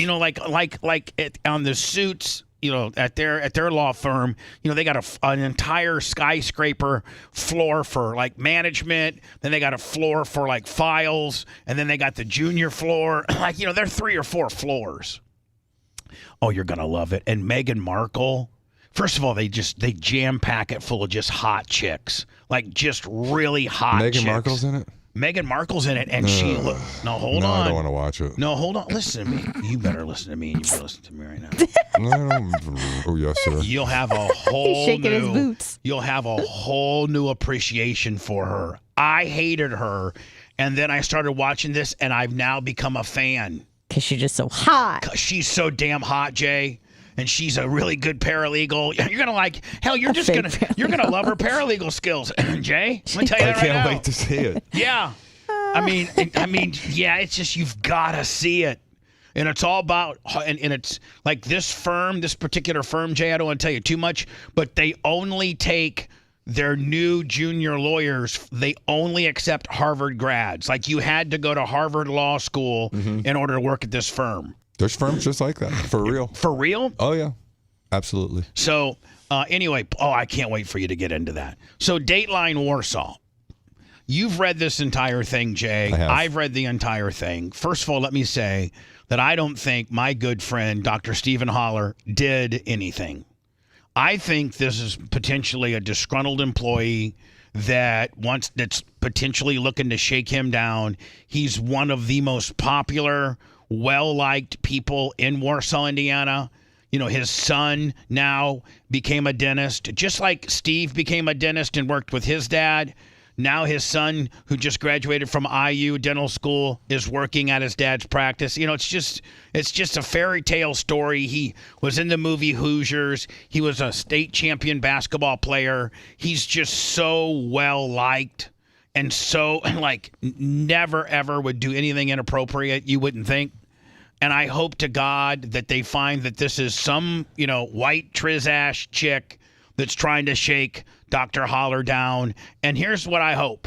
As big of a story as you made when he got arrested, I hope they make, if indeed, as the Indiana State Police continue to investigate this, and when they find perhaps that this is not what it is, and they drop the charges against Steve, I hope they make it as big of an article when they drop it than when they dropped it just now when he got arrested. Now they say the arrest warrant was sent yesterday. Does that mean that they went and got him? You think yesterday, Jay? I don't know if they perp walked him or give him a chance to turn himself in.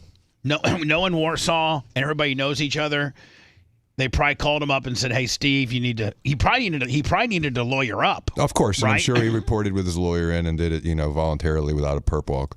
So anyway, they alleged him of being somewhat inappropriate for a female that works there. Which the charges seemed really stiff for what the rest of the article was. He was charged with 2 level 6 felony charges of criminal confinement and 2 Class B misdemeanor charges of battery. And so I read the article, and it's about an annual review where he allegedly was talking to her about how she could be better and had her allegedly try on some scrubs, which supposedly the door was open. And, I don't know if there were witnesses to that, but that's one of the allegations. And then afterwards, he offered to pay for her to get some additional certification and gave her a $2 raise.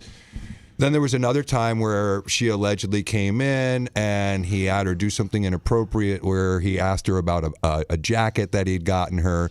And again, it doesn't seem like there was an actual touching. And then the last time, the allegation is that he was trying to help her, show her how to help a disabled person get out of the dental chair, that he brushed her breast. And then the final one is that he had her change some scrubs again, and he allegedly unhooked her bra. Now, the only thing that I think, the only thing I think that he really has to worry about would be if you continue to read the report, it says after one of these incidences, he calls her at home, asks her if she's alone, and then said after today's little excursion that they had, his mind has been racing. Well, first of all, it's a he said, she said deal. Yeah, is there a text? You can't. No, it's a phone call. Right. But I do think it hurts him a little bit if he didn't have a history of calling her, and this one call happened after this alleged event at work. I could see where that could be potentially not look so good for him, but we don't truly, nobody knows the truth. He could say, yeah, I called her. I wanted to make sure that she was doing okay. And, I checked in on her. Well, there's a way to avoid this, and I've had this policy since I've been a very young lawyer, and that is whenever you have a female staff or a client or anyone in your office, you have someone with you. Yep, and the door open. And so I have a young girl in my office now who wants to be an aspiring lawyer, and I had a conversation with her in front of Mel and everyone else and said, I want to help you. And I'm paying for her bar prep courses, and I'm trying to help her get into law school. But I never had a meeting with her alone. Certainly never unhooked her bra. But now I've had conversations with my assistant after hours. I've had conversations with many of my employees after hours. That doesn't mean that there was anything inappropriate. So I can see both sides of the story. But what's so frustrating for me is they're giving this guy basically a death sentence in this little town. And he's not alleged to have done anything other than brush her breast. And I think it's horrible. That's, first of all, not okay if someone does it. Oh, dear. But when I think of criminal confinement, I think of R. Kelly. Yeah. And when I think of because she was in his office changing this. Oh, I do got to go to break. Yeah. Oh my God! If you want 24/7 on-demand Bubba and the crew, go to BubbaArmyHQ.com. The Bubba the Love Sponge show will be back after this.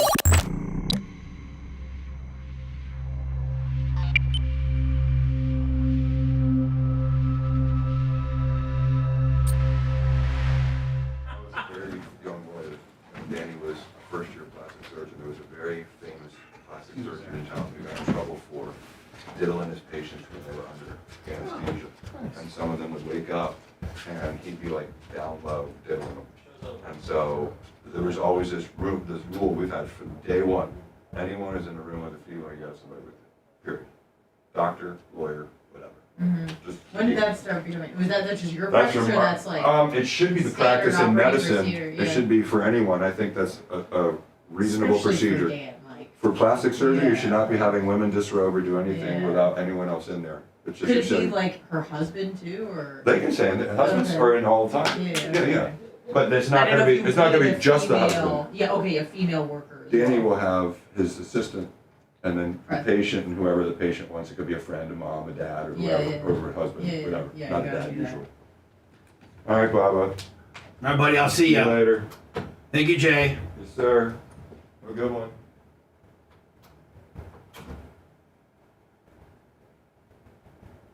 What's up, chat? We thought we were on time, we're not relate.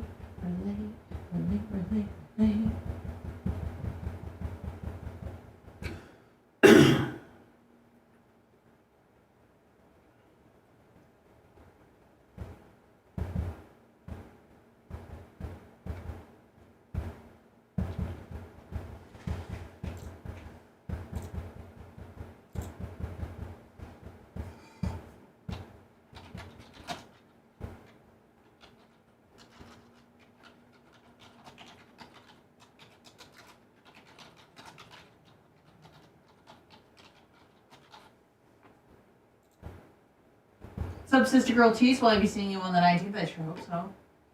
Who will be in attendance? Who will be in attendance? What's up, Bama Boy? Maybe Short Stroker? What a two. Oh no, fan in Orlando. Well, it's probably gonna happen again today. Okay.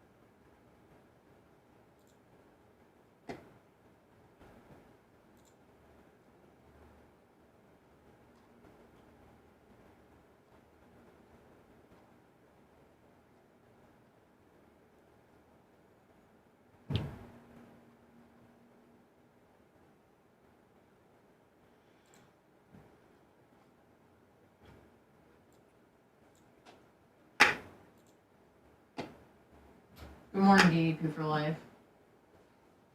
I'm gonna call you the police. Yay, Sister Girl Tisa, I'll be seeing you there. Are we still on? Yeah. Oh, we are? Okay. We'll say goodbye to everybody. Oh, we're saying goodbye. Okay, we're still here. We're just going to say goodbye. We're going to say goodbye.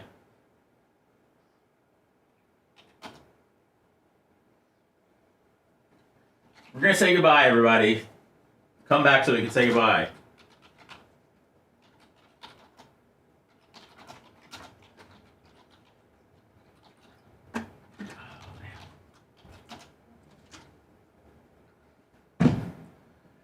Woo! Don't leave 69. Don't leave promo code.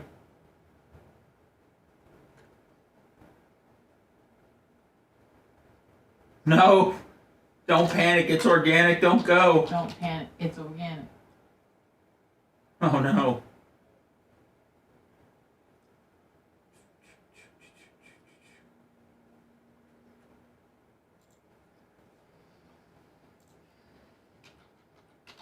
Oh, Oh, yeah, that's right. Another show.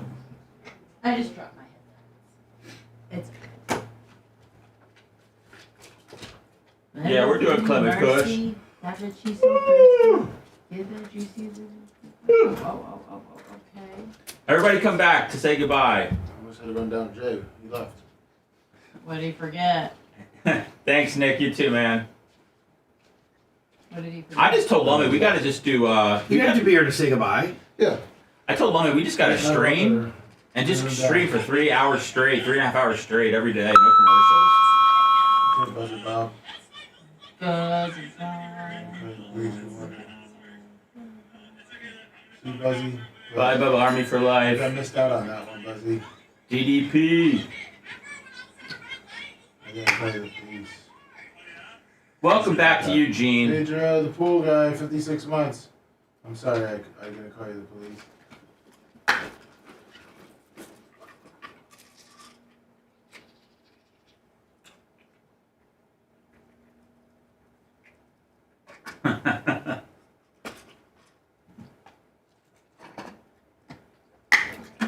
You're going to need this 15 seconds of radio in your life, guys. Sorry, Don Miller.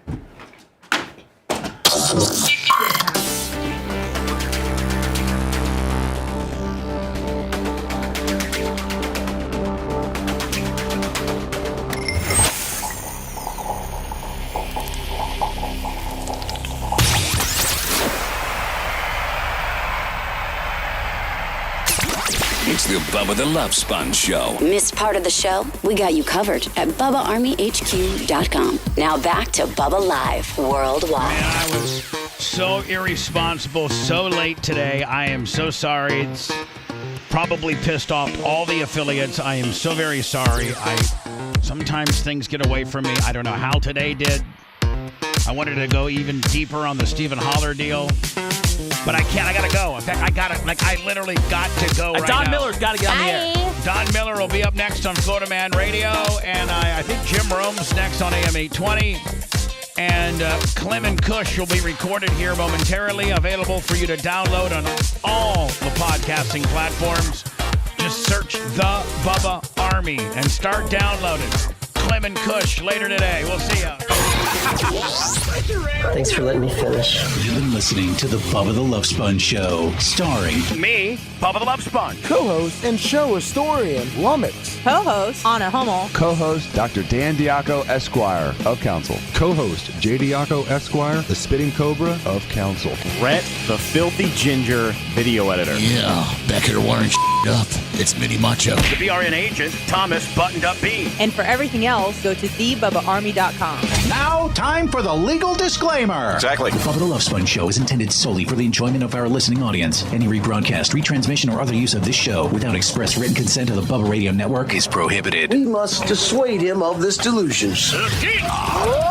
Until next time, always remember. I'll repay hello.